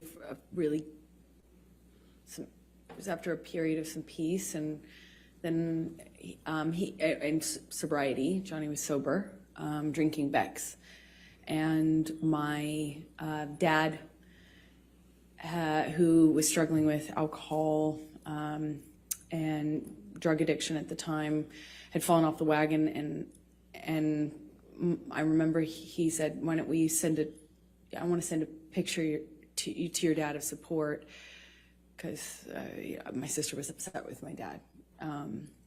And so he poured a shot and kind of said, "Let's take a picture." I don't drink spirits, but I know that, I kind of held up in that picture. It's kind of eerie because I just think it's bizarre. He had broken this long period of sobriety that I thought was going to be the end of him drinking forever. Sounds foolish now, but I, held up this kind of glass with him, and we sent the picture to my dad because, I didn't know what else to do. And I remember thinking it was weird that he was drinking. And then the month got really crazy from that point on. It was a bit of a revolving door of accusations. He was accusing me of having affairs with, frankly, just one person. I had an acquaintance with somebody, and he was accusing me of being with them, and then it was accusing me of being with my friend, the one I had seen in Spain. I'm, in these kind of arguments, nothing I do is working. Walking out of the room is me leaving him, walking away from me. Hey, where are you going? I'm talking to you. That it went from that to pulling me in by my arm, still shouting about the accusations. I'm trying to diffuse the situation by trying to tell him I'm not sleeping with this person and I'm not sleeping with that person. And it was kind of, as soon as it seemed as though I had convinced him of one, there was somebody else he was sure I was sleeping with. And it was a revolving door at that time. A painting I had hanging on the wall, done by my ex, who's an artist. That was, one day he was convinced that was proof I was sleeping with her, or having an affair with her. I didn't really love him, and all the while I'm madly in love with him and trying to convince him. So March started with this picture of him doing a shot, and he's kind of saying, "Let's send it to your dad to show support." And what I remember of March is just like it's almost like it was a never-ending fight. It was just, there were breaks in it. What kept me in it is because I kept waiting for the other shoe to drop, the sobriety shoe, if you will. I kept waiting for him to get to the point where it's not supportable or anymore, and he's done with it and he's ready to get clean and sober again, because there commences a period of like pure joy. And it was one fight after the other, March. So let me start with the painting incident. Please tell the jury what happened on that particular incident with the painting. As I mentioned, the painting, which had been hanging there for months, one day he kind of stayed up doing cocaine, just drinking, doing cocaine, music, which is not in and of itself that weird in my relationship with Johnny at this point. Like, he stays up and keeps weird hours and smokes and stuff. But he was drinking brown liquor and doing a lot of cocaine, and it was like, it became clear to me in that argument, if you will, that he wasn't making sense. He had effectively just taken, it seemed like, a turn and had decided that the painting was an offense that he could not forgive me for. It meant I was having an affair with my ex-partner, with whom I had already split, and it made no sense to me. So I'm trying to kind of quell the accusations by saying, you know, it's been there, and what are you talking about? And it's like, that doesn't mean anything. And, you know, he was demanding I take it down. He eventually takes it down and tries to burn it, but it was unsuccessful, luckily, because he was not, he wasn't, with one of those normal, what do you call them, Bic lighters, he wasn't very successful at doing it while drinking, to the extent he was. But I remember it was this kind of ridiculous fight, like didn't feel like it needed to be an argument, but it seemed like nothing I could do, nothing I could say. I tried leaving. I left the room. I left the house. I eventually came back. It was like a whole night, an evening, a night, and then a morning of this. So this morning in particular, I think it was the 22nd of March. There were several incidents in March though. But in this particular one, he had something to go to. He was filming with Keith Richards and Tom Waits. Well, let me, before you go into that part, let's pull up Defendant's Exhibit 161, which is already admitted into evidence, I believe, Your Honor. Yes, 161 with redactions is. Thank you. And I'm going to show you Defendant's Exhibit 161. And the date on this is 3/12/2013, and it's a text exchange between you and Mr. Depp. Do you see that? I do. Okay. And the first one is from you to Mr. Depp. Just thought you should know there exists a book. Is that to you? Is it to Mr. Depp from you, or it's vice versa? Isn't it? It's Johnny texting me. Just thought you should know there exists a book titled Disco Bloodbath. And then you say, we need that book. And you say, is this about last Friday night by any chance? And he says, how can you make me smile about such a hideous moment? And I'm not going to repeat the rest of it. Could you tell the jury what happened on that Friday night?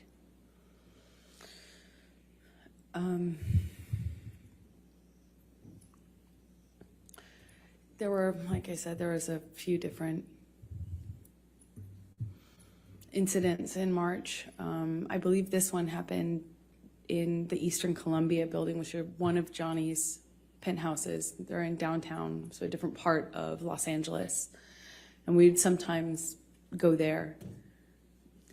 I remember he was accusing me again of sleeping with this artist, this musician who I'd never slept with.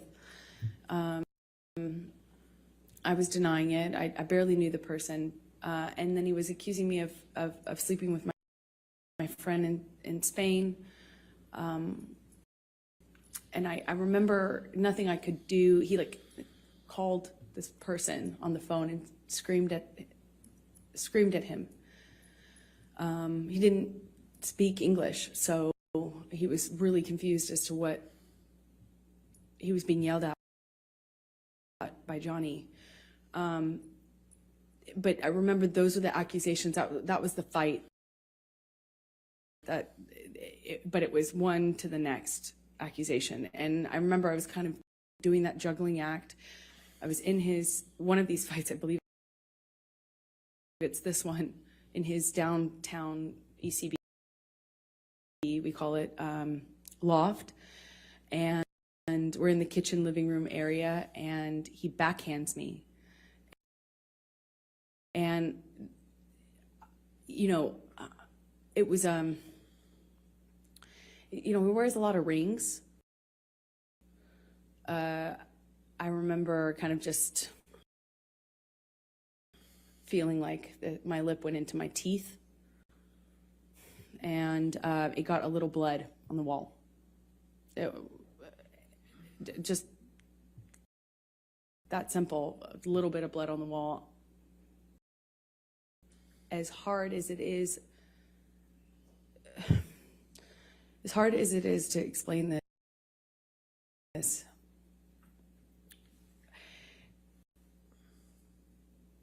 I was so caught up in the relationship and also very occupied in defending what I only could assume he believed, these accusations, that, you know, I didn't internalize. I wanted advice, help. I just wanted to talk to somebody and figure out how I could make this stop. And is this a picture that you took of yourself in March of 2013? I did. Your Honor, I'm going to move the admission of Defendant's Exhibit 170A. Any objection? No objection, Your All Honor. right, 170A in evidence. You can publish the picture. Thank you, Your Honor.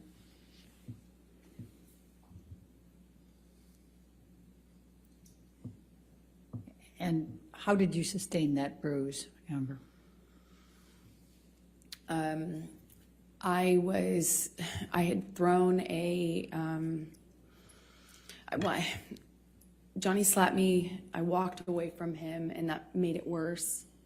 We got into like a shouting match.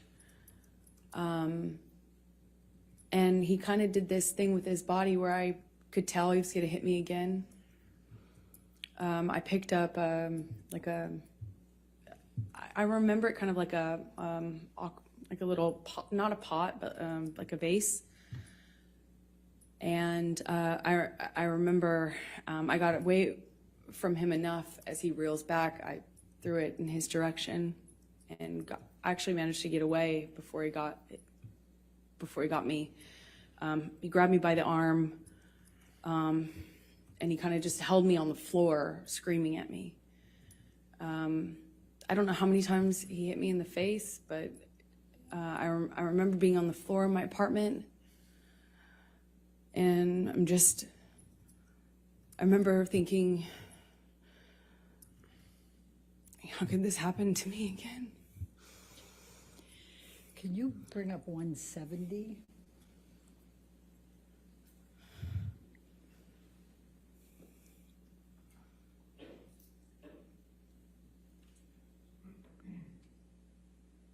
Thank you, Michelle. And if we can, and just to start, it's 3/23/2013, and if we can scroll up. This is a text message exchange with your mom, correct? Yes, it is. Okay, let's go, scroll down and then. Your Honor, I'm going to object to hearsay. Let's wait until we get to the spot. All right, and is this the picture that you sent to your mom on 3/23/2013? Yes, it is. Your Honor, I'm going to move the admission of 170, just that picture that's on the text. With no words? Well, it says from 2 weeks ago on it. Your Honor. I'll sustain the objection. If we redact the from 2 weeks ago, can we admit it then? And then just have the showing that she sent it to her mom May for we the approach, date? Your Honor? Okay, sure.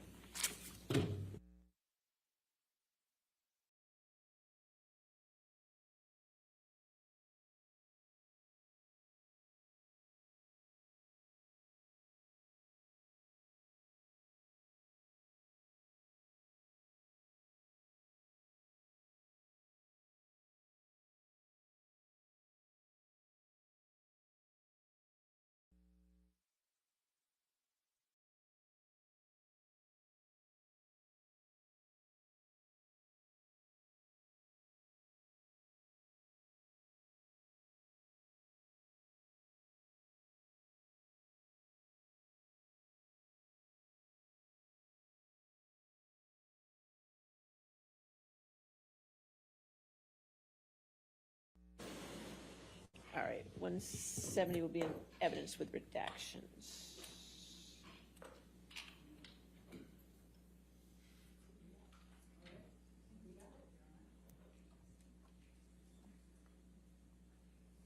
And may we publish to the jury, please? All right. And that's the picture you sent to your mom? Yes, it is. On March 23rd, 2013.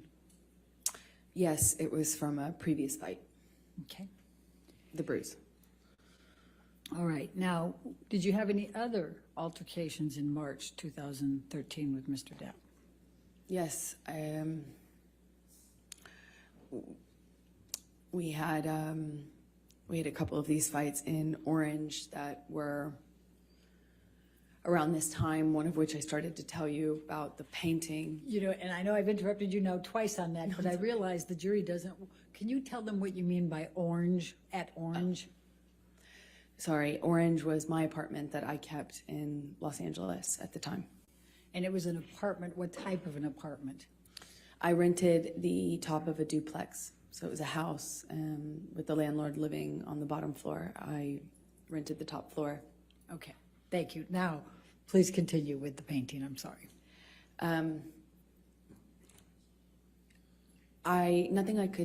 It seemed like nothing I could say to Johnny would convince him. He wanted me to remove the painting.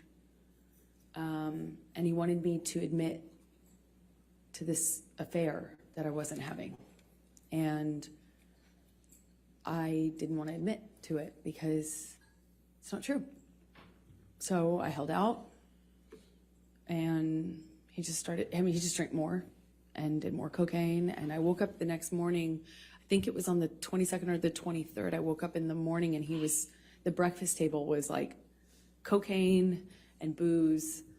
And I realized that I wasn't going to be able to talk I wasn't going to be able to talk our situation down. I wasn't going to be able to talk him out of it. And he was just so convinced that I was fighting with him or at the reason that he wouldn't leave the house, and he had something to go film that was important, and there were important people waiting for him. And I remember people were reaching out, his assistants, his manager sister, you know, everyone was wondering where he was. And I kept feeling embarrassed and unable to move this person out of my house. I couldn't calm him down. I couldn't change. He was just so intent on me admitting the details of this affair that I wasn't having. And me pointing out that the cocaine wasn't making his situation any better made me the bad cop. Then I'm the nag. So eventually I called my sister. He had a kind of a buddy-buddy relationship with her at the time. And at the time, she occasionally did cocaine. I didn't, but she did. So I was like, hey, come take over. You know, maybe you can buddy him and talk him into leaving the house, just getting out of the house. And she did. I remember his assistants trying to get him out. Like, we eventually in the evening, I think early evening, he finally agrees to leave, but I can't tell our relationship status. I can't tell if he still is convinced of these things or if he's just going to sleep it off and it's going to go back to normal sobriety, sorry kind of phase. And he was still upset, but like seemingly calming down. So I agreed to go with him. He wanted me to go to the shoot. I had plans, so I kind of reluctantly agreed, but didn't want to set anything off. I didn't want to engage anymore. I didn't want to do anything that could be perceived as antagonizing him or engaging more. So I went with him. We grabbed the dogs, we get in the car, we're on the way there. We're headed up. Sweetser is the street. It's a major street that leads up to Johnny's houses.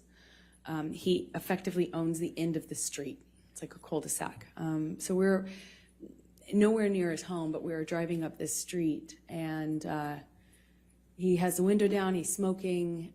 It wasn't all the way down, but you know, he's constantly smoking, and at some point he starts howling out of the window and then grabs two small dogs. Well, one was Johnny's dog and one was my dog, but he grabs, if I remember correctly, Boo, his dog, slightly chunkier teacup Yorkie, and he grabs this teacup Yorkie and holds Boo out of the window of the moving car.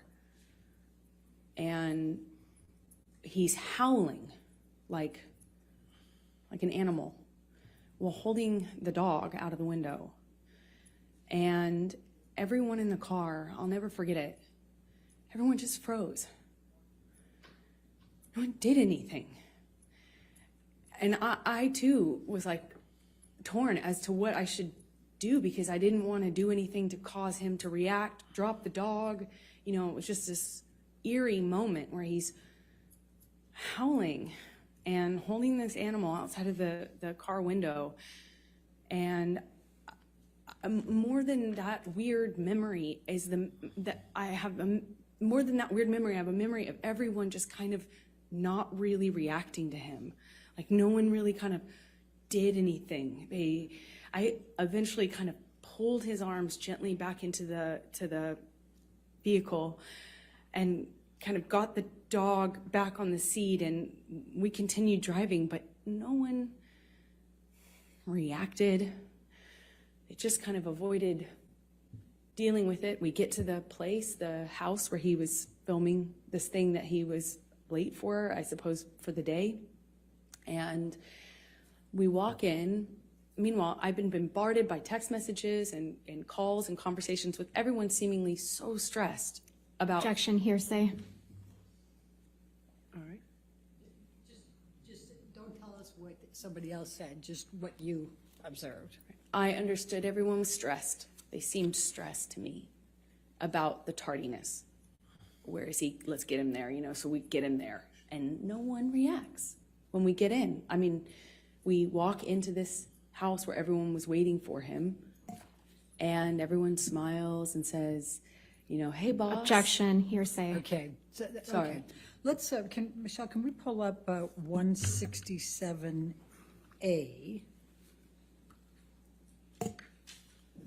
I think is B the one that's in? 167B is already in, right? Oh, it's A. Okay, then go ahead and pull up A. Does Your Honor show that one to be in 167A?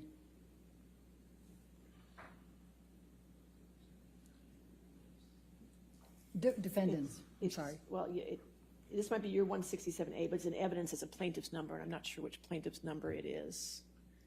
I don't need it in twice, so. I would agree. Do we?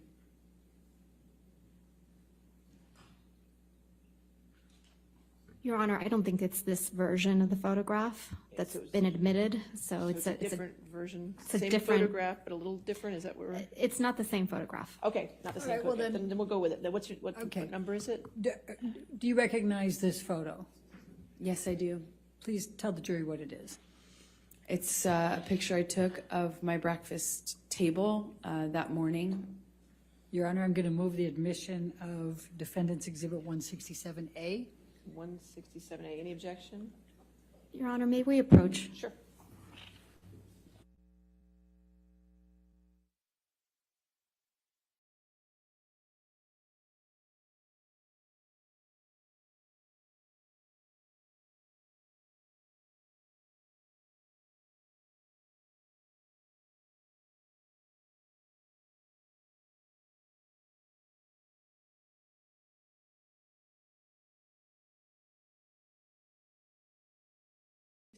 A is in evidence. You can publish. So may we publish that? Thank you, Your Honor. Okay, and Amber, you said that you took this that morning, is that Yes. correct? Could you tell the jury what the box is that has the property with the skull bones, property of JD? That's Johnny's drug box. I've seen it used for pills, but at the time it was bags of Coke, like dime bags of Coke. Okay, and what are these white lines on the table to the left of that box? That is cocaine. Okay. And do you know what is in these two glasses that have kind of a gold colored liquor? Yes, they're different, actually. It's confusing. They're different, different liquids. The one in the back in the larger glass is, I believe at the time I was doing these tabs, they're Barocca, that's what they're called. They're little tablets. And anyway, I remember at the time that's what I was putting in my water because I had just come back from France where they sell them. And then the brown liquid in the shot glass is Johnny's liquor. I don't know what it's called, but we kept it in the freezer. At the time, it was at that time, March 2013, I hadn't, I still didn't have the, hard line. I won't even keep that, in my freezer sort of attitude or posture with him. I wasn't that bold at the time, I didn't like it, but I didn't have that strength. I kind of, at that time, I think, was doing things like trying to pour it out when I could. So what is the bag, the brown bag on the left side? What is that? That's a DOP kit. It's his prescriptions and cigarette, tobacco, weed, things like that. Okay, and then above it there appears to be a CD of some sort, DVD, something. Do you recognize that? Yes, it's the single. I believe is what it's called. The single he was making at the time. I think that's the song that they were filming a video for, if I'm correct. Okay. All right. Now, did you end up sending a copy of this picture to Rocky Pennington that day? I did. I sent it to my best friend at the time, and it was like, look at my morning. Objection, hearsay. Okay, you can't say what you said, but you sent it to your friend, correct? Mm-hmm. Let's go to 167, please.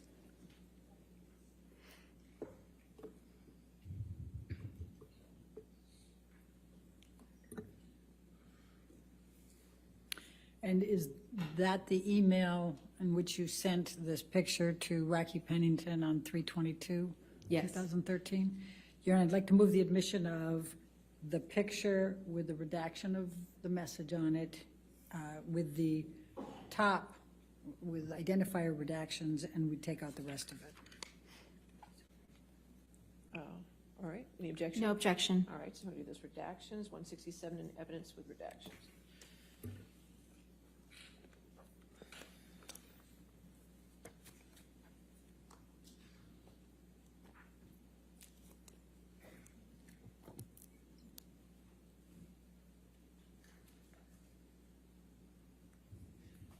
All right.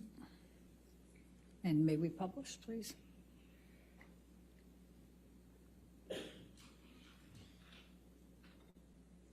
All right, and is this the text message, the email that you sent to Rocky with this picture? Yes. Okay. Now I'm going to take you to, let's go to Hicksville. Let's tell the jury about Hicksville, May 2013. Can you tell the jury what transpired at Hicksville? It is it's a fancy trailer park, like a little hotel in the middle of nowhere, set up with these little trailers, and we had made a plan to go there with friends, and we were going to do, like laffy, as we said, laffy drugs, like mushrooms, eat mushrooms, sit by a campfire. There's really not a whole lot else to do out there. It's like a getaway. We had made this plan, and it was going fine. It was like a, kind of like a party out in the desert, with a few friends and campfire and music. And I don't know who somebody brought MDMA. It was being passed around, and somebody who took it kind of was starting to feel the effects of it. I guess is the best way to describe. She kind of reacted in this way where when the MDMA hit her, she kind of, you know, we were sitting around a campfire, all of us, and she kind of just leaned into me and put her, you know, head on my shoulder and kind of grabbed my arm. I took it, you know, to be the effects of the drug. I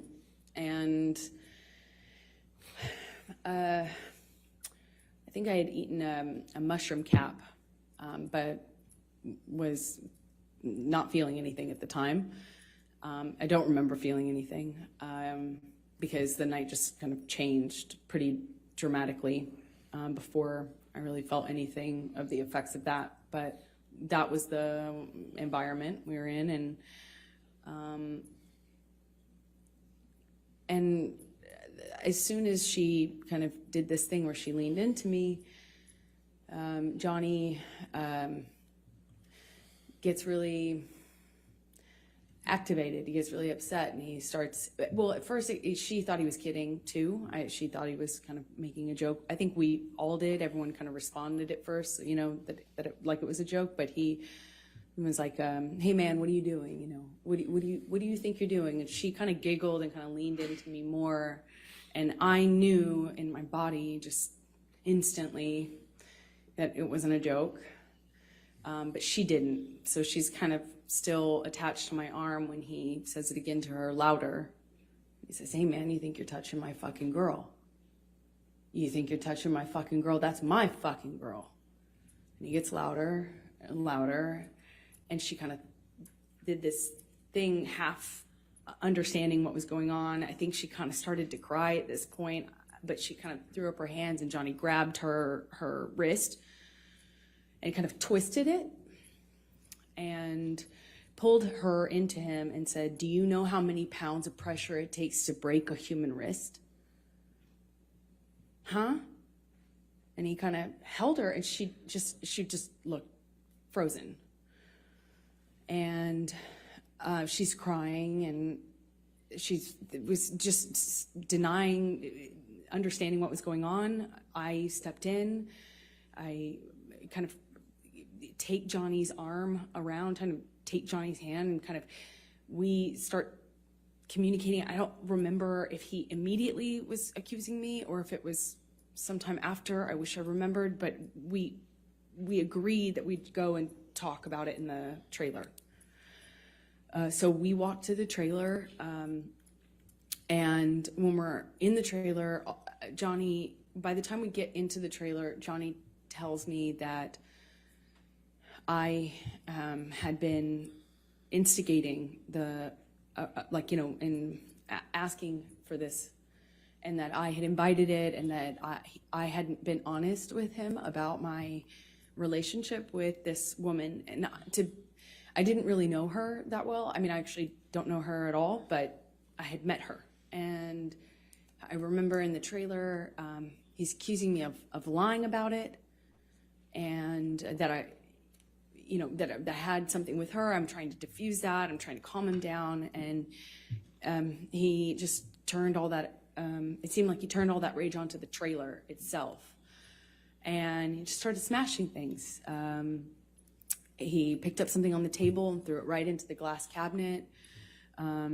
He hit with his hand a wall sconce. He cleared the tabletop on the little fold down, like kitchen dining room area in this trailer. I mean, it's a trailer, so there's only so much you can do. And he's screaming at me, just screaming at me. And I eventually go back into the bedroom area. He comes into the bedroom area. We had what I can only describe as it sounded like nonsense from him. It wasn't making sense. And I realized that he's just probably really high.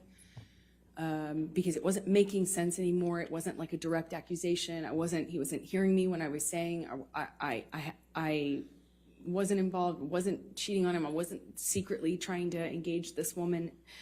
in some sort of sexual affair. And then it became clear to me he was like looking for something. He cleared things off the bed. I went into the bathroom, and as I come out, he asked me where it is and how long I've been hiding it. And I was like, what are you talking about?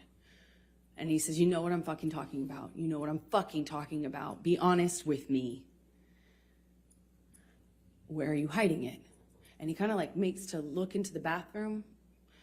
And I gestured to the bathroom, which was to my right. I kind of like gestured to him, and I said, like, what am I hiding, and where am I gonna hide it? And we're standing in this little hallway area outside of the bathroom, and he starts, you know, what feels like patting me down, or saying he's patting me down. I can't recall, but he ripped my dress, the strap top part of my dress. I had just dyed this thing myself pink, and it's just one of those things. I was like, you know, I just finished that dress. And he's like grabbing my breasts, he's touching my thighs, he rips my underwear off, and then he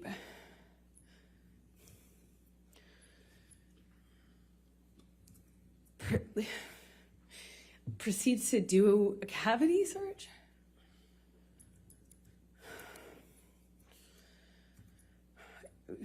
He said he was looking for his drugs, his cocaine, his coke. I was wondering how somebody who didn't do cocaine and was against it, that was in and of itself causing problems in our relationship. How could I hide? Why would I hide his drugs from, like he was insinuating that I was doing it or something? It made no sense. And he was telling me we're gonna conduct a cavity search, shall we? Like, just shoved his fingers inside me.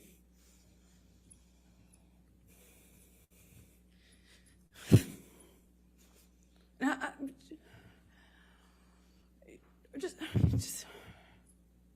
just stood there staring at the stupid light. I didn't know what to do. I just stood there. While he did that, he twisted his fingers around. I didn't say, like, stop or anything.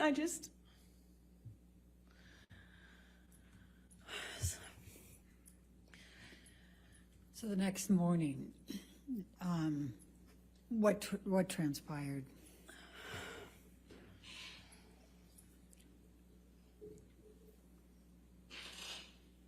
I remember thinking that Johnny would change his mind.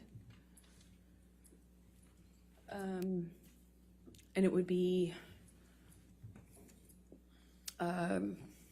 yeah, I thought it would end differently. I kind of froze. I don't know how we went to bed that night. I don't know how I went to bed. I don't know how I slept. I don't know how we woke up. I don't remember having a conversation with him the next day. I don't remember talking to him about it or confronting him about it. I remember wanting it to be okay. I remember just wanting whatever fucking weird trip, whatever trip that was to end, you know, just to be over and for it to just go back to normal. And I remember my friends were out by the pool. Like there was a pool in the center of the trailer park, and I remember putting on my, just putting on my face and going back into this like crowd, and I remember seeing my friends by the pool thinking they were just having a great time, and no one knew what was, I felt so lonely, like no one knows what's, everyone was just having a good time, like normal stuff. So I just smiled and made a joke about how trashed the trailer got, and we had to get the manager, who started off furious that Johnny had wrecked the thing. And then he had this like black mesh tank top, not tank top, it was like a meshy kind of shirt on. And I remember he came into the trailer and looked around and was like, whoa, what happened here? Whoa. And Johnny had an exchange with him. And I remember watching this man be so charmed. It was just a kind of a surreal experience. And, you know, it just went away. You know, that just got fixed. We walked out of the trailer at some point. My dog stepped on a bee.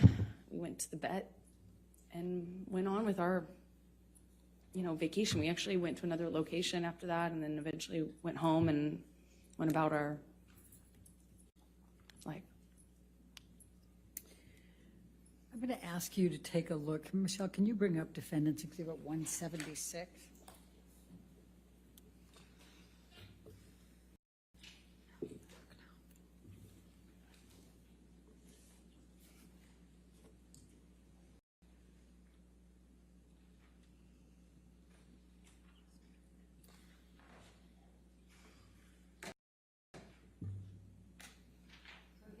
Was in May of 2013. Did there come a time that you wrote an email? Objection, leading, and hearsay, Your Honor. May we approach? All right.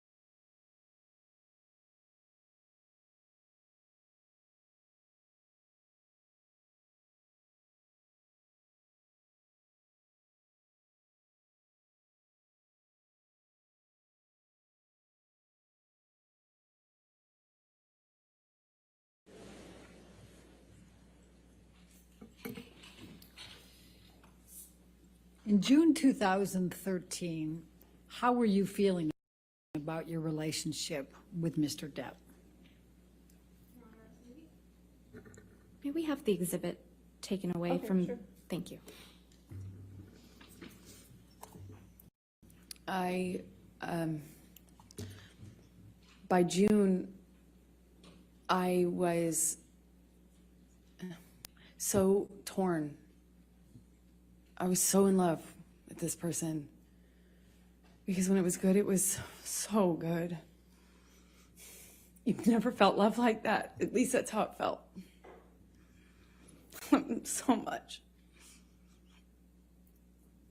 I felt like he recognized me and I recognized him, and there was just something there that was the love of my life.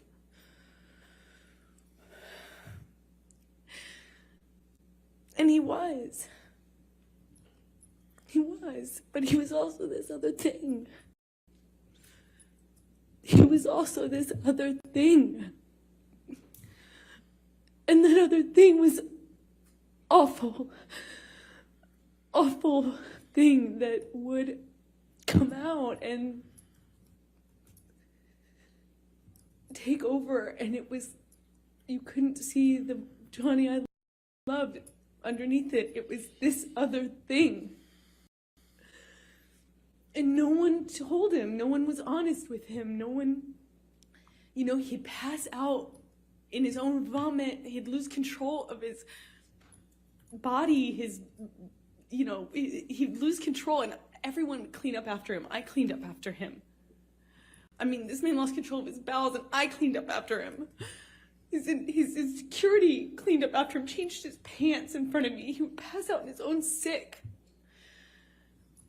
You know, and then he'd walk around saying he didn't have a problem. until he did. Until he couldn't support it anymore, and he'd get clean and he'd get sober, and then he was this thing again.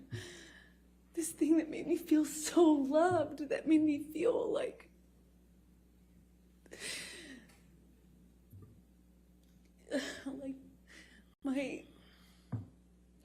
my soulmate, as cheesy as that sounds. I just felt like he knew me. And I recognized something in him, either some part of my makeup and my background or something, that I just got it. And I loved him and understood him. It just got so scary, the other part of him. And in June, I wanted to leave him. I didn't want to leave him. I wanted to leave him. I wanted him to get better. And he expressed to me so many times when he was in that period of getting clean and sober, he would tell me, "You saved my life. Baby girl, you saved my life." Everyone else was saying that to me, and I believed it. You know, if everyone else was saying it, he was saying it. I thought, just like his other friends who had gotten clean and sober and stayed that way, his older friends, these rock stars that he hung out with that had like gotten clean and sober and they had 20, 30 years, something, you know, I thought, and Johnny told me he would be that person, that he was going to be that person, and I believed it. I had so much, I looked at that man twice my age, you know, I was 25, looking at this man twice my age, and I saw hope and like promise. I had so much hope. You know, the whole thing, kids and growing old together, sort of hope. If it was just for this one thing that he could do, which would save his life, which would be to get clean and sober. And I believed it. And I wrote this letter to myself, among many letters to myself. Objection, hearsay. All she did was refer to that she wrote it. She isn't saying what she said. I'll overrule for that. Thank you. Okay. I wrote that letter because I thought it would be read to him. I could read it to him. I could say it to him in intervention, you know, in help. And he would later thank me for, as he did, as he used to thank me all the time for saving his life.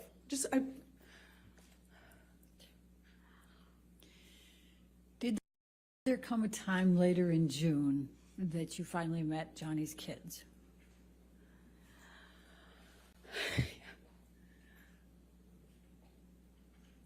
I'm sorry.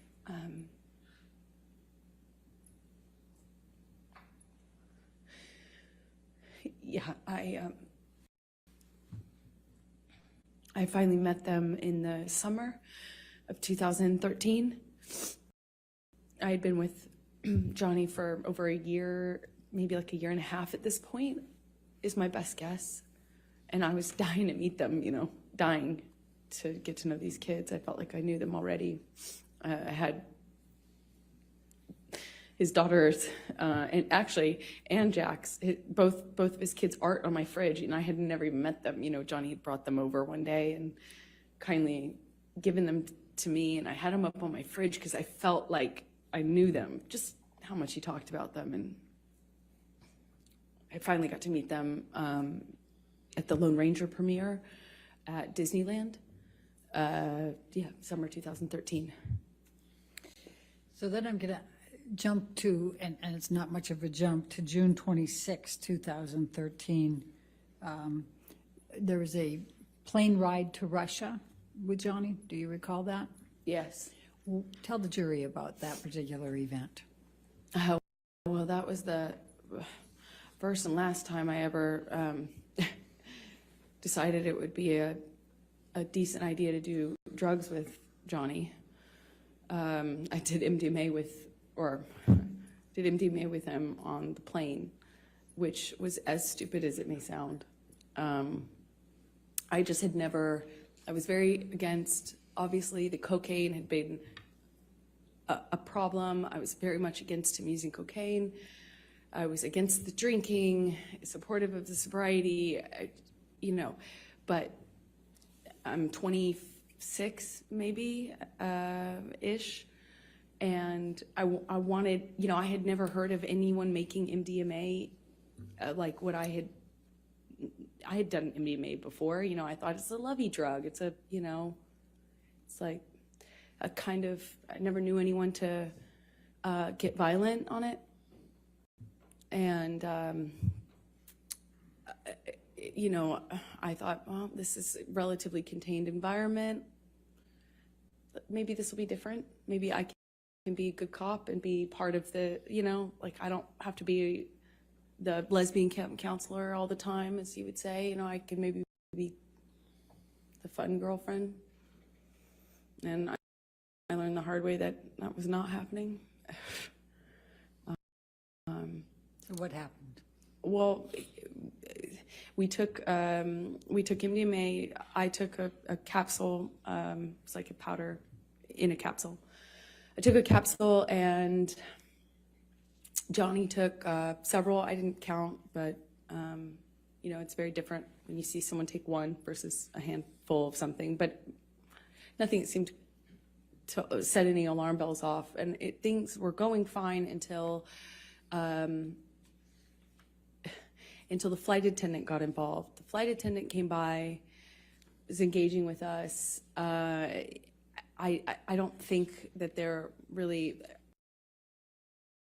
it felt like it was before the effects of the drug took over. It was relatively quick, soon after we first took our dose, if you can say. And the flight attendant, Johnny offered her some. She, of course, said no. And then after some back and forth between them, Johnny convinced her that it would be fine. So she acquiesced and took MDMA with us. And within, a few minutes go by, and the same thing happened that happened on the mushrooms at Hicksville with the woman, Kelly Sue, who I've told you about. Flight attendant got friendly with me, but just friendly, just like MDMA friendly. Was kind of, I'm a woman, he's a man, so she was naturally, I think, more comfortable with me physically. She kind of leaned into me and kind of sat on the arm of the chair I was sitting in. I mean, after all, she's on drugs, and Johnny grabs her hand and tells her not to touch me, and she kind of reacts in a way like she's defending herself and was trying to clarify, and he grabbed her by the wrist and slammed it down on the table and told her he could break her wrist. And I remember thinking, I've heard this before. And that was a pattern that would repeat itself a few times. These things would happen in these kind of cycles where there'd be a certain element that would get filtered for a while, whether it's an accusation or a gesture, and that would be the thing that he looped on. I called it loops. And he grabs her wrist and he tells her he could break her wrist. She cries instantly, denies it, is so apologetic. Eventually, he lets go. She goes to the front of the plane where the flight attendant, normally hangs out, and the doors close, and I don't see her much of that whole flight. We land in Russia, and I don't really remember I don't recall any violence on the plane between between Johnny and I, but I remember feeling this tension because I was wondering when it was gonna aim at me, because he had this particular thing about, well, at the time I understood he had a particular thing, a sensitivity about me and women, because I had had a female partner. So I was feeling nervous, anxious, and I remember we had a very quiet ride, at least I didn't say anything, to the ride to the hotel. And almost as soon as we get into the hotel room, Johnny's accusing me of effectively having engaged that, caused that. I, of course, deny it, point out what I thought was obvious, that, you know, like we'd given her drugs, you know, wasn't an affair, wasn't, you know, and I'm trying to argue and defend myself at the same time. And at one point, Johnny just shoves me, like, I mean, just shoves me hard. And I fall back onto this glass table. I catch myself on the table. I don't know how some furniture got knocked around. There was a, you know, I'm trying to stand up for myself. I'm trying to stand up, literally. I'm not, you know, at this point, I don't even try to hit back or try to run. I'm in this hotel room trying to do my best to fight mostly the verbal accusations, but also I try to stay on my feet, you know.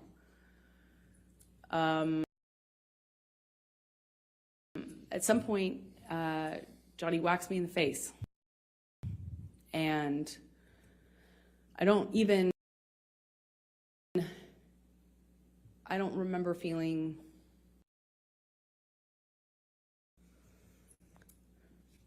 pain or like awareness of my nose or anything. I don't remember thinking that. I remember kind of crying and feeling, I went into the bathroom and I wanted him to have a, like, I just remember wanting him to realize what had happened. I wanted him to kind of snap out of it. I wanted him to care. I wanted him to realize what was going on, because a big part of this, I felt like he wasn't aware. There was this sense that he didn't know what was going on. You know, again, I don't know how much of the drugs or alcohol is a part of this, but I remember crying. I came out at some point because I don't hear him in that room. I remember we had been arguing in the main room, but I went out to the hallway, which is where I presume he walked out, and his bodyguard, Jerry Judge, was in the hall. And I don't recall seeing Johnny in the hallway, but I remember seeing Jerry Judge, who gestured to my nose. Objection, hearsay. She's just saying gesture. He hasn't said anything yet. All right, gesture's fine. I'll overrule the objection. He gestures to my nose and holds out his handkerchief, like a cloth handkerchief. And I instantly felt really embarrassed. I felt ashamed. I don't know how else to describe it. I just felt like just really embarrassing. And I went inside the room. What, if any, injury did you have? I had a little blood coming out of my nose. I didn't know it. I didn't feel it at the time until Jerry gave me Jerry let me know. Okay. and I went inside the hotel room, and it, as embarrassing as it is, I remember just wanting. I remember just wanting Johnny to say sorry. I wanted him to realize it. It's so stupid, but I like the emotional part. You know, I just wanted him to acknowledge that this was that he could hurt me, you know, and I wanted it to be okay. I didn't want him to think I was interested in this flight attendant. I didn't want him to think that I would capable of cheating on him. I was in love with him. I wanted, you know, I just wanted things to be okay. Let's take you to July 9, 2013. Did there come a time that you went for a ride you went to the Bahamas and went on a ride, the yacht with Johnny and his kids? Well, it was less like we flew out to the Bahamas to his island. He was selling the yacht to J.K. Rowling, and he wanted to kind of have a goodbye trip on the yacht. So it was docked off the island, and I went with him and his kids, who I had quickly developed a bond with and loved. And we brought a friend along with us, I think, to kind of help. And yeah. Okay. Tell the jury what happened on that trip. Johnny was upset that he had to sell the boat. And he was off the wagon again, but he didn't want to tell his kids, so he was hiding it from them. He was putting it in coffee cups and drinking, and the behavior just kind of like, he was upset, he was emotional, and he just, you know, that's how he dealt with it, just drink. But there's just no off button with Johnny.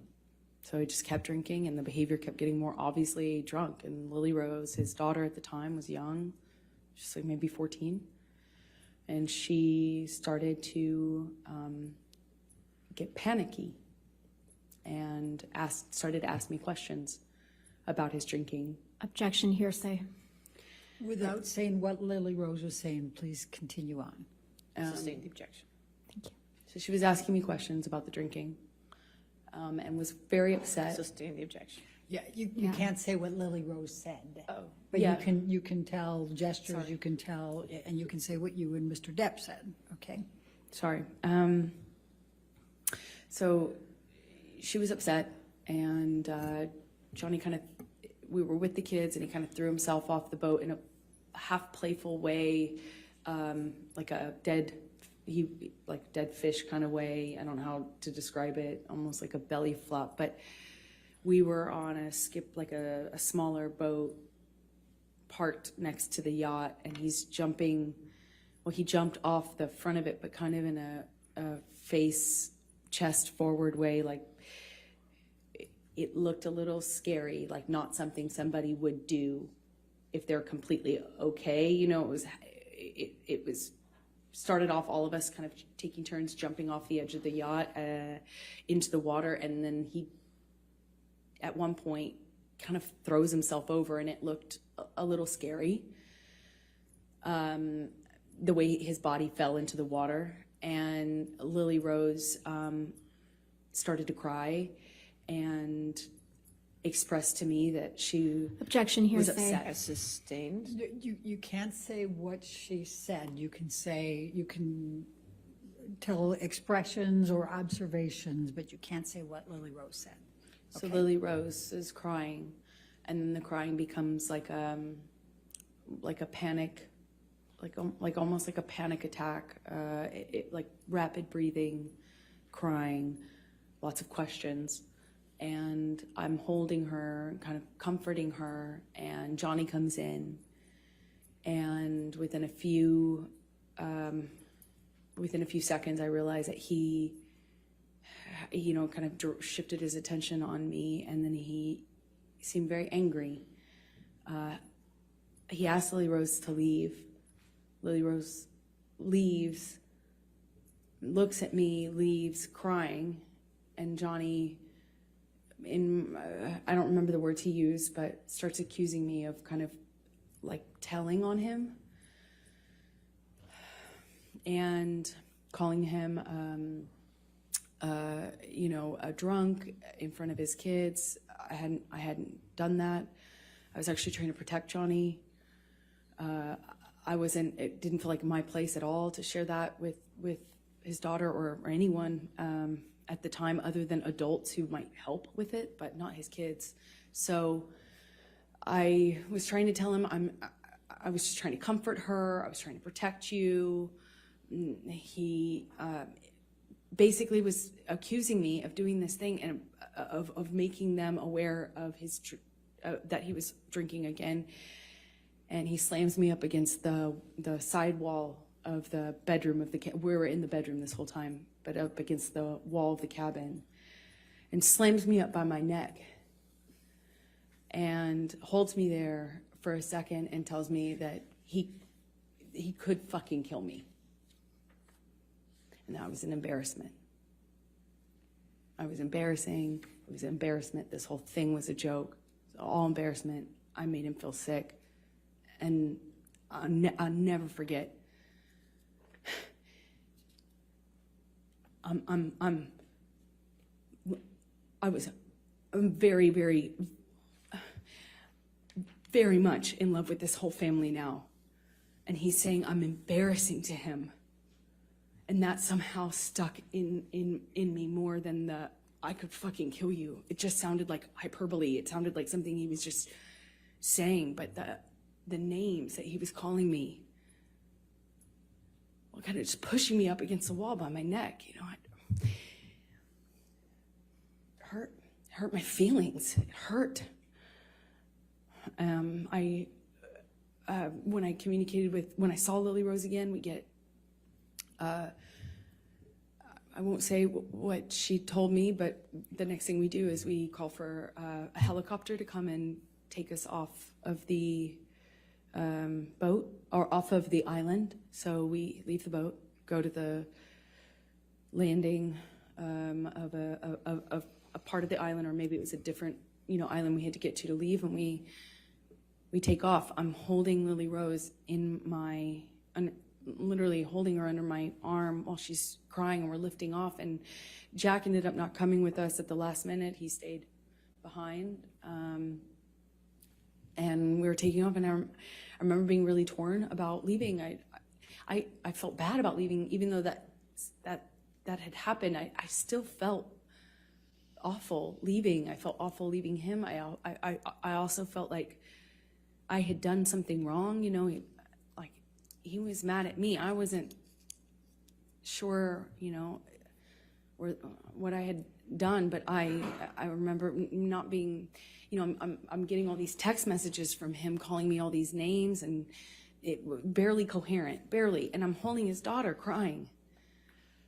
And let me just stop you for a moment. Michelle, can you pull up Defendant's Exhibit 180?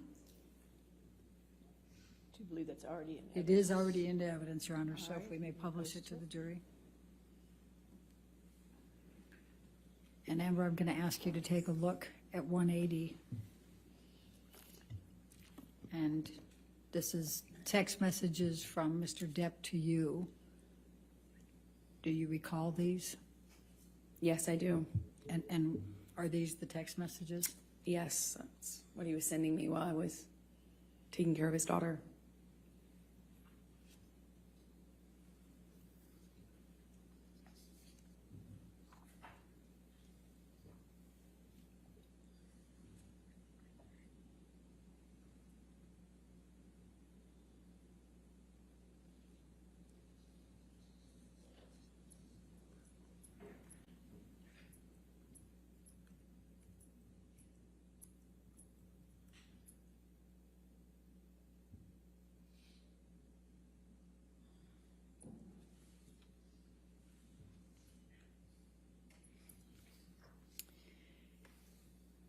Your Honor, I'm about to go into another event. Should I keep going?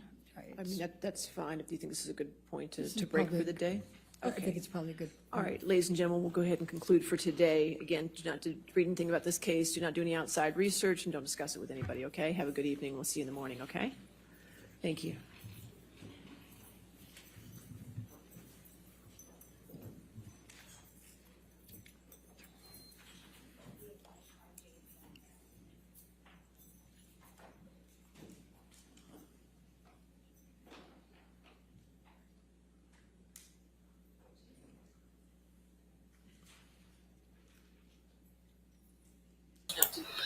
And again, you stand, you cannot discuss your testimony with anybody to include your attorneys, okay?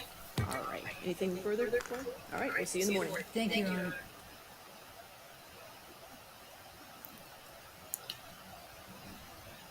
All right, everyone. This is the first half of Amber Heard's testimony. She began after lunch. It is a lot, and I know some of you may be triggered by some of this testimony the same way you were during Johnny Depp's testimony. My heart sympathy goes out to everyone involved. This is a sad situation all the way around. I'm going to ask you all, I'm not going to go into a lot of talking because this was heavy and it needs to be digested and absorbed. So if you would like, share, and subscribe, we will be back here tomorrow morning at 9:55. Please continue to put your comments of what you think in the chat box or in down below. And remember, for the replay crew, of course, there's time stamps on the video. And so we'll see you tomorrow morning at 9:55 a.m. All right, everyone. I hope you have a wonderfully blessed evening. Have a great day. Bye.